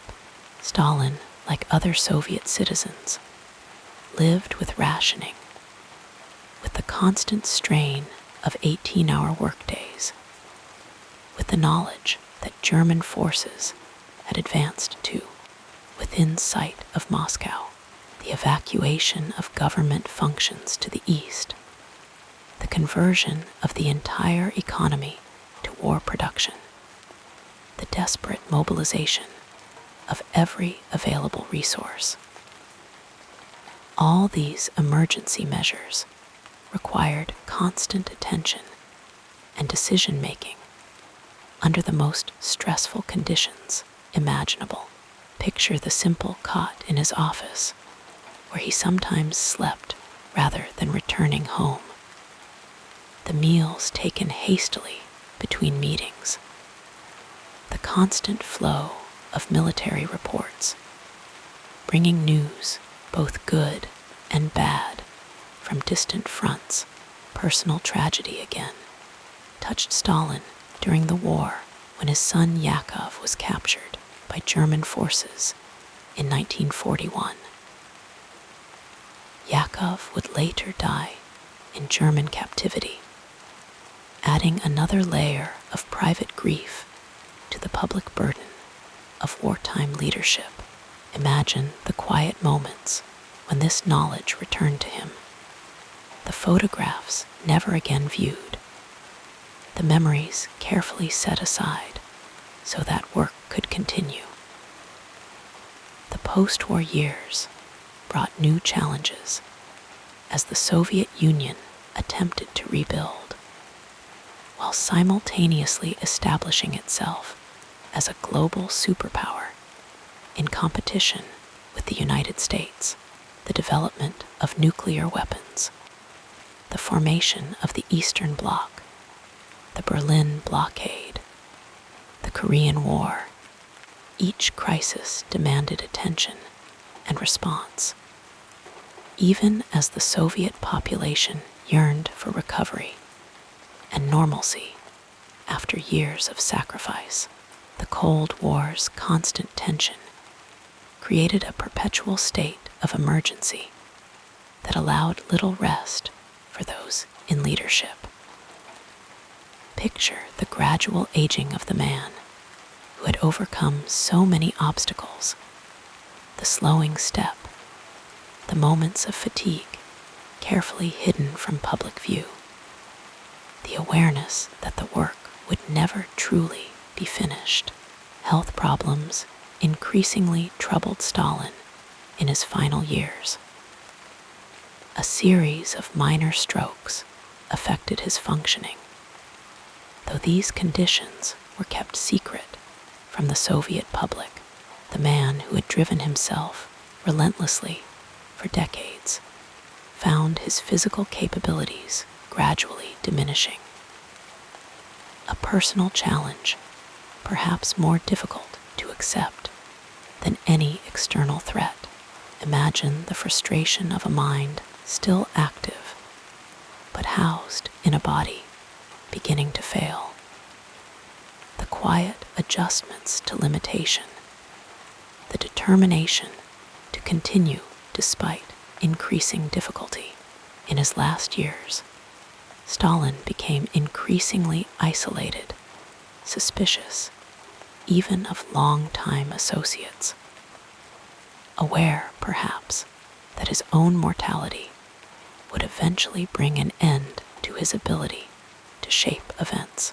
The burden of decades of difficult decisions, of countless human lives affected by his choices, of a revolution that had transformed into something perhaps unrecognizable from its original vision. All these weighed upon him as his strength declined. Picture the quiet evenings in his dacha outside Moscow, the sound of wind in the trees, the memories of a lifetime of struggle returning in the stillness. The questions that come to all humans about the meaning and consequence of their actions. The revolution continues without me, he wrote in those final months. A rare acknowledgement of doubt from a man who had presented certainty to the world for so long. In this vulnerability, we see not just the historical figure, but the human being, subject, like all of us, to the universal experiences of aging, reflection, and eventually, release as you drift deeper toward sleep. Consider how each life contains its struggles, its moments of doubt, its questions never fully answered. The particulars differ, but the experience of facing obstacles, of continuing despite uncertainty, connects us across time and circumstance. Feel the gentle rhythm of your breathing, the comfortable weight of covers, the gradual quieting of thought as consciousness begins its nightly surrender to restorative sleep. The stories of history's most consequential figures, like all human stories, eventually find their conclusion, while the eternal cycle of day and night, wakefulness and sleep, continues its peaceful, unchanging rhythm. Let the rhythm of these words carry you further into relaxation as we continue our peaceful journey. In the quiet hours when the world softens and our minds seek gentle paths toward sleep, let us turn to the lesser-known corridors of Joseph Stalin's life, those private spaces that history books often leave unexamined. Beyond the stern portraits and political narratives lies a man of surprising complexities, whose personal habits and interests reveal a more textured human being than commonly portrayed. Few know that in his youth, Joseph Stalin possessed a remarkably melodious singing voice. As a boy in Georgia, he sang in the church choir, his clear tenor rising through the incense-filled air of Orthodox services. This musical talent followed him through life, though it became increasingly private as his public persona solidified. In intimate gatherings, when the official business had concluded and the night grew late, Stalin would sometimes surprise his inner circle by singing traditional Georgian folk songs, his voice carrying the melancholic beauty of his homeland's musical traditions. These moments revealed a connection to his cultural roots that politics could never fully sever. The soft lamplight in his personal study often illuminated another side of Stalin that few witnessed: his love of reading, while his public image emphasized action and strength. In private, he maintained an extensive personal library of over 20,000 volumes. Each evening, as the Kremlin grew quiet and the demands of governance temporarily subsided, he would often sit for hours with books, marking their margins with a pencil held in his slightly stiffened left hand, a remnant of a childhood injury that left it somewhat weakened and shorter than his right. His reading habits were eclectic and voracious. Poetry held a special place in his heart, particularly the works of Walt Whitman and the Georgian romantic poet Shota Rustaveli. He could recite from memory long passages of Rustaveli's epic poem, The Night in the Panther's Skin, the flowing verses transporting him momentarily from the weight of leadership to the heroic landscapes of medieval Georgia. The rhythm of these memorized verses would sometimes comfort him during sleepless nights, when decisions of tremendous consequence loomed before him. Stalin's handwriting revealed another contrast to his public image. While his policies were often harsh and unbending, his penmanship was surprisingly delicate and precise. He wrote in a small, neat script that reflected patience and attention to detail. Those who received his handwritten notes often remarked on the elegance of his lettering, a refined quality that seemed at odds with his otherwise utilitarian approach to life. The gardens at his dacha provided another glimpse into Stalin's private world. Despite the enormous pressures of leading a vast nation through industrialization and war, he found moments of peace tending to lemon trees.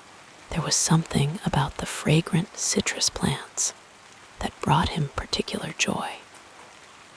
He would carefully monitor their growth, adjusting their care with the changing seasons, finding in their slow, predictable development a counterpoint to the unpredictable nature of politics and human affairs.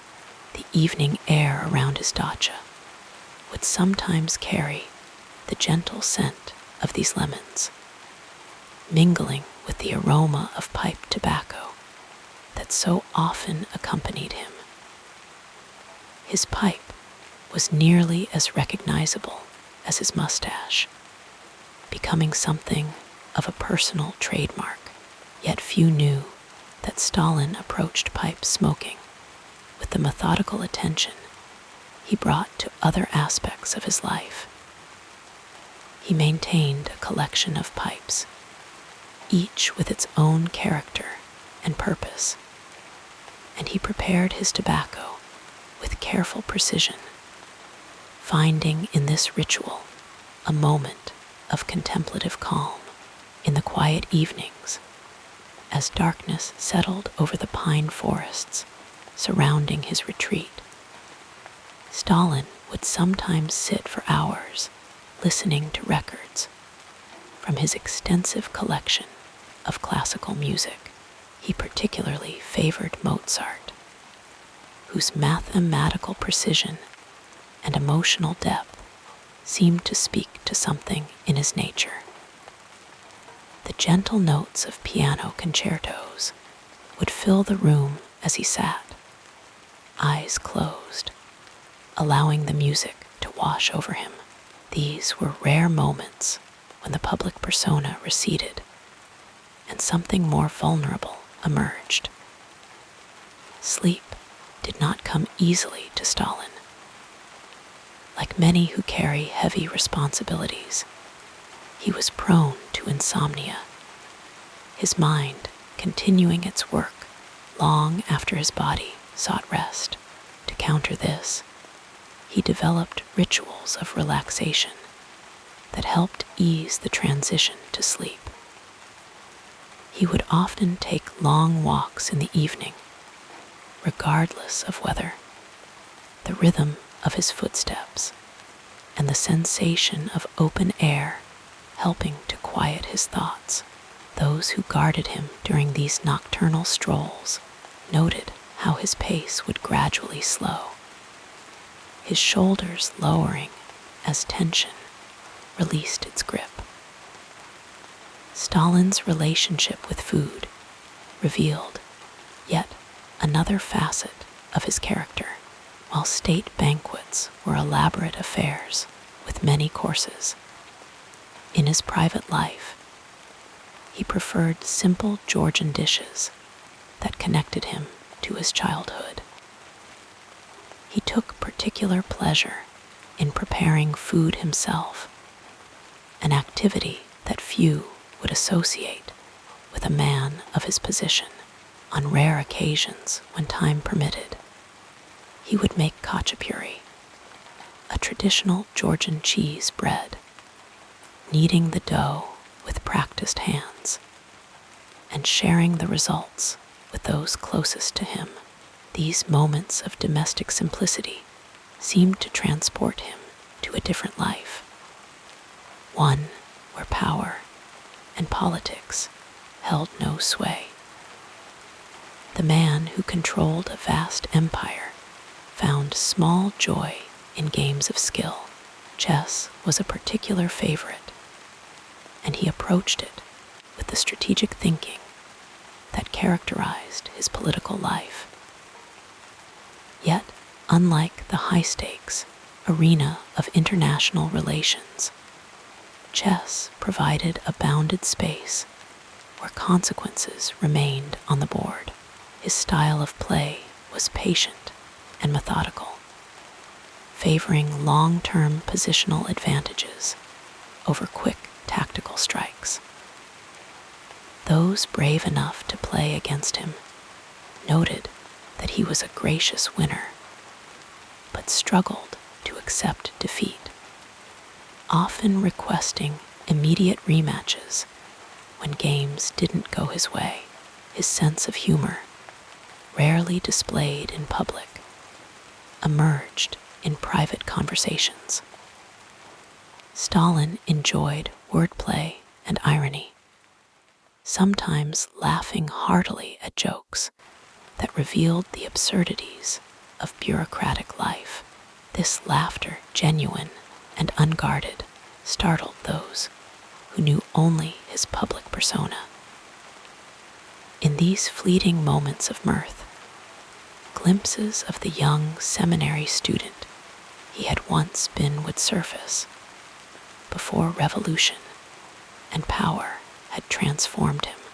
Water brought Stalin a sense of peace that few other elements could provide. Though it's not widely known, he was a strong swimmer who found both physical and mental restoration in regular swims. During summer months at his Black Sea dacha, he would rise before dawn and swim far out into the cool waters. Alone, except for security boats, maintaining a respectful distance, the rhythmic movement through water seemed to wash away accumulated tensions, if only temporarily. Witnesses described how he emerged from these swims visibly refreshed. His customary intensity softened. The changing seasons affected Stalin's mood and habits in ways that humanize this often mythologized figure. Autumn, with its golden light and cooling temperatures, was his favorite time of year. He would often pause during walks to observe the changing colors of leaves, sometimes collecting particularly vibrant specimens to press between the pages of books. This appreciation for natural beauty reveals a sensitivity that his political life rarely allowed him to express. In winter, when snow blanketed Moscow in hushed whiteness, Stalin would sometimes stand at his window in contemplative silence, watching the snowflakes descend through pools of lamplight. There was something in the quiet transformation of the landscape that seemed to touch him deeply. Perhaps it reminded him of winters in his Georgian homeland, or perhaps it simply provided a visual representation of how quickly circumstances can change, how completely one reality can be covered by another. Sleep often eluded Stalin during these winter nights.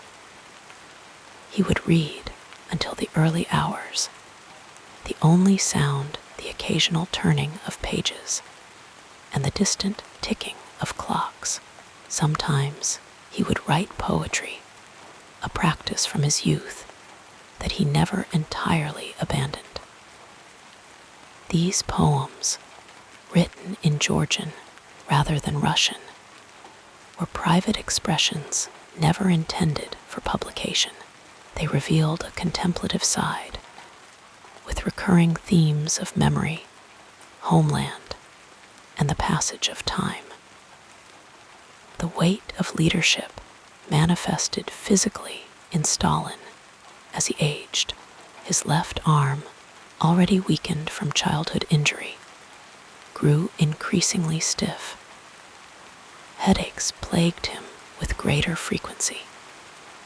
Yet he maintained a disciplined approach to his health, taking daily walks regardless of weather, and adhering to a simple diet. He drank sparingly, contrary to the image of boisterous Soviet drinking culture, preferring diluted wine that allowed him to maintain clarity of thought.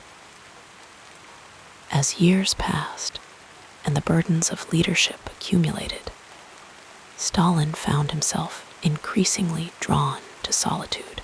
The man who had once been at the center of revolutionary circles now preferred the company of a few trusted individuals, or increasingly, his own thoughts. He would spend hours alone in his study, reading, or simply sitting in contemplation. The silence, broken only by the soft ticking of the clock and the occasional rustle of paper. In these quiet moments, perhaps Stalin reflected on the long journey from his humble beginnings to the pinnacle of power. Perhaps he considered the costs and consequences of the revolutionary transformation he had helped to shape.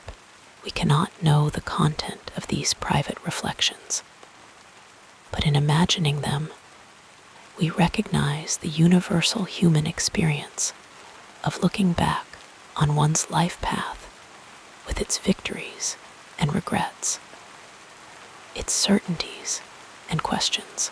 As your thoughts grow gentler and your breathing deepens, consider how even the most consequential historical figures experienced the same fundamental human needs for connection, meaning, and moments of peace. Behind every public persona lies a private self with preferences and habits, strengths and vulnerabilities, moments of doubt and clarity. The evening grows later now, and sleep approaches with its gentle promise of restoration. The stories of history continue their quiet unfolding in our collective memory, while our individual consciousness prepares for its nightly journey into dreams.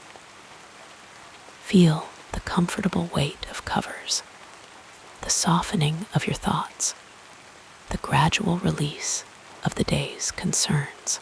Sleep comes now, as natural as the changing seasons, as inevitable as the turning pages of history, bringing its gift of peace and renewal. With the gentleness of falling snow, we transition now to another meaningful chapter in this life story. In the quiet hours of reflection, as the world softens around us, let us drift back to a time long past, to the story of a man whose shadow stretched across the 20th century. Joseph Stalin, born Iosip Vissarionis Dze Jugashvili, came into this world on December 18, 1878, in the small Georgian town of Gori, nestled in the Russian Empire. As your breathing slows and your thoughts begin to settle, imagine the gentle rolling hills of the Caucasus region, where the air carries the scent of mountain herbs and distant memories. The world into which little Iosip was born moved at a slower pace than our own.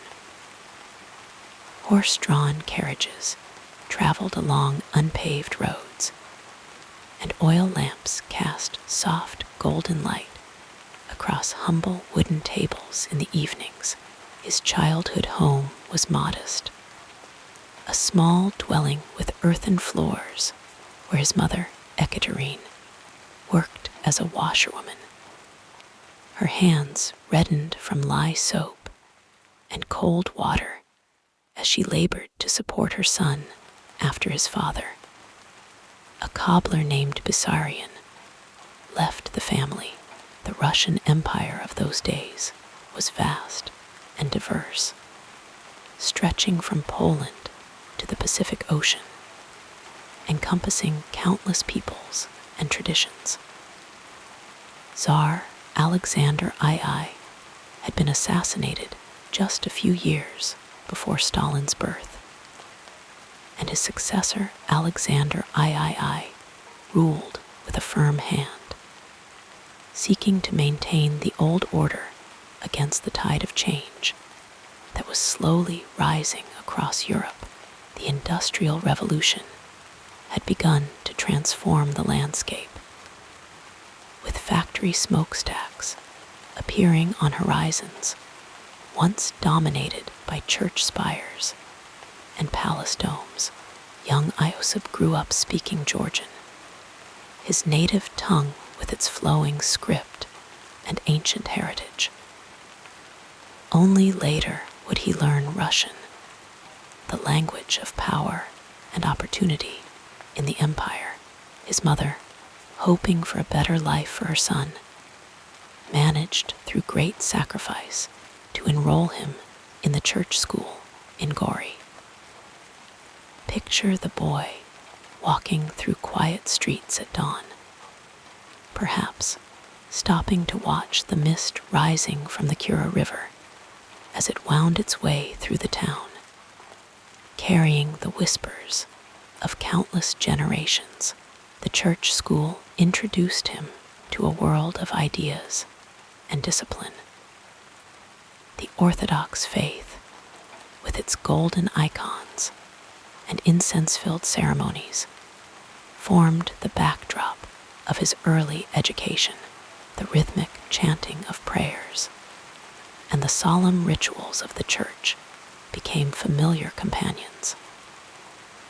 In these formative years, the future Stalin excelled in his studies, his mind absorbing knowledge like the rich Georgian soil drinks in the gentle spring rain. As we float further into our story, imagine the world shifting around the growing young man. The 1890s brought continued industrialization, and with it, new ideas spreading across Europe. Workers began to organize, questioning the traditional hierarchies that had governed society for centuries. The writings of Karl Marx and Friedrich Engels traveled from hand to hand, often in secret, proposing a different vision of how human society might be arranged. At the Tiflis Spiritual Seminary, where Stalin studied after his success in Gori, these new ideas found fertile ground. The seminary, intended to prepare young men for the priesthood, ironically became a place where revolutionary thoughts took root between lessons on theology and church history. Students whispered about equality, justice, and the possibility of a world where wealth was shared rather than concentrated in the hands of a privileged few.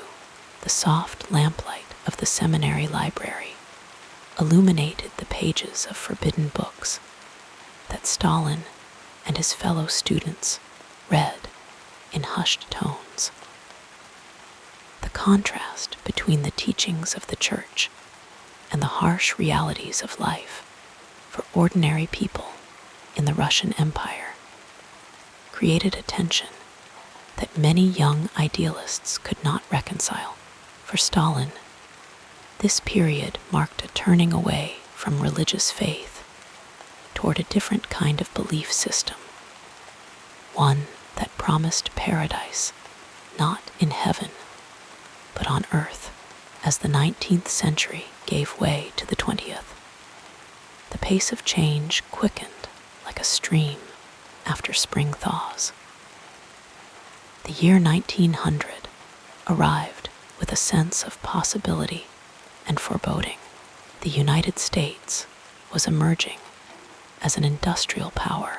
In Russia, the last of the Romanov czars, Nicholas II, continued to rule in the tradition of his forebears, seemingly unaware that the ground beneath the monarchy was slowly shifting. Stalin, now in his early 20s, had fully embraced revolutionary politics. He moved through the underground world of radical activists, adopting the first of many pseudonyms to evade the Tsarist police. Koba, he called himself, after a character in a Georgian novel, a romantic bandit figure who fought against injustice. In these years, his days filled with clandestine meetings in back rooms of taverns, the passing of pamphlets from hand to hand, and the organization of workers in the growing industrial centers of Transcaucasia. The rhythm of his life became one of activity and hiding, of passionate speeches delivered to small groups of workers and hasty departures when the authorities grew too close. Imagine the tension of those moments, the hurried footsteps down darkened alleyways, the knowledge that discovery could mean imprisonment or exile to the frozen reaches of Siberia. Yet within this danger, there was also a sense of purpose, a belief that history itself was moving toward a moment of transformation. In 1905, that moment seemed to arrive, following Russia's humiliating defeat in the Russo-Japanese War, and amidst growing economic hardship, protests erupted across the empire. On a cold January day in St. Petersburg, peaceful demonstrators marching to present a petition to the Tsar were met with gunfire. This bloody Sunday ignited widespread unrest, and for a brief, heady period, it seemed the old order might crumble. Workers formed Soviets' councils to represent their interests. Sailors mutinied on the battleship Potemkin. The Tsar, reluctantly, issued the October Manifesto, promising civil liberties and an elected parliament for revolutionaries like Stalin. These concessions were insufficient, mere attempts to preserve the essence of autocracy by sacrificing its outward forms.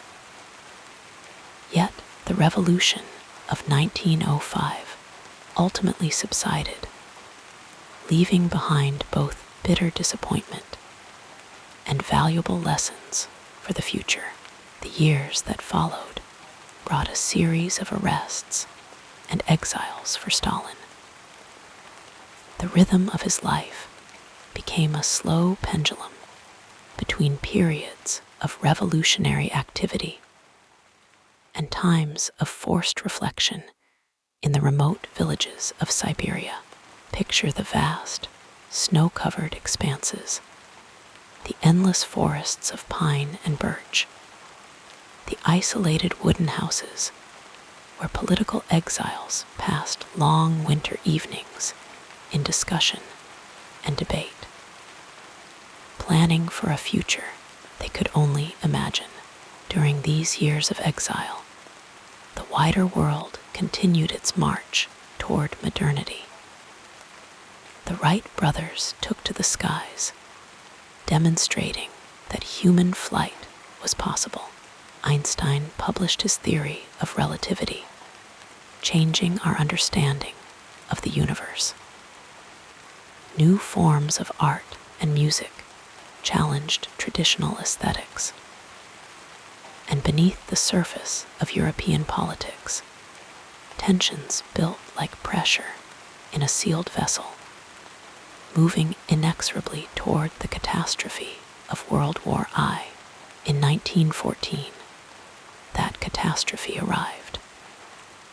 The assassination of Archduke Franz Ferdinand in Sarajevo set in motion a series of events that would redraw the map of Europe and beyond.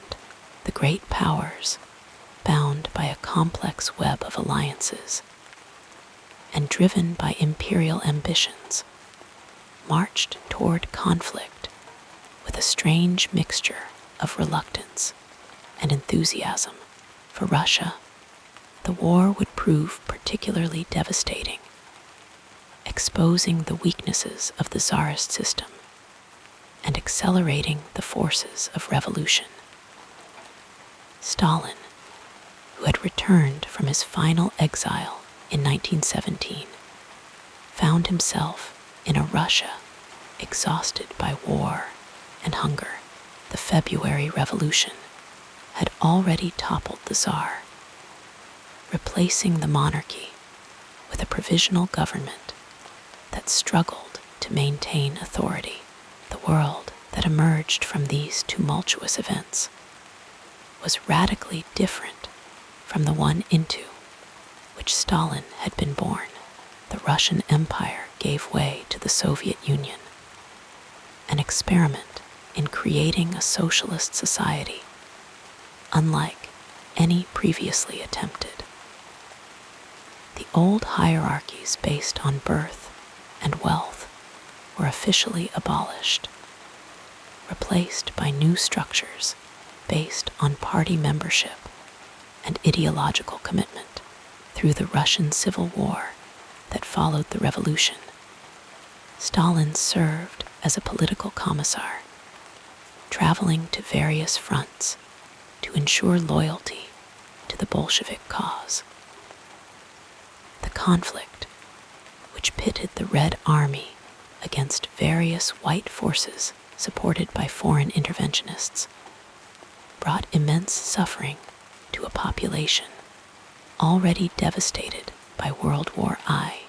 Famine, disease, and violence claimed millions of lives as the new Soviet state fought for its survival.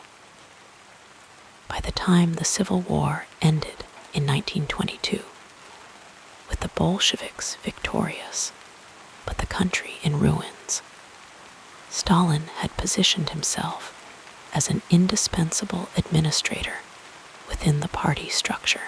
As general secretary, a position that initially seemed more clerical than powerful, he gradually accumulated authority, especially after Lenin's health began to fail. Lenin's death in 1924 marked the beginning of a new phase in Soviet history and in Stalin's life. The gentle father figure of the revolution was gone, leaving behind a struggle for succession that would ultimately be resolved in Stalin's favor through a series of political maneuvers, alliances, and betrayals. He outmaneuvered rivals like Leon Trotsky, Grigory Zinoviev, and Lev Kamenev, all of whom had been more prominent during the revolutionary period. The late 1920s and early 1930s witnessed Stalin's consolidation of power and the implementation of policies that would fundamentally transform Soviet society. The new economic policy, which had allowed for limited private enterprise, gave way to collectivization, and the 5-year plans for rapid industrialization. The human cost of these changes was enormous. Millions of peasants resisted the loss of their land, leading to famine in Ukraine and other agricultural regions. Yet the Soviet Union did industrialize at a remarkable pace, building factories, dams, and power plants across its vast territory. As the 1930s progressed, the international situation grew increasingly threatening. In Germany, Adolf Hitler and the Nazi Party came to power, promoting an aggressive nationalism and virulent anti-communism. In Japan, militarists pursued imperial ambitions in Asia. The Spanish Civil War became a battleground where fascist and anti-fascist forces confronted each other, foreshadowing the larger conflict to come. Within the Soviet Union, these external threats contributed to an atmosphere of suspicion and fear. The Great Purge, beginning in 1936, saw wave after wave of arrests targeting party officials, military officers, intellectuals, and ordinary citizens accused of counter-revolutionary activities or insufficient loyalty. The show trials of prominent old Bolsheviks, the expansion of the Gulag system of labor camps, and the execution of countless enemies of the people, created a society where caution and conformity became strategies for survival. As darkness fell across Europe with the outbreak of World War II in 1939, Stalin initially sought to keep the Soviet Union out of the conflict through the Molotov-Ribbentrop Pact with Nazi Germany. This non-aggression treaty, which included secret protocols dividing Eastern Europe into spheres of influence, bought time but not security. On June 22, 1941, Hitler launched Operation Barbarossa, sending millions of troops across the border in a massive invasion of Soviet territory. The Great Patriotic War, as it became known in the Soviet Union, brought suffering on an almost unimaginable scale. Cities were besieged, villages destroyed, and civilians subjected to brutal occupation policies. The initial German advance reached the outskirts of Moscow before being halted in the winter of 1940. 119 for 2, the Battle of Stalingrad, a months-long struggle for control of the city on the Volga River, marked a turning point, after which Soviet forces gradually pushed the invaders back toward Germany. Throughout these terrible years, Stalin remained in Moscow, directing the war effort as Supreme Commander-in-Chief. His leadership style combined ruthless demands for sacrifice with appeals to Russian patriotism and pragmatic cooperation with Western allies.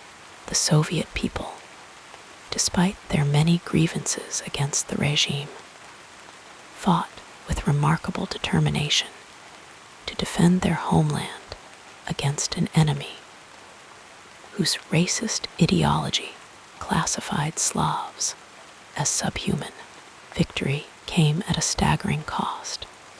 Approximately 27 million Soviet citizens lost their lives during the war. Cities lay in ruins, infrastructure was destroyed, and entire regions had been depopulated. Yet from this devastation, the Soviet Union emerged as one of the world's two superpowers. Its influence extending across Eastern Europe and into international affairs more broadly. The post-war years brought new challenges and tensions. The alliance with the United States and Great Britain quickly gave way to the Cold War, a global competition between capitalist and communist systems, the division of Germany, the formation of NATO and the Warsaw Pact, the development of nuclear weapons by both superpowers. All these created a new international order defined by ideological rivalry and the threat of mutual destruction.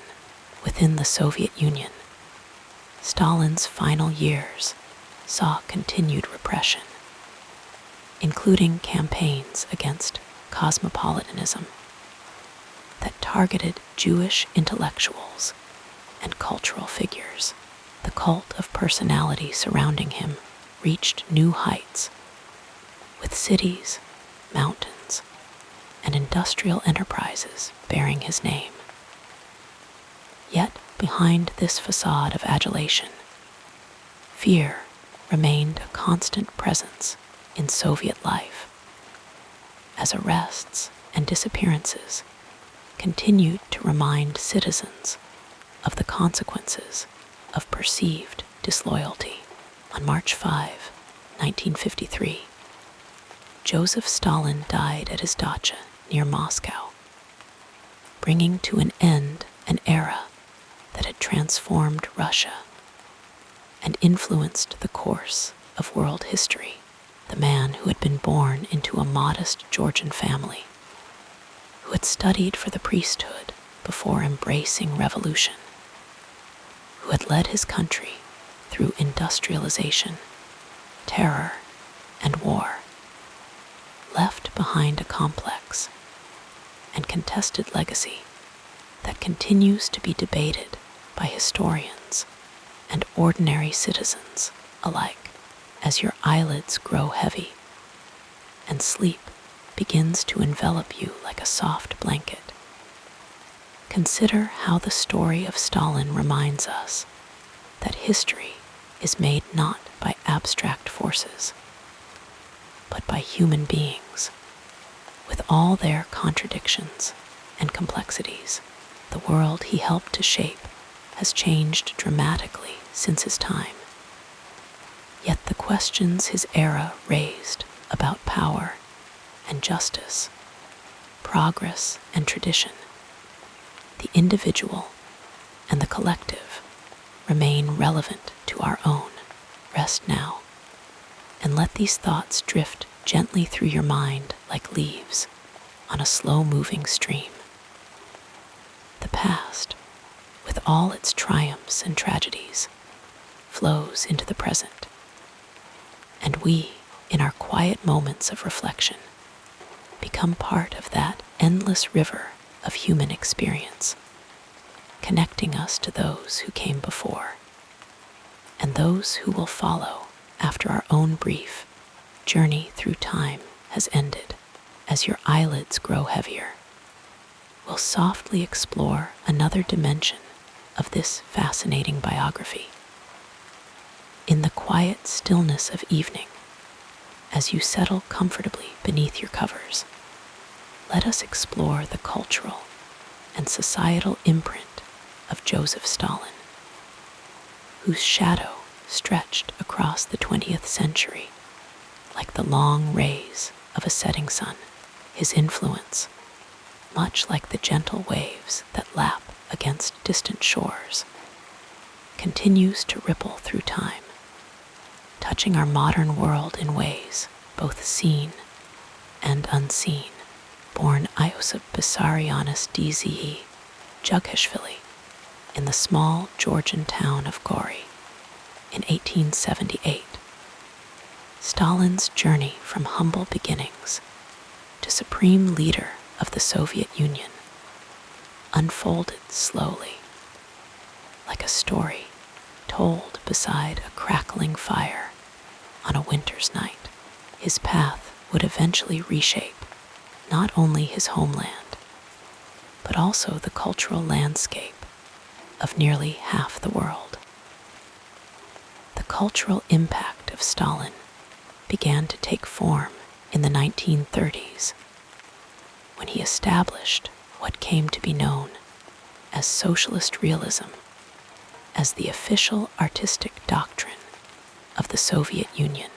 Imagine, if you will, artists and writers across the vast expanse of Russia and its satellite states, their brushes and pens guided by an invisible hand, creating works that celebrated labor, depicted everyday heroes, and portrayed an idealized vision of Soviet life.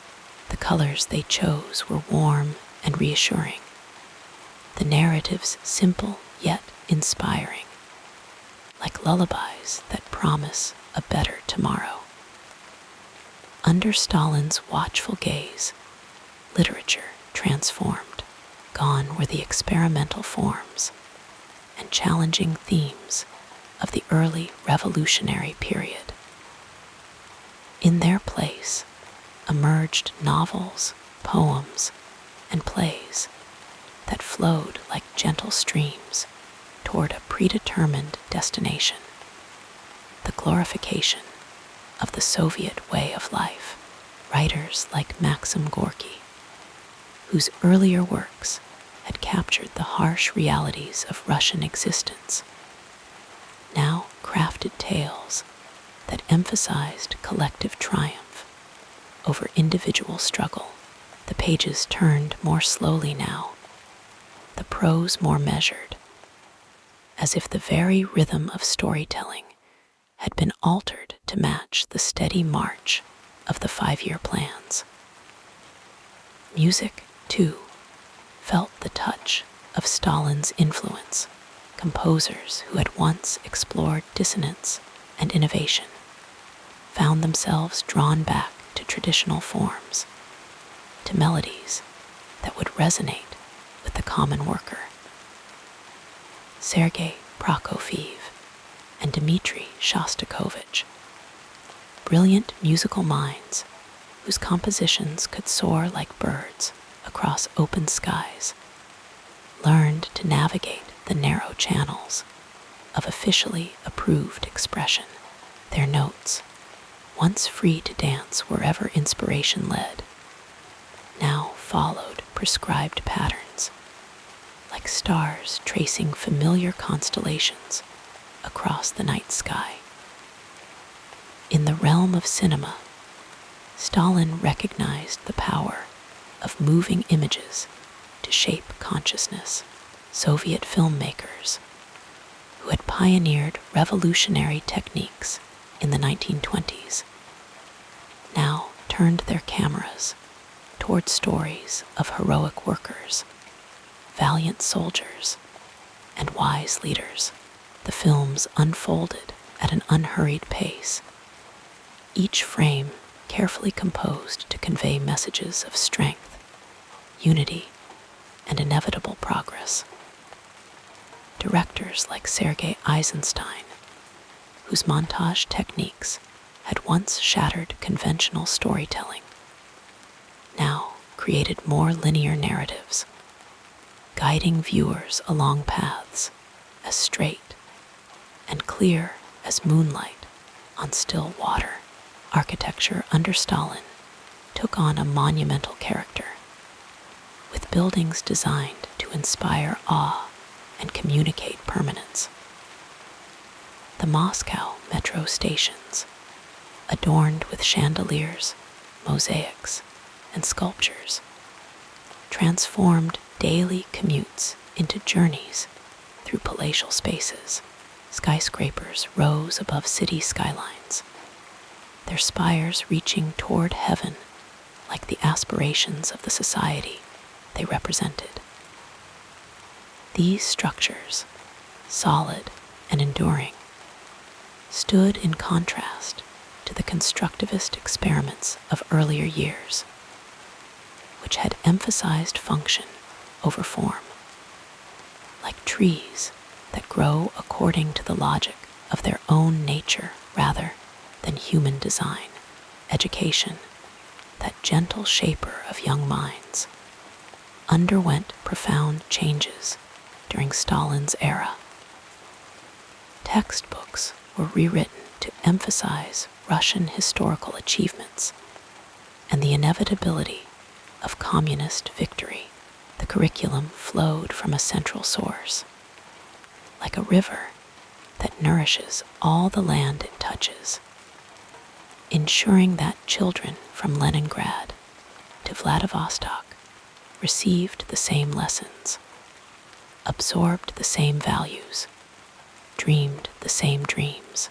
Teachers, once encouraged to try new methods, now followed standardized approaches, their classrooms becoming spaces where knowledge was not discovered, but transmitted, like precious heirlooms passed from one generation to the next. The Russian language itself felt Stalin's influence. Words associated with pre-revolutionary life faded from use, like stars disappearing at dawn, while new terms emerged to describe the realities of Soviet existence. The language became more standardized, with regional variations gently discouraged in favor of a common tongue that would bind together the diverse peoples of the vast Soviet Empire. Even the way people spoke, the cadence of their sentences, the metaphors they chose, reflected an internalization of official discourse, as if the very rhythm of thought had been subtly altered by the constant flow of approved ideas. Family life and gender roles shifted under Stalin's leadership. The revolutionary promises of women's liberation gave way to more traditional expectations, with motherhood celebrated as a service to the state. Families were encouraged to be stable units of production and reproduction, their daily routines as predictable as the changing of seasons. The private sphere, once seen as a space for personal exploration and expression, became more closely aligned with public goals, like a small tributary joining a mighty river. As the soft blanket of sleep begins to settle more heavily upon you, consider how Stalin's influence extended beyond the borders of the Soviet Union, touching cultures and societies around the world. In Eastern Europe, after World War II, countries under Soviet influence adopted similar cultural policies. Their artistic expressions, educational systems, and media following patterns established in Moscow.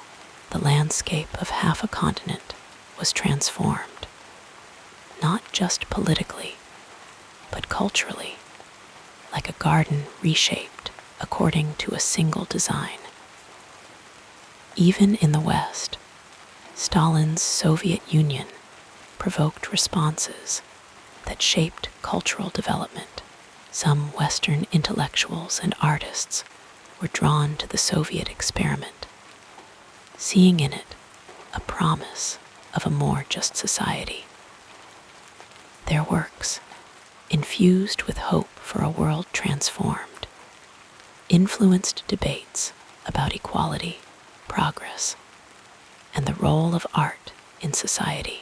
Others reacted against Soviet communism, their rejection fueling artistic movements that emphasized individual expression and freedom from ideological constraints. These conversations unfolded slowly, like clouds changing shape against a summer sky, leaving lasting impressions on Western cultural life. The Cold War that followed Stalin's death in 1953 was not merely a geopolitical struggle, but a contest between different visions of human possibility. Cultural expressions on both sides reflected this competition, with art, literature, music, and film enlisted in efforts to demonstrate the superiority of competing systems. The echoes of this cultural Cold War continue to resonate like distant thunder that reminds us of storms past but not forgotten. Stalin's death brought changes to Soviet cultural life, a gentle thawing of restrictions that allowed for more diverse expressions. Yet the structures he had established, the institutions, practices, and expectations remained largely in place, like the foundations of a house that endure even as the rooms above are redecorated. The writers, artists, and thinkers who emerged during the thaw period worked within parameters that had been set during Stalin's time, their innovations unfolding within established frameworks, like variations on a familiar theme. Public perception of Stalin has evolved over time, flowing like a river that changes course, yet remains the same body of water. During his lifetime, official portraits presented him as a wise and benevolent leader, a father figure guiding his people toward a brighter future. His image appeared everywhere, on posters, in films, atop pedestals in town squares, a constant presence in Soviet life, like the moon that watches over sleepers through their windows at night. After his death, and especially following Nikita Khrushchev's secret speech in 1956, which revealed some of the darker aspects of Stalin's rule, perceptions began to shift. The man who had been portrayed as infallible was now acknowledged to have made serious errors. His statues were removed from public spaces, his name less frequently invoked in official speeches. Yet this reassessment was gradual and incomplete, like the slow changing of seasons rather than a sudden storm. In contemporary Russia, views of Stalin have continued to evolve in complex ways. Some see him primarily as the architect of Soviet victory in World War II, the leader who transformed an agricultural society into an industrial power capable of defeating Nazi Germany. Others emphasize the human costs of his policies, the millions who perished in famines, purges, and labor camps. These conversations unfold quietly, like whispered confidences shared in the safety of darkness, revealing the ongoing struggle to make sense of a complicated past. Stalin's cultural footprint extends into our present moment in subtle ways. The nations that once formed the Soviet Union continue to grapple with his legacy, their cultural identities shaped by acceptance of or resistance to the patterns established during his rule. Literature, film, and art from these regions often engage with themes of memory, trauma, and reconciliation, like healing hands gently tending to old wounds. Even in countries far from the former Soviet borders, Stalin remains a figure who provokes reflection on fundamental questions about power, progress, and human nature. Historians, novelists, and filmmakers continue to explore his era, their works adding new layers to our understanding, like sediment slowly building up on a riverbed, creating a richer, more nuanced picture of the past as your breathing deepens and your thoughts begin to drift.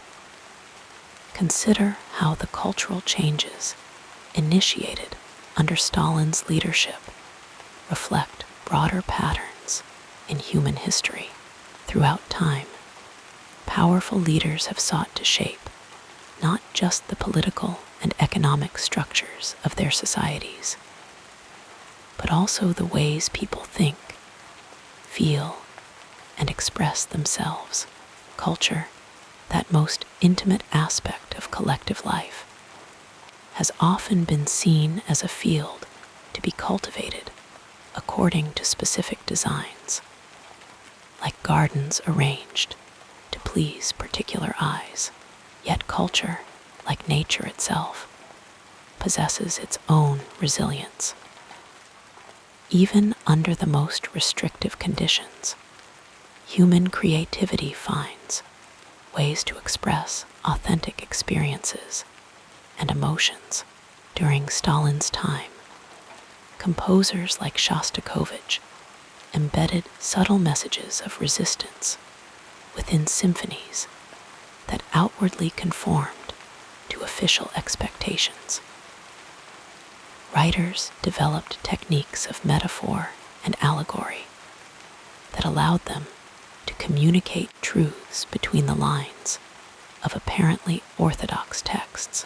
These expressions of the indomitable human spirit emerged quietly, like wildflowers finding cracks in concrete, reminding us that control is never complete. The story of Stalin's cultural impact is not simply one of imposition and resistance, but also of adaptation and negotiation. Many Soviet citizens genuinely embraced the values promoted during his era: collectivism, patriotism, belief in progress, finding in them sources of meaning and identity. The cultural forms that emerged were not merely imposed from above, but also shaped from below, through countless individual choices and interpretations, like a river whose course is determined both by the lay of the land and the water that flows upon it as sleep draws nearer, wrapping around you like a soft cocoon. Remember that cultural legacies are never static, but continue to evolve through time.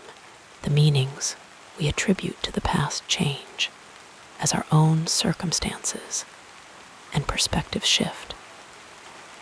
Stalin's impact on culture and society remains significant, not because it fixed certain patterns for all time, but because it initiated conversations and conflicts that continue to unfold, like stories without clear endings.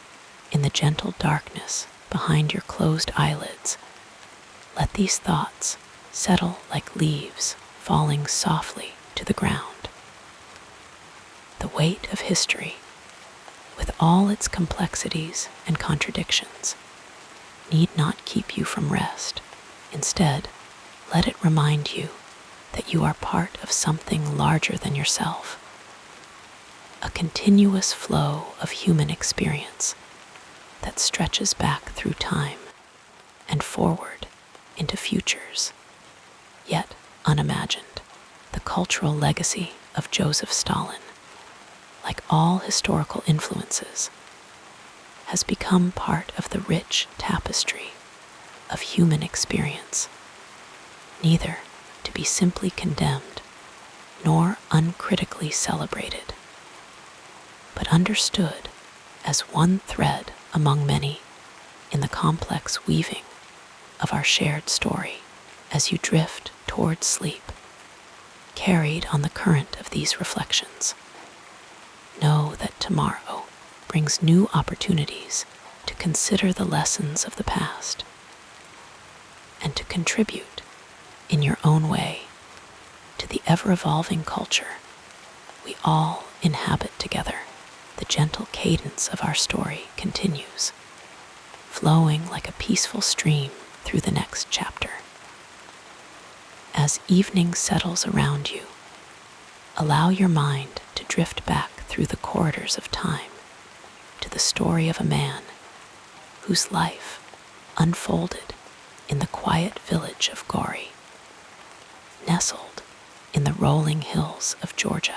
Joseph Stalin, born Iosif Vissarionis Dze Jughashvili in December of 1878, entered this world not as the imposing figure of later years, but as a small child with simple beginnings. His father was a cobbler, crafting shoes by hand in the old tradition, while his mother took in washing to help support their modest household. Picture the gentle rhythm of daily life in this village, where the pace was unhurried and each day flowed seamlessly into the next. Little Iosib, or Soso, as he was affectionately called by his mother, was a child with a surprisingly beautiful singing voice. Few remember this tender detail now, but as a boy, his clear, melodious voice earned him a place in the church choir. Imagine him standing there among the other children, his voice rising and falling with the ancient hymns, the sunlight filtering through stained glass windows and casting colorful patterns across the stone floor. His mother, Ekaterine, harbored dreams that her son might one day become a priest, a respectable profession that would lift him from the poverty that had defined their lives. The young boy's path might have been very different had it not been for a childhood accident. At the age of 12, Soso was struck by a horse-drawn carriage while crossing a street in Gori.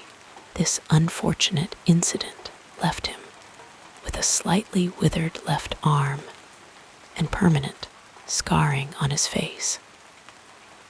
During his long recovery, he developed a love of reading, spending countless hours with books while other children played outside. The worlds within those pages became his companions, opening his mind to ideas and places far beyond the boundaries of his small Georgian town. As the evening deepens around you, envision the teenage Stalin discovering poetry for the first time. He not only read the works of Georgian romantics, but began composing verses of his own.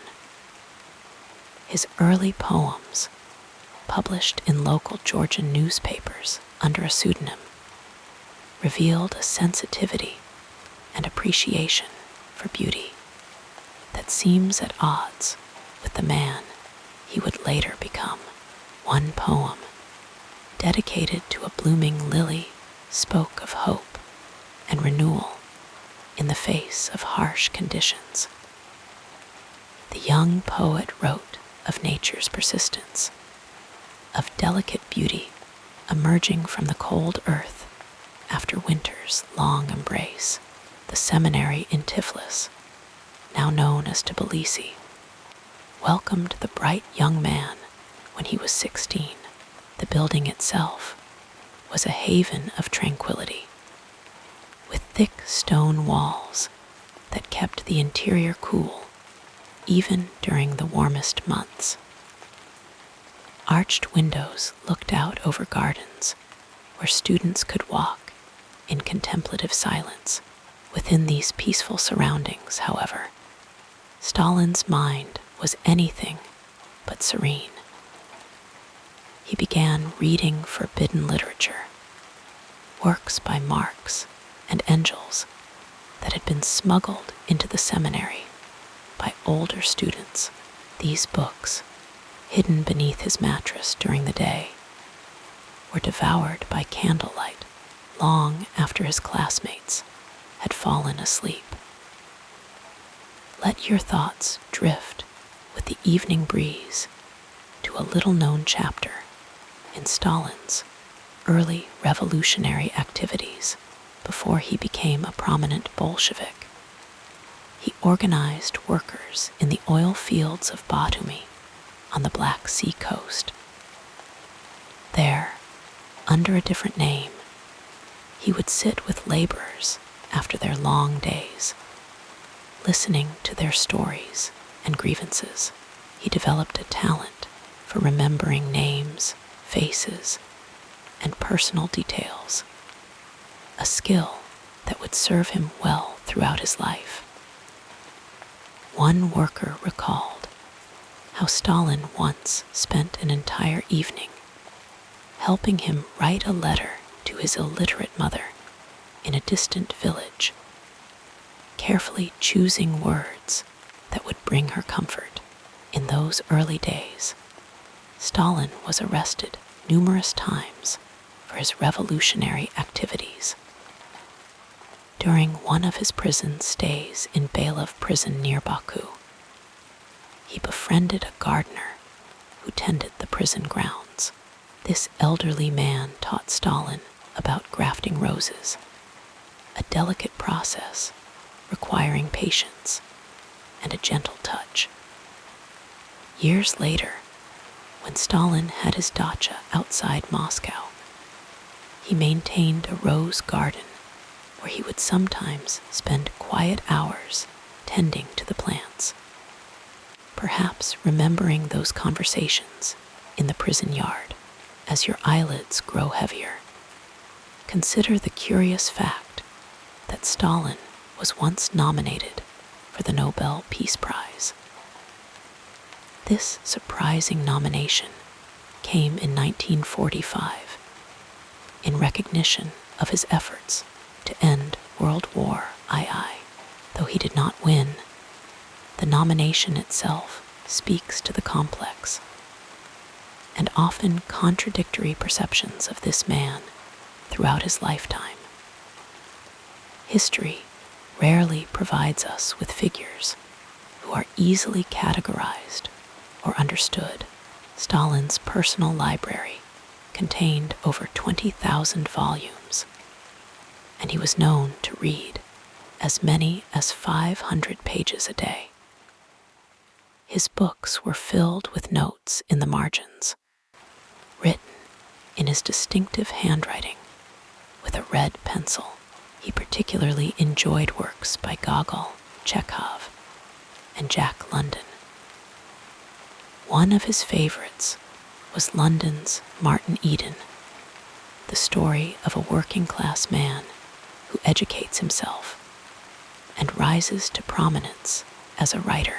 Stalin would often quote passages from memory during conversations, revealing the depth of his engagement with literature.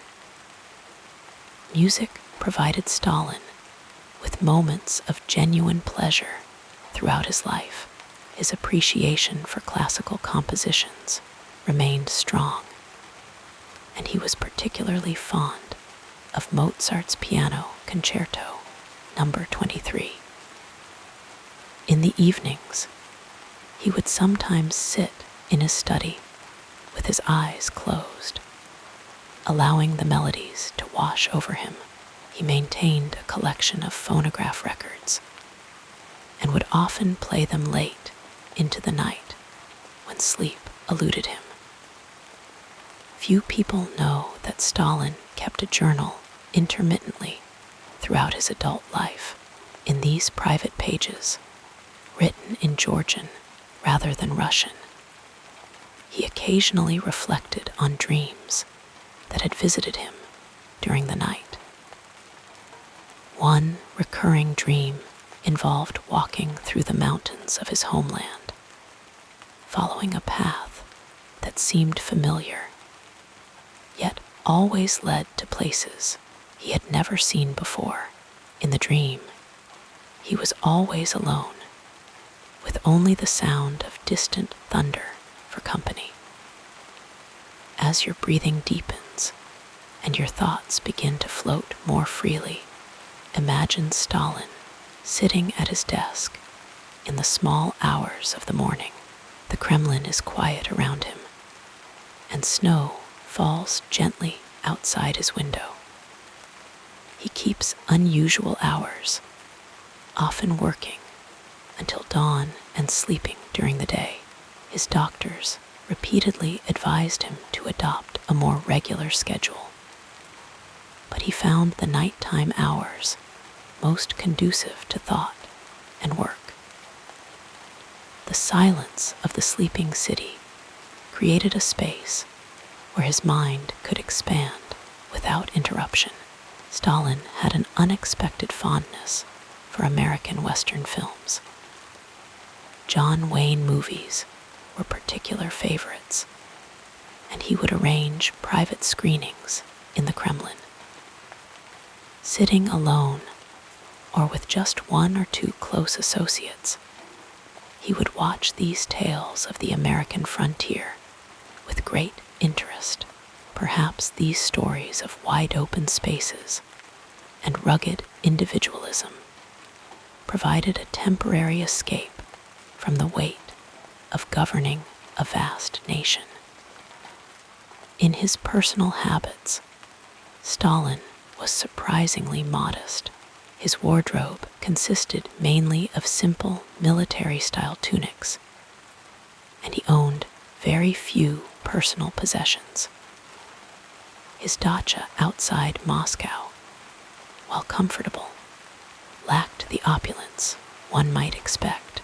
The furniture was sturdy but plain, and the overall atmosphere was one of functionality rather than luxury. He slept on a hard bed and preferred plain food, often eating the same peasant dishes he had known in his youth. As sleep begins to embrace you more fully, consider the small garden Stalin maintained at his dacha. There, he grew lemons in a small greenhouse, nurturing the trees through the harsh Russian winters. He took particular pride in these citrus trees, which seemed so out of place in the northern climate. Visitors were sometimes presented with lemons from this garden as parting gifts, a gesture that revealed a surprising sentimentality. Stalin's relationship with his daughter, Svetlana, contained moments of genuine tenderness amid the complexities of his life and position. When she was a child, he would sometimes carry her on his shoulders during walks through the Kremlin gardens. She recalled how he would point out different birds and tell her their names, showing a knowledge of nature that surprised those around him. For her 10th birthday, he gave her a small camera and encouraged her interest in photography, an art form he himself had practiced in his youth. The evening gatherings at Stalin's dacha often included lengthy dinners with his inner circle. These meals would stretch for hours, beginning late and ending in the early morning. Georgian wines flowed freely, and Stalin, who had once considered becoming a professional winemaker in his youth, would discuss the subtle differences between vintages. He insisted that his guests eat and drink heartily, often serving food himself and watching with satisfaction as plates were emptied.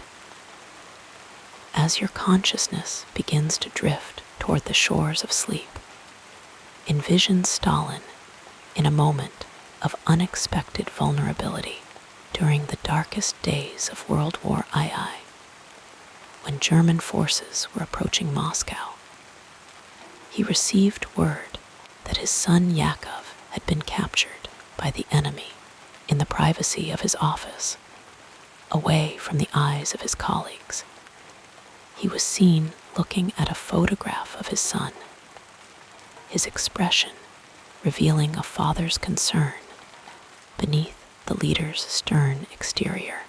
This moment of private emotion offers a glimpse of the man behind the historical figure.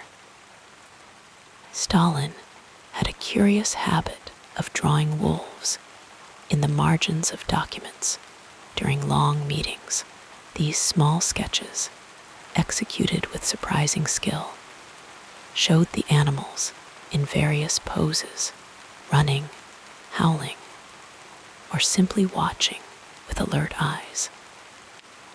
When asked about this habit by a brave colleague, Stalin reportedly replied that wolves were survivors, adapting to even the harshest conditions, a quality he had always admired. In the final years of his life, Stalin developed an interest in citrus cultivation on a larger scale. He supported scientific efforts to develop varieties of lemons, oranges, and grapefruits that could withstand colder climates. This agricultural interest led to experimental orchards being established in regions of the Soviet Union where citrus had never been grown before. The project was only partially successful, but it revealed his ongoing fascination with challenging established limitations. As your thoughts become more dreamlike, imagine Stalin sitting by a window at his dacha, watching birds gather at feeders he had installed himself. He kept a small notebook where he recorded the different species that visited throughout the changing seasons. This quiet observation of nature's patterns provided a counterpoint to the political machinations that occupied so much of his life. In these moments of solitude, surrounded by the simple movements of birds, perhaps he found a measure of peace. Stalin's death in March 1953 came after a night spent watching a movie with his inner circle. The film was a light comedy, and those present recalled that he had laughed more than usual that evening. After his guests departed, he retired to his rooms, where he suffered a stroke that would ultimately prove fatal. He was found the next morning by household staff, lying on the floor of his bedroom. Despite his power and the fear he inspired, his end came quietly, a reminder of the mortality that unites all human experience. As sleep finally embraces you completely, let these fragments of a complex life settle gently in your mind. The story of Joseph Stalin, like all human stories, contains contradictions and unexpected turns that resist simple interpretation. Behind the historical figure was a person who sang in a choir, wrote poetry, tended roses, and drew wolves in quiet moments. As you drift into dreams, remember that history is made of countless such stories, each one a tapestry of light and shadow, woven from the threads of human experience in all its bewildering complexity. Wrapped in the comfort of these words, we'll drift together into the next part of this soothing biography. In the quietness of his later years, as the Soviet Union he had built continued to expand its influence across the globe, Joseph Stalin's pace slowed. his grip on power remained firm. The evening light would filter through the heavy curtains of his Kremlin office, casting long shadows across the polished wooden floors where he would pace, hands clasped behind his back, contemplating the empire he had forged through decades of iron will. His footsteps, once brisk and purposeful, had grown more measured with time, a gentle rhythm that marked the passing hours as he moved between his desk and the window, overlooking the Moscow skyline. As your thoughts become more dreamlike, imagine Stalin sitting by a window at his dacha, watching birds gather at feeders he had installed himself. He kept a small notebook where he recorded the different species that visited throughout the changing seasons. This quiet observation of nature's patterns provided a counterpoint to the political machinations that occupied so much of his life. In these moments of solitude, surrounded by the simple movements of birds, perhaps he found a measure of peace. The dacha at Koncevo, with its soft green gardens and tall protective trees, offered Stalin a retreat from the constant demands of leadership. Here, in the gentle embrace of nature, he would sometimes walk slowly along the garden paths, pausing occasionally to touch a leaf or inspect a flower. His personal guards, ever present but trained to maintain a respectful distance, would watch from afar as the leader of the Soviet Union communed with the natural world in these rare moments of tranquility. During these final years, Stalin's health began its gradual decline, a reminder of the human frailty that exists beneath even the most formidable exterior. His doctors, fearful of delivering unwelcome news, would speak in hushed tones about his rising blood pressure and increasing fatigue. Stalin himself seemed to sense the approaching twilight of his life, spending more time in reflection, occasionally leafing through old photographs that captured moments from his revolutionary youth, when possibilities seemed endless and the future stretched before him like an unwritten page. In the evenings, he would often sit in his favorite armchair, a soft lamp casting a warm glow over the books he still read voraciously. His tastes had always been eclectic works of Russian literature, mingled with political treatises and historical accounts on his shelves. Sometimes he would reach for Pushkin, whose verses he could recite from memory, the lyrical Russian flowing from his lips in the Georgian accent he never fully shed. These quiet hours with beloved texts provided a gentle counterbalance to the weighty decisions that filled his days. The post-war years brought new challenges as the world rearranged itself into opposing spheres of influence. Stalin watched as the alliance that had defeated Hitler transformed into the Cold War's tense standoff. His approach to this new reality was characterized by the same patient calculation that had marked his rise to power decades earlier.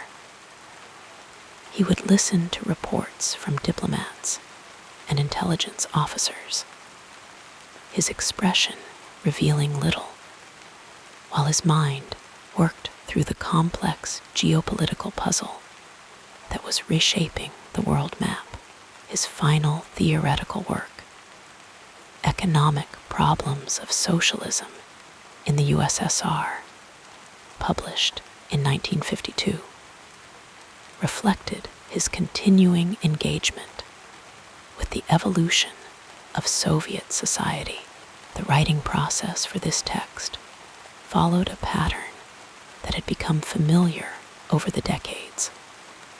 Long sessions of dictation to assistants, followed by careful review and revision.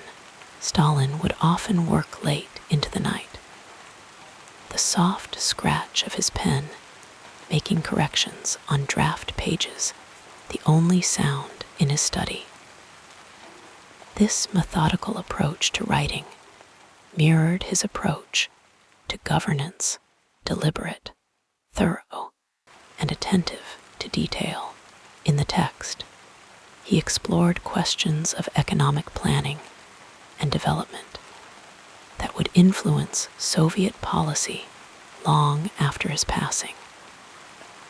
The language was dense but precise, each paragraph constructed with careful attention to theoretical consistency, though few would describe Stalin as a natural prose stylist. There was a certain rhythm to his writing that reflected the ordered thinking behind it.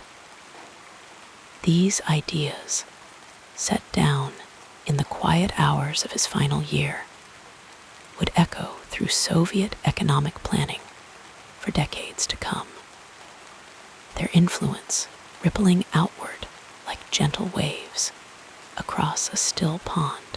His personal habits in these later years took on an almost ritualistic quality. Each morning would begin with a review of reports that had arrived overnight, read in the soft light of dawn before most of Moscow had awakened. He maintained a modest diet, preferring simple Georgian dishes that connected him to his childhood homeland.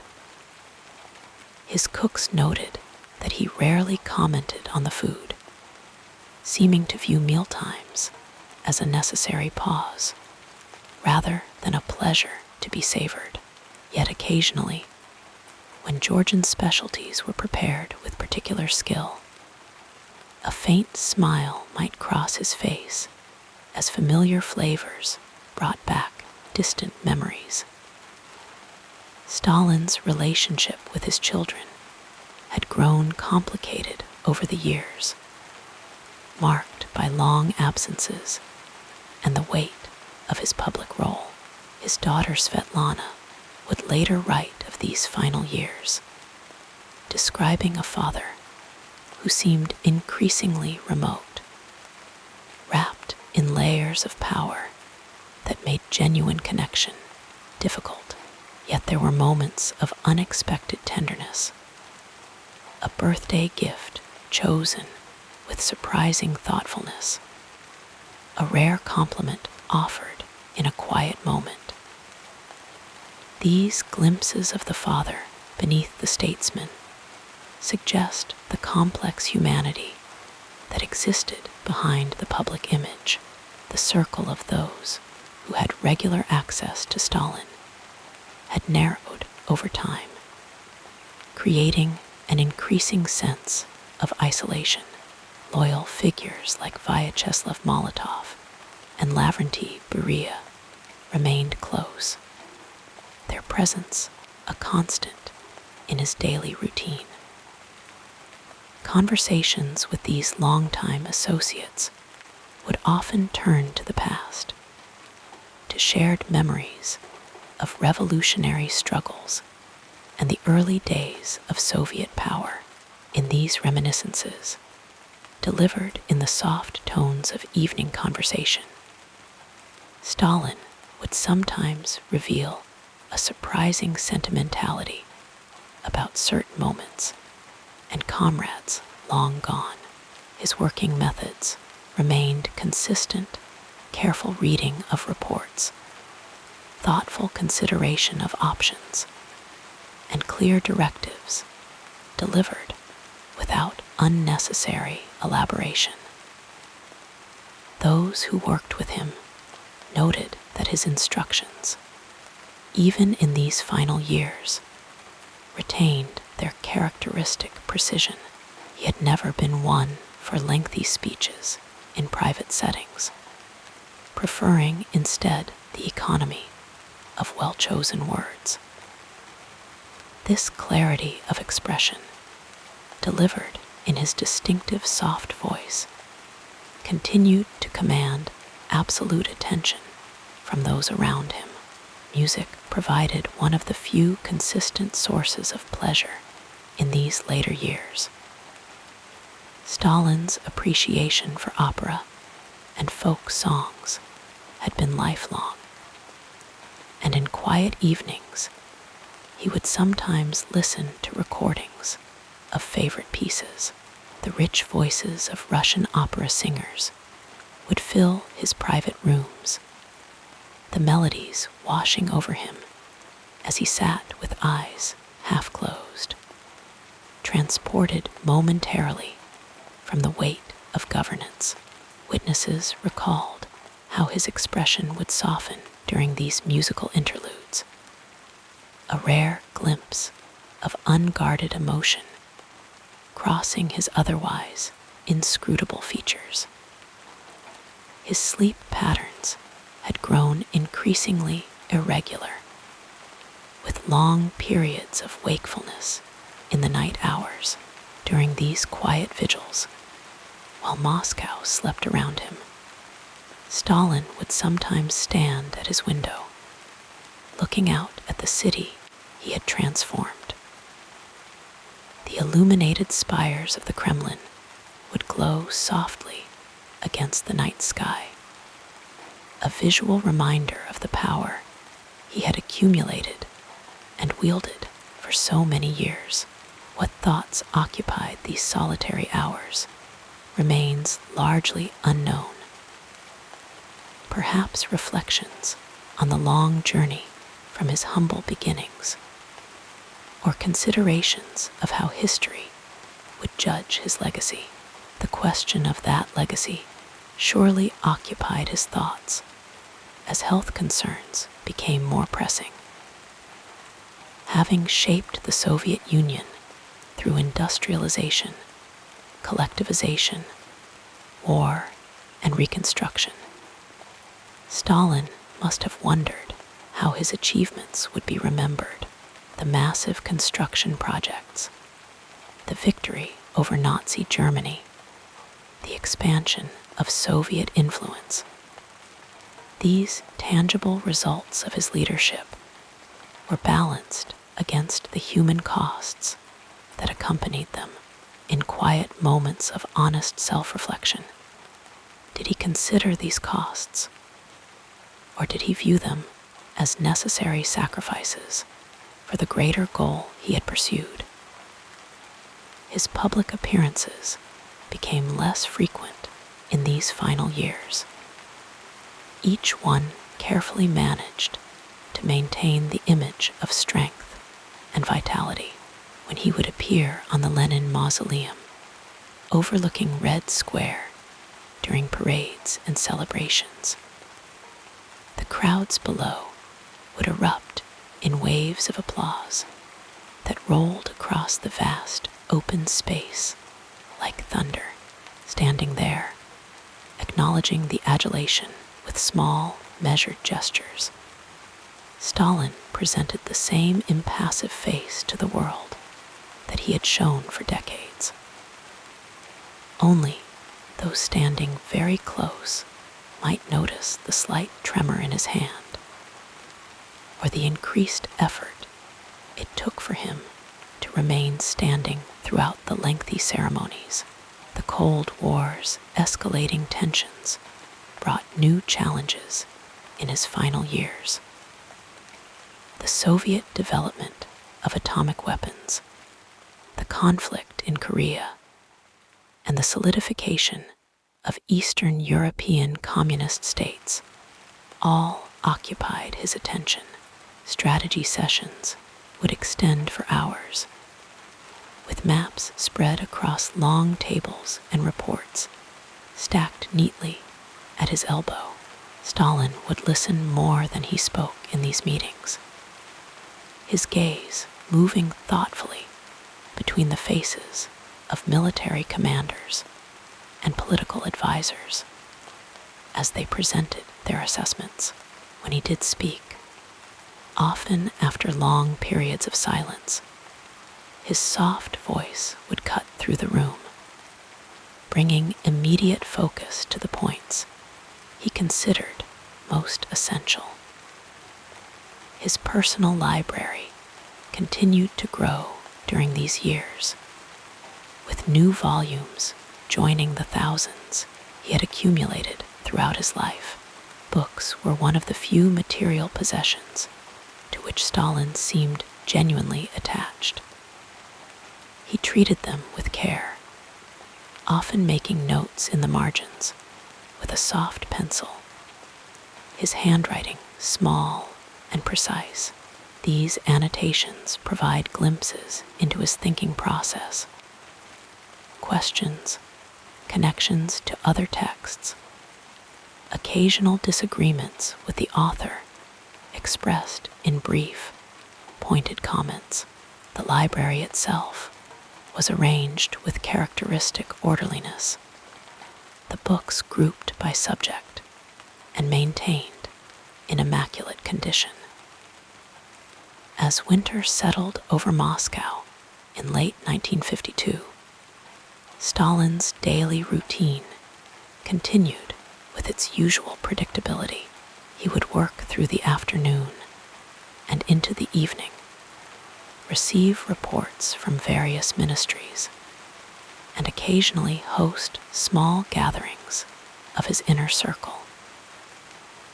These social evenings had a peculiar quality, moments of seeming conviviality, interrupted by periods of tense silence, when Stalin's mood would shift unexpectedly.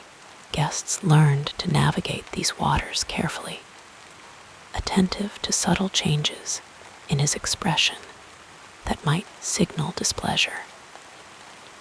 Yet, there were also moments of genuine warmth, particularly when conversation turned to literature or music, subjects that could still kindle enthusiasm in his increasingly weary eyes.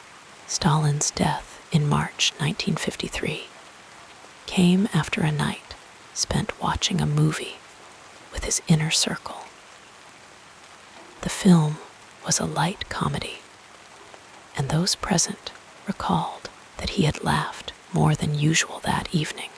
After his guests departed, he retired to his rooms, where he suffered a stroke that would ultimately prove fatal. He was found the next morning by household staff, lying on the floor of his bedroom. Despite his power and the fear he inspired, his end came quietly, a reminder of the mortality that unites all human experience.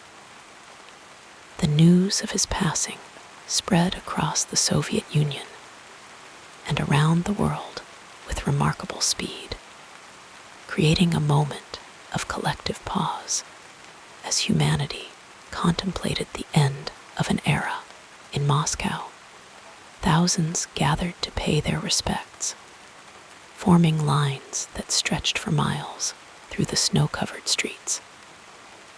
The silent procession of mourners continued day and night, their breath forming soft clouds in the cold March air as they waited for a final glimpse of the leader who had dominated Soviet life for so long.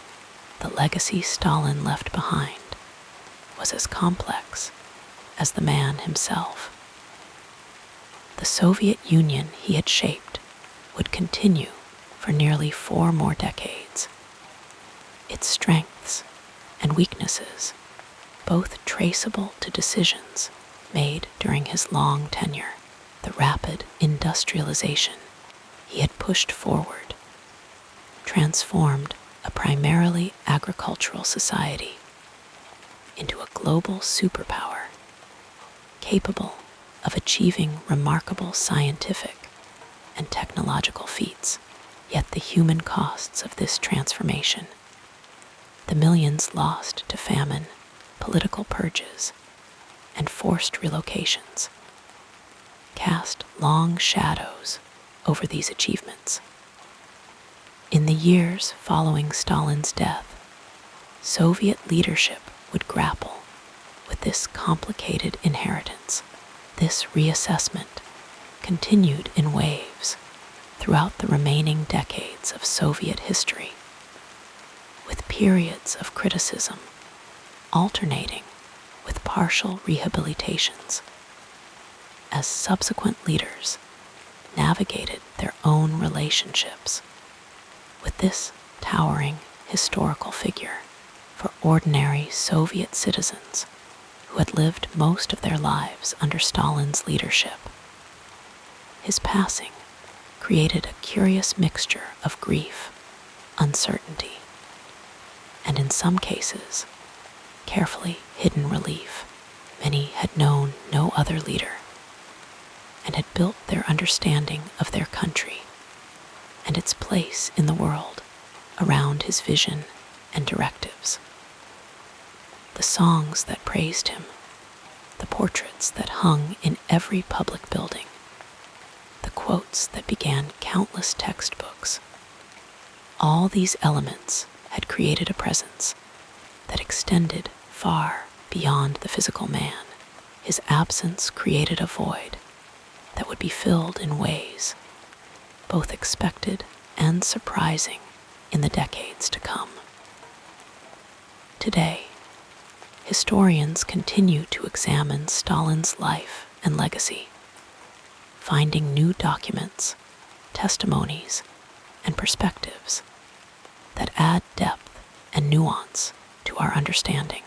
The passage of time has allowed for more measured assessment, neither demonizing nor glorifying, but seeking instead to comprehend the complex interplay of personality, ideology, historical circumstance, and human choice that shaped his actions and their consequences.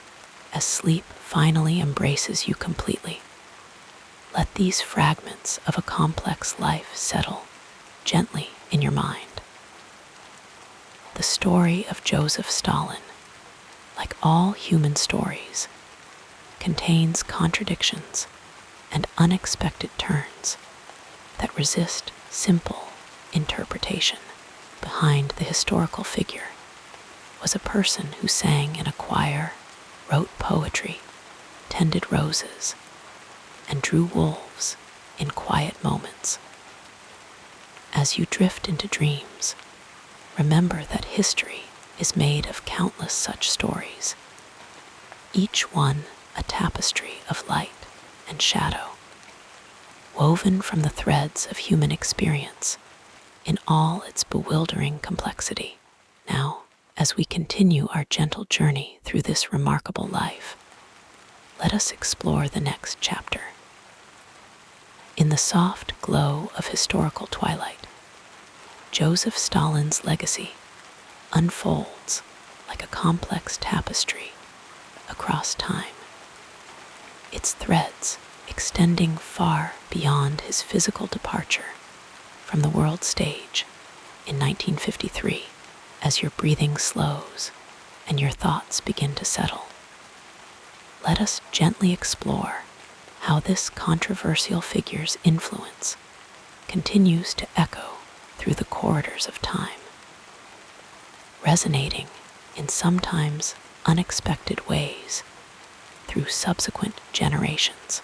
The name Stalin, meaning man of steel in Russian, seems fitting for a legacy that has proven remarkably durable despite numerous attempts to dismantle it.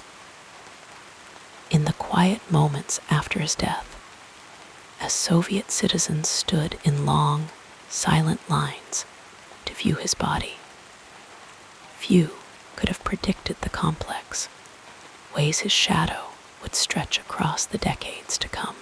The Soviet Union he helped forge would continue for nearly 4 more decades, carrying forward many of the institutions, practices, and perspectives he had established in the gentle stillness of historical reflection.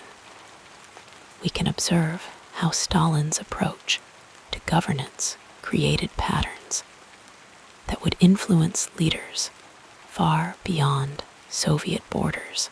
His centralized economic planning became a model studied and adapted by emerging nations across Asia and Africa, seeking rapid industrialization. The 5-year plans, with their emphasis on heavy industry and infrastructure development, inspired similar approaches in countries like China, where Mao Zedong's economic programs borrowed heavily from the Soviet experience. As your eyelids grow heavier, consider how Stalin's conception of socialism in one country, a departure from earlier revolutionary internationalism, shaped the practical development of communist movements worldwide. This pragmatic nationalism allowed communist parties in diverse settings to adapt Marxist principles to their local conditions. In Vietnam, Ho Chi Minh blended communist ideology with Vietnamese nationalism in ways that echoed Stalin's approach. In Cuba, Fidel Castro's revolution eventually embraced a similar national path to socialism. The soft contours of Stalin's influence extend into military doctrine as well. The deep operations theory developed by Soviet commanders under Stalin's rule, emphasizing coordinated, deep-striking offensives, transformed modern warfare and continues to be studied in military academies around the world. The Soviet victory over Nazi Germany, achieved at tremendous human cost under Stalin's leadership, established patterns of military organization that influenced armed forces globally during the Cold War and beyond. In the realm of culture, Stalin's legacy flows like a gentle stream through unexpected channels. The socialist, realist, artistic style he championed, with its emphasis on accessible, optimistic portrayals of working people, influenced artistic movements far beyond Soviet borders, even as later generations of artists rejected its constraints. They often defined themselves in opposition to it, making their rebellion itself a form of engagement with Stalinist cultural legacy. The architectural grandeur of Stalinist design, with its wedding cake skyscrapers and monumental public buildings, continues to define the skylines of Moscow, Warsaw, and other Eastern European capitals. These structures, once symbols of Soviet power, have been repurposed and reinterpreted by subsequent generations, becoming complex monuments to a contested past rather than straightforward celebrations of Stalinist achievement. As your thoughts drift peacefully, consider how Stalin's approach to ethnic and national questions created enduring patterns across Eurasia. His policies of creating autonomous republics and regions within the Soviet Union, while simultaneously promoting Russian as a unifying language, established templates for managing diversity that post-Soviet states still grapple with today. The borders he helped draw, sometimes with seemingly arbitrary precision, became the foundations for independent nations after 1991. In the gentle darkness behind your closing eyes, visualize the many institutions that carry forward elements of Stalin's approach to governance. The United Nations Security Council, with its permanent members, including Russia, emerged from the post-war order Stalin helped shape. International scientific cooperation in space exploration builds upon foundations laid during his rule. When Soviet science received unprecedented state support and direction, the whispered influence of Stalinist approaches to information control can be discerned in modern authoritarian systems management of media and communication. The techniques of censorship, propaganda, and narrative control developed during his era have been studied, refined, and digitally updated by regimes seeking to maintain power in the information age. Even democratic societies, debates about disinformation and media regulation sometimes unconsciously echo concepts developed during Stalin's time. In education systems across the former Soviet space, Stalin's legacy remains present in curricula, teaching methods, and institutional structures. The emphasis on technical education, the prestige accorded to scientific achievement, and the structured approach to childhood development all bear imprints of educational philosophies that flourished under his rule. Young students in contemporary Russia, Kazakhstan, or Georgia inherit educational traditions shaped during the Stalin era, even as the content has been transformed. As your breathing deepens and your muscles relax, consider how Stalin's economic legacy continues in unexpected ways.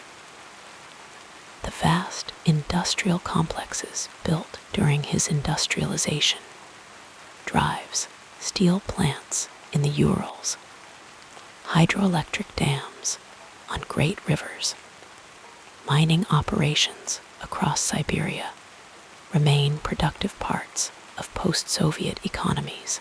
Workers in these facilities are often grandchildren of those who built them, creating intergenerational connections to the Stalinist industrial project. The scientific institutions established or expanded under Stalin continue to produce valuable research. The Russian Academy of Sciences, though transformed since Soviet times, builds upon foundations strengthened during his rule, when science was accorded special status and resources. The emphasis on mathematics and physics in educational systems across the former Soviet space reflects priorities established during the Stalin era. In the peaceful twilight of historical contemplation, we might notice how Stalin's legacy has been continuously reinterpreted by successive generations. Under Nikita Khrushchev, Stalin was partially denounced, his cult of personality dismantled, while many of his policies continued. Later, under Leonid Brezhnev, a more measured reassessment emerged, acknowledging both achievements and excesses. By the Gorbachev era, open discussion of Stalinist repression became possible, leading to a more critical historical reckoning. In post-Soviet Russia, Stalin's image has undergone further transformations for some Russians, particularly among older generations. He represents a time of Soviet power and international respect. Opinion polls consistently show significant percentages of Russians expressing admiration for his leadership, particularly his role in the victory over Nazi Germany. Museums, monuments, and commemorative events reflect this complex, ambivalent relationship with his legacy. Other post-Soviet societies have developed different relationships with the Stalinist past. In Georgia, Stalin's birthplace, his image appears on souvenirs and local museums despite official distance from his policies. In Ukraine, where millions perished in the Stalin-era famine known as the Holodomor, his legacy is viewed far more negatively, with museums and memorials dedicated to victims of his policies. These divergent interpretations demonstrate how Stalin's influence continues to shape national identities and historical narratives across the region. As your consciousness gently drifts toward sleep, consider the many writers, thinkers, and artists whose work engages with Stalin's legacy. Novels like Alexander Solzhenitsyn's The Gulag Archipelago and Vasily Grossman's Life and Fate have helped generations understand the human dimensions of Stalinist repression. Films, plays, and visual art continue to explore this period, each new interpretation adding layers to collective understanding. Scholars dedicated to Soviet history have built careers examining various aspects of Stalin's rule, from economic planning to foreign policy to everyday life under his leadership. Archives opened after the Soviet collapse revealed new documents that allowed more nuanced understanding of decision-making processes and implementation of policies. Each new generation of historians brings fresh questions and perspectives to this research, ensuring that understanding of the period continues to evolve. Political movements across the spectrum continue to define themselves partly in relation to Stalinist precedents. Communist parties worldwide have undergone complex reckonings with this aspect of their ideological heritage. Some rejecting Stalinist methods entirely, while others maintain more ambivalent relationships with his legacy. Conservative and nationalist movements sometimes invoke opposition to Stalinism as part of broader anti-communist positioning. In the gentle rhythm of evening contemplation, we might notice how ordinary citizens in post-Soviet societies navigate this complex legacy in their daily lives. Families preserve memories of relatives who suffered in purges or labor camps, while simultaneously honoring others who fought in the Great Patriotic War under Stalin's leadership. These personal histories create intricate relationships with the past that resist simple categorization. The physical landscape itself bears imprints of the Stalinist era. The Moscow metro, with its palatial stations adorned with mosaics and sculptures, continues to transport millions daily through spaces designed to celebrate Soviet achievement. Factory towns built during crash industrialization have evolved into modern cities with distinct identities shaped by their Stalinist origins. Collective farms have transformed into various agricultural enterprises, while often maintaining aspects of their original spatial organization. As your thoughts become increasingly peaceful, consider how educational systems worldwide teach about Stalin and his era. Textbooks in different countries present varying interpretations, reflecting national experiences and ideological perspectives. Students in former Soviet republics, Western democracies, and developing nations encounter different versions of this history, contributing to diverse global understandings of the 20th century. International relations in the 21st century still navigate structures and assumptions partially shaped during Stalin's time. The nuclear arms control architecture, though modified over decades, builds upon foundations established when the Soviet Union first developed nuclear weapons under his rule. Diplomatic protocols, alliance structures, and conceptions of great power relations continue to reflect patterns established during the early Cold War period. In the quiet moments before sleep claims you completely, reflect on how Stalin's legacy reminds us that history is not simply past, but continues to live in present institutions, beliefs, and practices. Each generation reinterprets this complex heritage, finding in it both cautionary lessons and occasionally inspiration for their own challenges.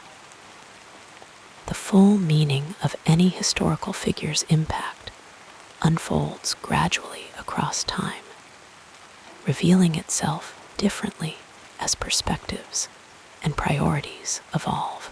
As your consciousness gently surrenders to sleep, let these thoughts settle like soft snow, covering the landscape of your mind in a peaceful blanket of historical contemplation. The story of how Stalin's influence continues to resonate will go on unfolding through dreams and into tomorrow, part of the endless conversation between past and present that gives human experience its depth and meaning. Rest now, knowing that history's great tapestry continues to be woven even as you sleep, its patterns becoming clearer with the gentle passage of time. Let us drift further into the story as we explore the next part of this fascinating journey. In the quiet hours of night, as your mind begins to drift toward peaceful slumber, let us explore with gentle curiosity some of the misunderstandings that have gathered around the figure of Joseph Stalin, like shadows lengthening at dusk.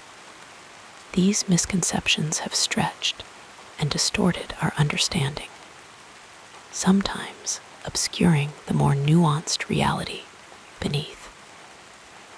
We'll walk slowly through this historical landscape, our footsteps soft and unhurried, allowing the complexities to unfold at their own natural pace.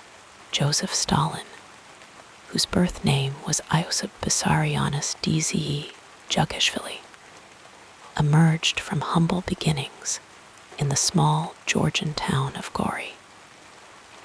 Popular narratives often present him as simply a brutal dictator who appeared suddenly on the world stage, fully formed in his ruthlessness.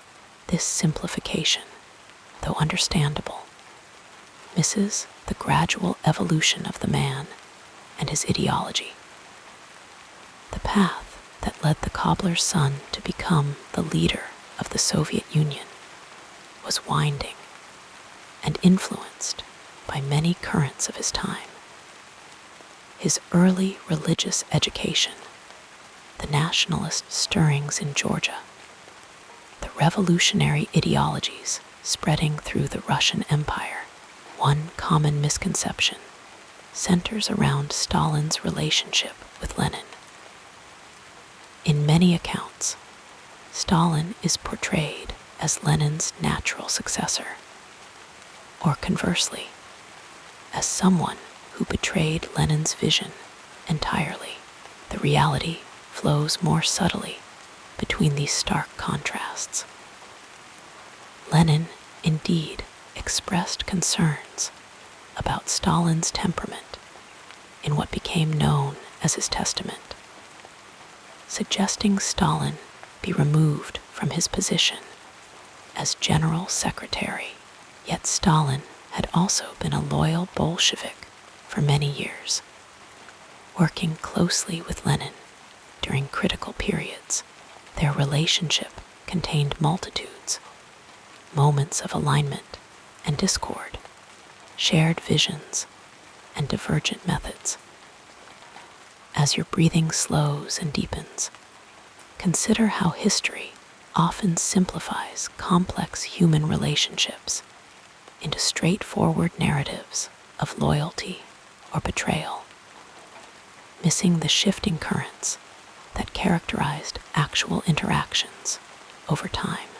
The popular understanding of Stalin's rise to power sometimes suggests an inevitable march to absolute authority.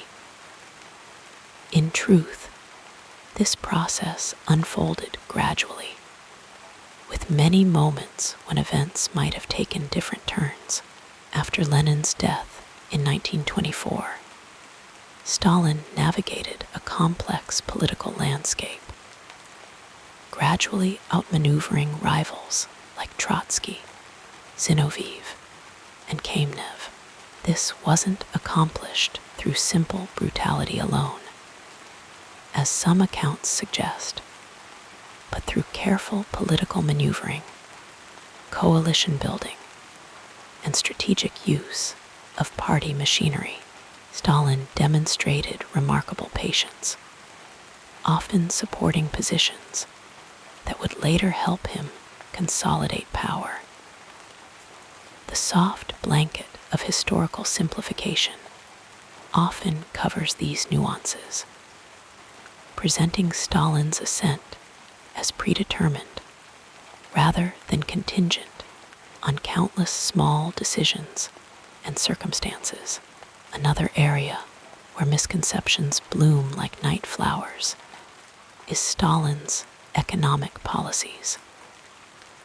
The collectivization of agriculture is frequently portrayed as purely an ideological crusade, or simply as a method of control. While these elements existed, Stalin's push for rapid collectivization also responded to genuine concerns about Soviet food security and industrial development. The Soviet leadership worried about the country's ability to feed its growing urban population and the need to generate capital for industrialization. The methods chosen proved catastrophically harmful, leading to famine and millions of deaths, particularly in Ukraine, where the Holodomor claimed countless lives. Yet understanding the complex motivations behind these policies helps us see beyond simplified narratives of mere cruelty or ideological zealotry. As your eyelids grow heavier, imagine how historical events rarely flow from single, simple causes, but rather from intricate webs of motivations, circumstances, and unforeseen consequences. The Great Purge of 1930-6193 represents another area where popular understanding sometimes diverges from historical complexity, often depicted as arising solely from Stalin's paranoia. The reality includes broader institutional and social dynamics. The Soviet system had created mechanisms for identifying enemies of the people that developed their own momentum.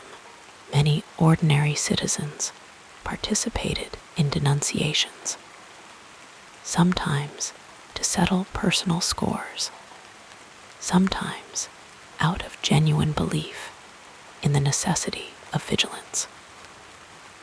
Local officials exceeded quotas for arrests to demonstrate their revolutionary zeal.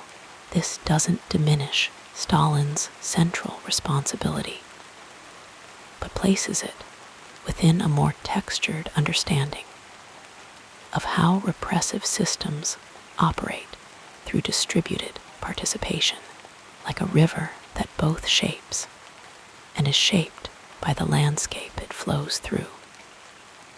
Stalin influenced Soviet society while also being influenced by existing patterns and structures.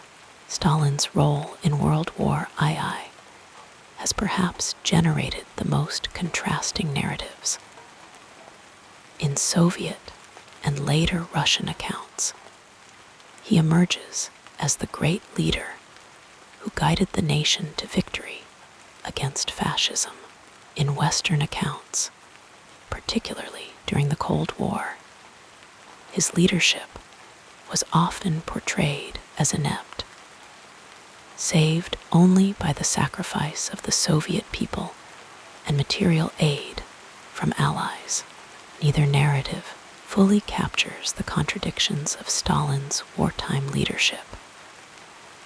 His catastrophic initial mistakes and dismissal of warnings about German invasion, followed by his effective mobilization of Soviet society and industry for total war. His strategic capabilities evolved during the conflict, as did his relationships with generals like Zhukov. The eventual Soviet victory came at an almost unimaginable human cost, with some decisions amplifying casualties unnecessarily. As your thoughts begin to drift and merge, consider how historical figures rarely fit neatly into categories of hero or villain. Their actions, containing both remarkable achievements and terrible failures. The Cold War further complicated our understanding of Stalin, as propaganda from both East and West created simplified versions that served political purposes. Western accounts sometimes failed to acknowledge the genuine modernization of the Soviet Union under Stalin's leadership. The transformation from a primarily agrarian society to an industrial and military power capable of space exploration within a generation. Soviet accounts, meanwhile, glossed over the enormous human costs and repression that accompanied this transformation. Both narratives missed the complex interplay of progress and suffering, achievement and terror that characterized the Stalin era, like shadows that grow longer or shorter, depending on where the light falls. Stalin's legacy has been elongated or compressed to serve various political needs across decades. Stalin's personal life and character have also been subject to simplification, often portrayed as an unfeeling monster, or conversely, as a wise, paternal figure. The actual person contained more contradictions. He could show kindness to individual children while signing orders that orphaned thousands. He read widely in literature and history, annotating books with thoughtful comments, while simultaneously overseeing the repression of writers and intellectuals. His Georgian background influenced his worldview in ways that complicate the image of him as simply a Russian nationalist. He maintained close friendships with some associates over decades, while ordering the executions of others. As your consciousness begins to soften around the edges, imagine how every human life contains multitudes, kindnesses alongside cruelties, wisdom alongside blindness. Though few have wielded the power to express these contradictions on the scale that Stalin did, the international impact of Stalin's leadership extends beyond the commonly recognized spheres. While his role in shaping the post-war order through conferences at Yalta and Potsdam is well documented, less frequently discussed is how his approach to nationalities within the Soviet Union created frameworks that continue to influence ethnic relations in post-Soviet states. Today, the borders drawn between Soviet republics, often with little regard for historical or ethnic realities, became international boundaries after 1991, creating tensions that continue to this day. Stalin's industrialization drive, for all its human costs, established patterns of development that many post-colonial nations later attempted to emulate, believing that centralized planning could accelerate economic growth. The consequences of these approaches continue to reverberate through global economic history. The gentle rhythm of your breathing now matches the slow unfolding of these historical complexities. Each inhale bringing a new perspective, each exhale releasing simplified understandings. Perhaps most significantly misunderstood is Stalin's legacy in contemporary Russia and other post-Soviet states. Western observers often express surprise at the rehabilitation of Stalin's image in some quarters, seeing it as simple authoritarianism or nostalgia. The reality contains more nuance. For many, particularly older generations, Stalin represents a time when their country was respected as a global power, when social mobility seemed possible despite hardships, and when there appeared to be a clear sense of purpose and direction. This nostalgia often acknowledges the repression, while weighing it against perceived benefits of order, international respect, and social guarantees. Others see in Stalin a leader who, whatever his methods, transformed a backward country into a modern state capable of defeating Nazi Germany and challenging American hegemony. These perspectives, while troubling to many Western observers and to many within Russia itself, reflect genuine historical experiences rather than simple propaganda or misunderstanding. They remind us that historical memory is not uniform, but varies dramatically based on personal and family experience, class position, ethnic identity, and many other factors, as sleep begins to envelop you like a warm, heavy blanket. Consider how historical understanding requires us to hold multiple perspectives simultaneously, acknowledging contradictions rather than resolving them into comfortable simplicity. International relations in the 21st century still navigate structures and assumptions partially shaped during Stalin's time.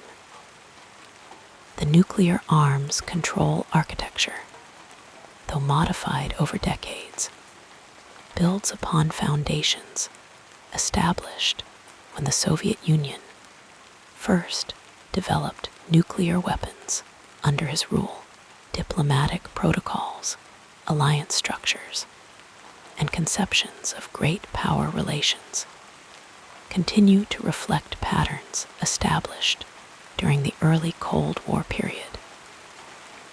In these drowsy moments between wakefulness and dreams, reflect on how Stalin's legacy reminds us that history is not simply past, but continues to live in present institutions, beliefs, and practices.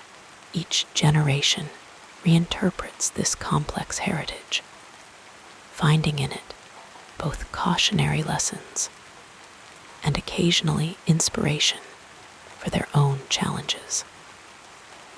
The full meaning of any historical figure's impact unfolds gradually across time, revealing itself differently as perspectives and priorities evolve. As your consciousness gently surrenders to sleep, let these thoughts settle like soft snow, covering the landscape of your mind in a peaceful blanket of historical contemplation.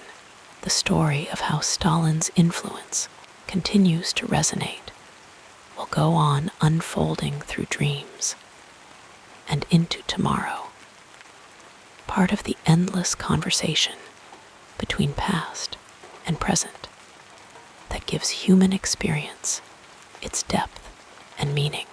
Rest now, knowing that history's great tapestry continues to be woven even as you sleep, its patterns becoming clearer with the gentle passage of time.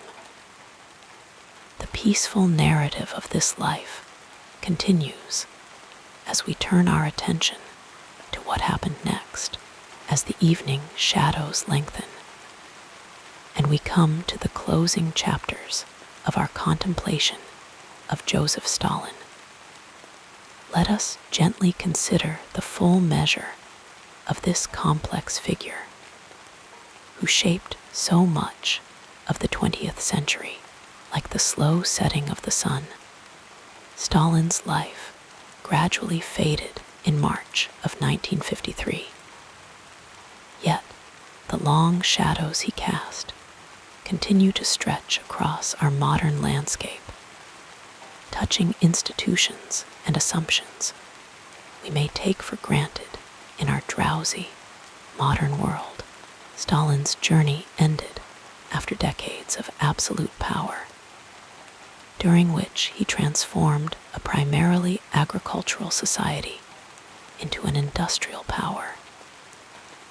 The soft ticking of history's clock marked his passing, but the machinery he set in motion continued its steady rhythm. The Soviet industrial base he established with such tremendous human cost would later enable the nation to achieve remarkable scientific accomplishments, sending the first satellite and the first human being into the gentle void of space. In the quiet corners of history, we find that Stalin's legacy rests in paradoxes and contradictions, much like the peaceful contradictions we find in our own dreams. The man who helped defeat the terrible specter of fascism also created a system of repression that caused immense suffering. The leader who expanded education and literacy also restricted thought and expression. These contradictions float like leaves on a still pond, creating gentle ripples that continue to spread outward through time as your breathing deepens and your thoughts begin to drift. Consider how the Cold War world order that emerged during Stalin's rule shaped international relations for decades afterward. The United Nations, NATO, the Warsaw Pact. These structures arose in response to tensions that crystallized during his time. Like stars appearing in the evening sky, these institutions emerged one by one, forming constellations of power and influence that still guide international navigation today. The nuclear age, with its delicate balance of terror and restraint, was born during Stalin's rule. The soft glow of atomic energy first appeared as a weapon in American hands, but Stalin ensured the Soviet Union would not remain vulnerable. This nuclear duet, this careful dance of deterrence, continues to influence how nations interact, like the gentle pull of gravity influencing the tides. Arms control treaties, verification protocols, and the concept of mutually assured destruction all trace their lineage to this period, flowing through time like a river winding through a peaceful valley. In the former Soviet republics and Eastern European nations, once under Stalin's influence, his memory evokes complex and often painful reflections. Some elderly citizens, drifting toward sleep each night, recall the security and purpose they felt during his era, while others remember only fear and deprivation. National identities in these regions were profoundly shaped during the Stalinist period, sometimes through suppression, sometimes through promotion. These identities continue to evolve, like clouds slowly changing shape across the sky. The economic systems of the world were also reshaped in response to the model Stalin created. The centrally planned economy he implemented became an alternative vision to market capitalism, influencing development strategies from China to Cuba to Africa. Though most nations have moved away from strict command economies, elements of state direction and 5-year planning persist in various forms around the world, like distant echoes of a sound long faded. Historians and political scientists continue their gentle debate about Stalin's place in history. Was he a necessary modernizer who prepared his nation for existential challenges, or was he a brutal dictator whose methods caused needless suffering? These questions float through academic discourse like soft music, sometimes rising, sometimes falling, but never reaching a final resolution. Each generation approaches these questions with fresh eyes, seeing different patterns in the complex tapestry of the past. In cultural memory, Stalin appears in films, novels, and art. Sometimes as a symbolic figure representing authority, sometimes as a complex human being with motivations and flaws. His distinctive appearance, that calm mustache, the pipe, the simple military tunic, has become iconic, instantly recognizable even to those with little historical knowledge. These images drift through our collective consciousness like fragments of dreams, carrying emotional associations that transcend mere historical facts. The governmental systems of many nations still bear imprints from responses to Stalinism, security states, surveillance capabilities, and concerns about balancing liberty and security, all evolved partially in dialogue with the Soviet model he perfected: privacy laws, civil liberties protections, and democratic safeguards in many Western nations were strengthened specifically to prevent the emergence of similar authoritarian systems, like a garden that grows around an immovable stone. These institutions developed their forms partly in response to his presence. As your eyelids grow heavier and your thoughts become more diffuse, consider how Stalin's approach to ethnic and national questions continues to influence modern conflicts and resolutions. The borders of many contemporary nations were drawn during his rule, sometimes arbitrarily, creating tensions that occasionally flare into conflict even today.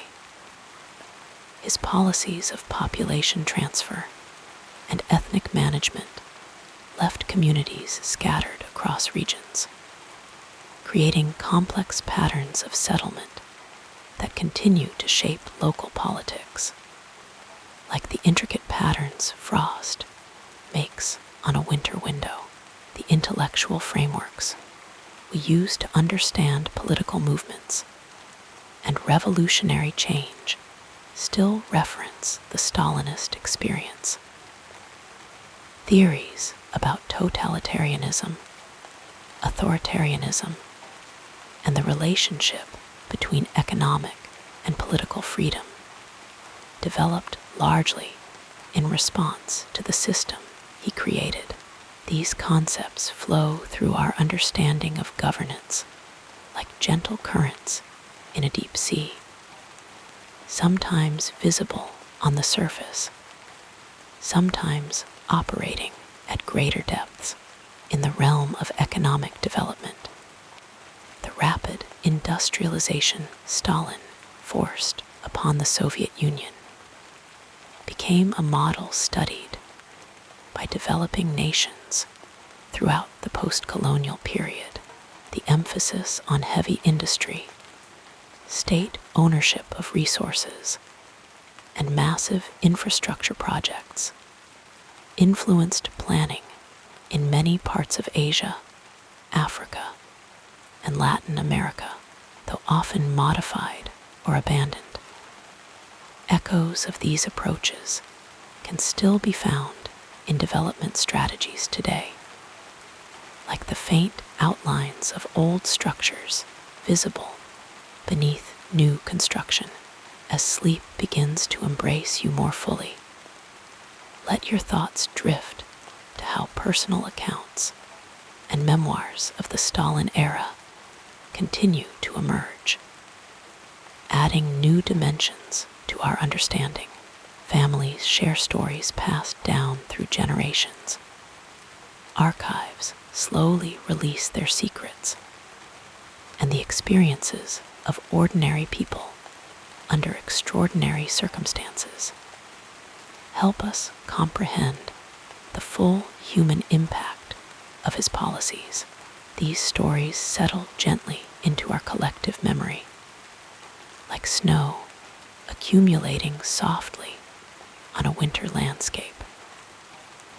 The arts and sciences in Russia and beyond still navigate the complex legacy of Stalin's cultural policies, the socialist realist aesthetic he promoted, with its emphasis on optimistic portrayals of workers and collective achievement, influenced artistic development far beyond Soviet borders.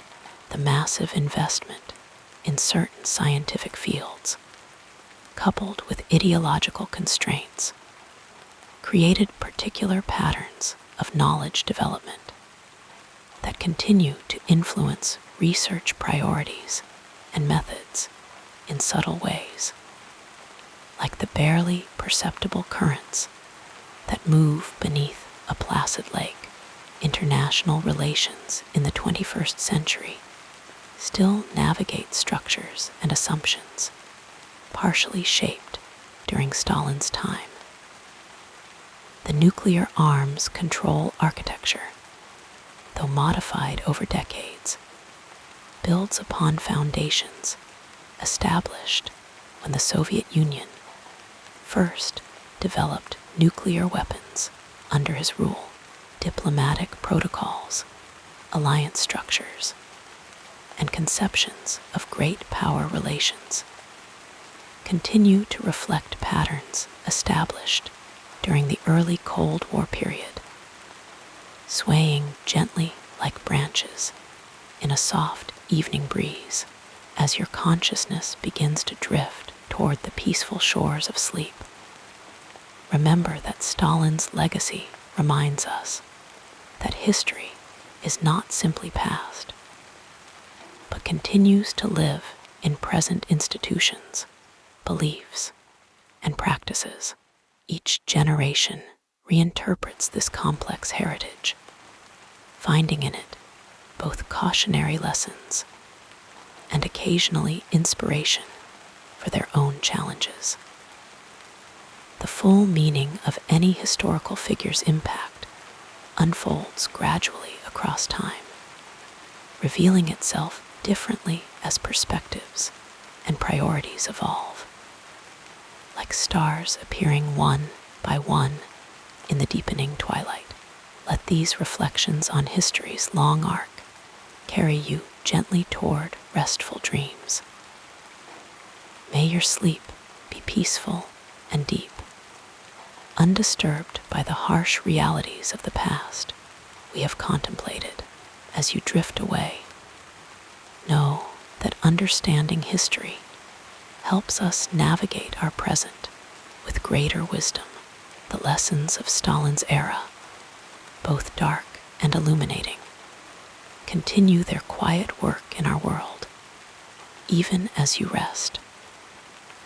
Sleep well, dream sweetly, and awaken, refreshed to a new day filled with the possibility of greater understanding and compassion.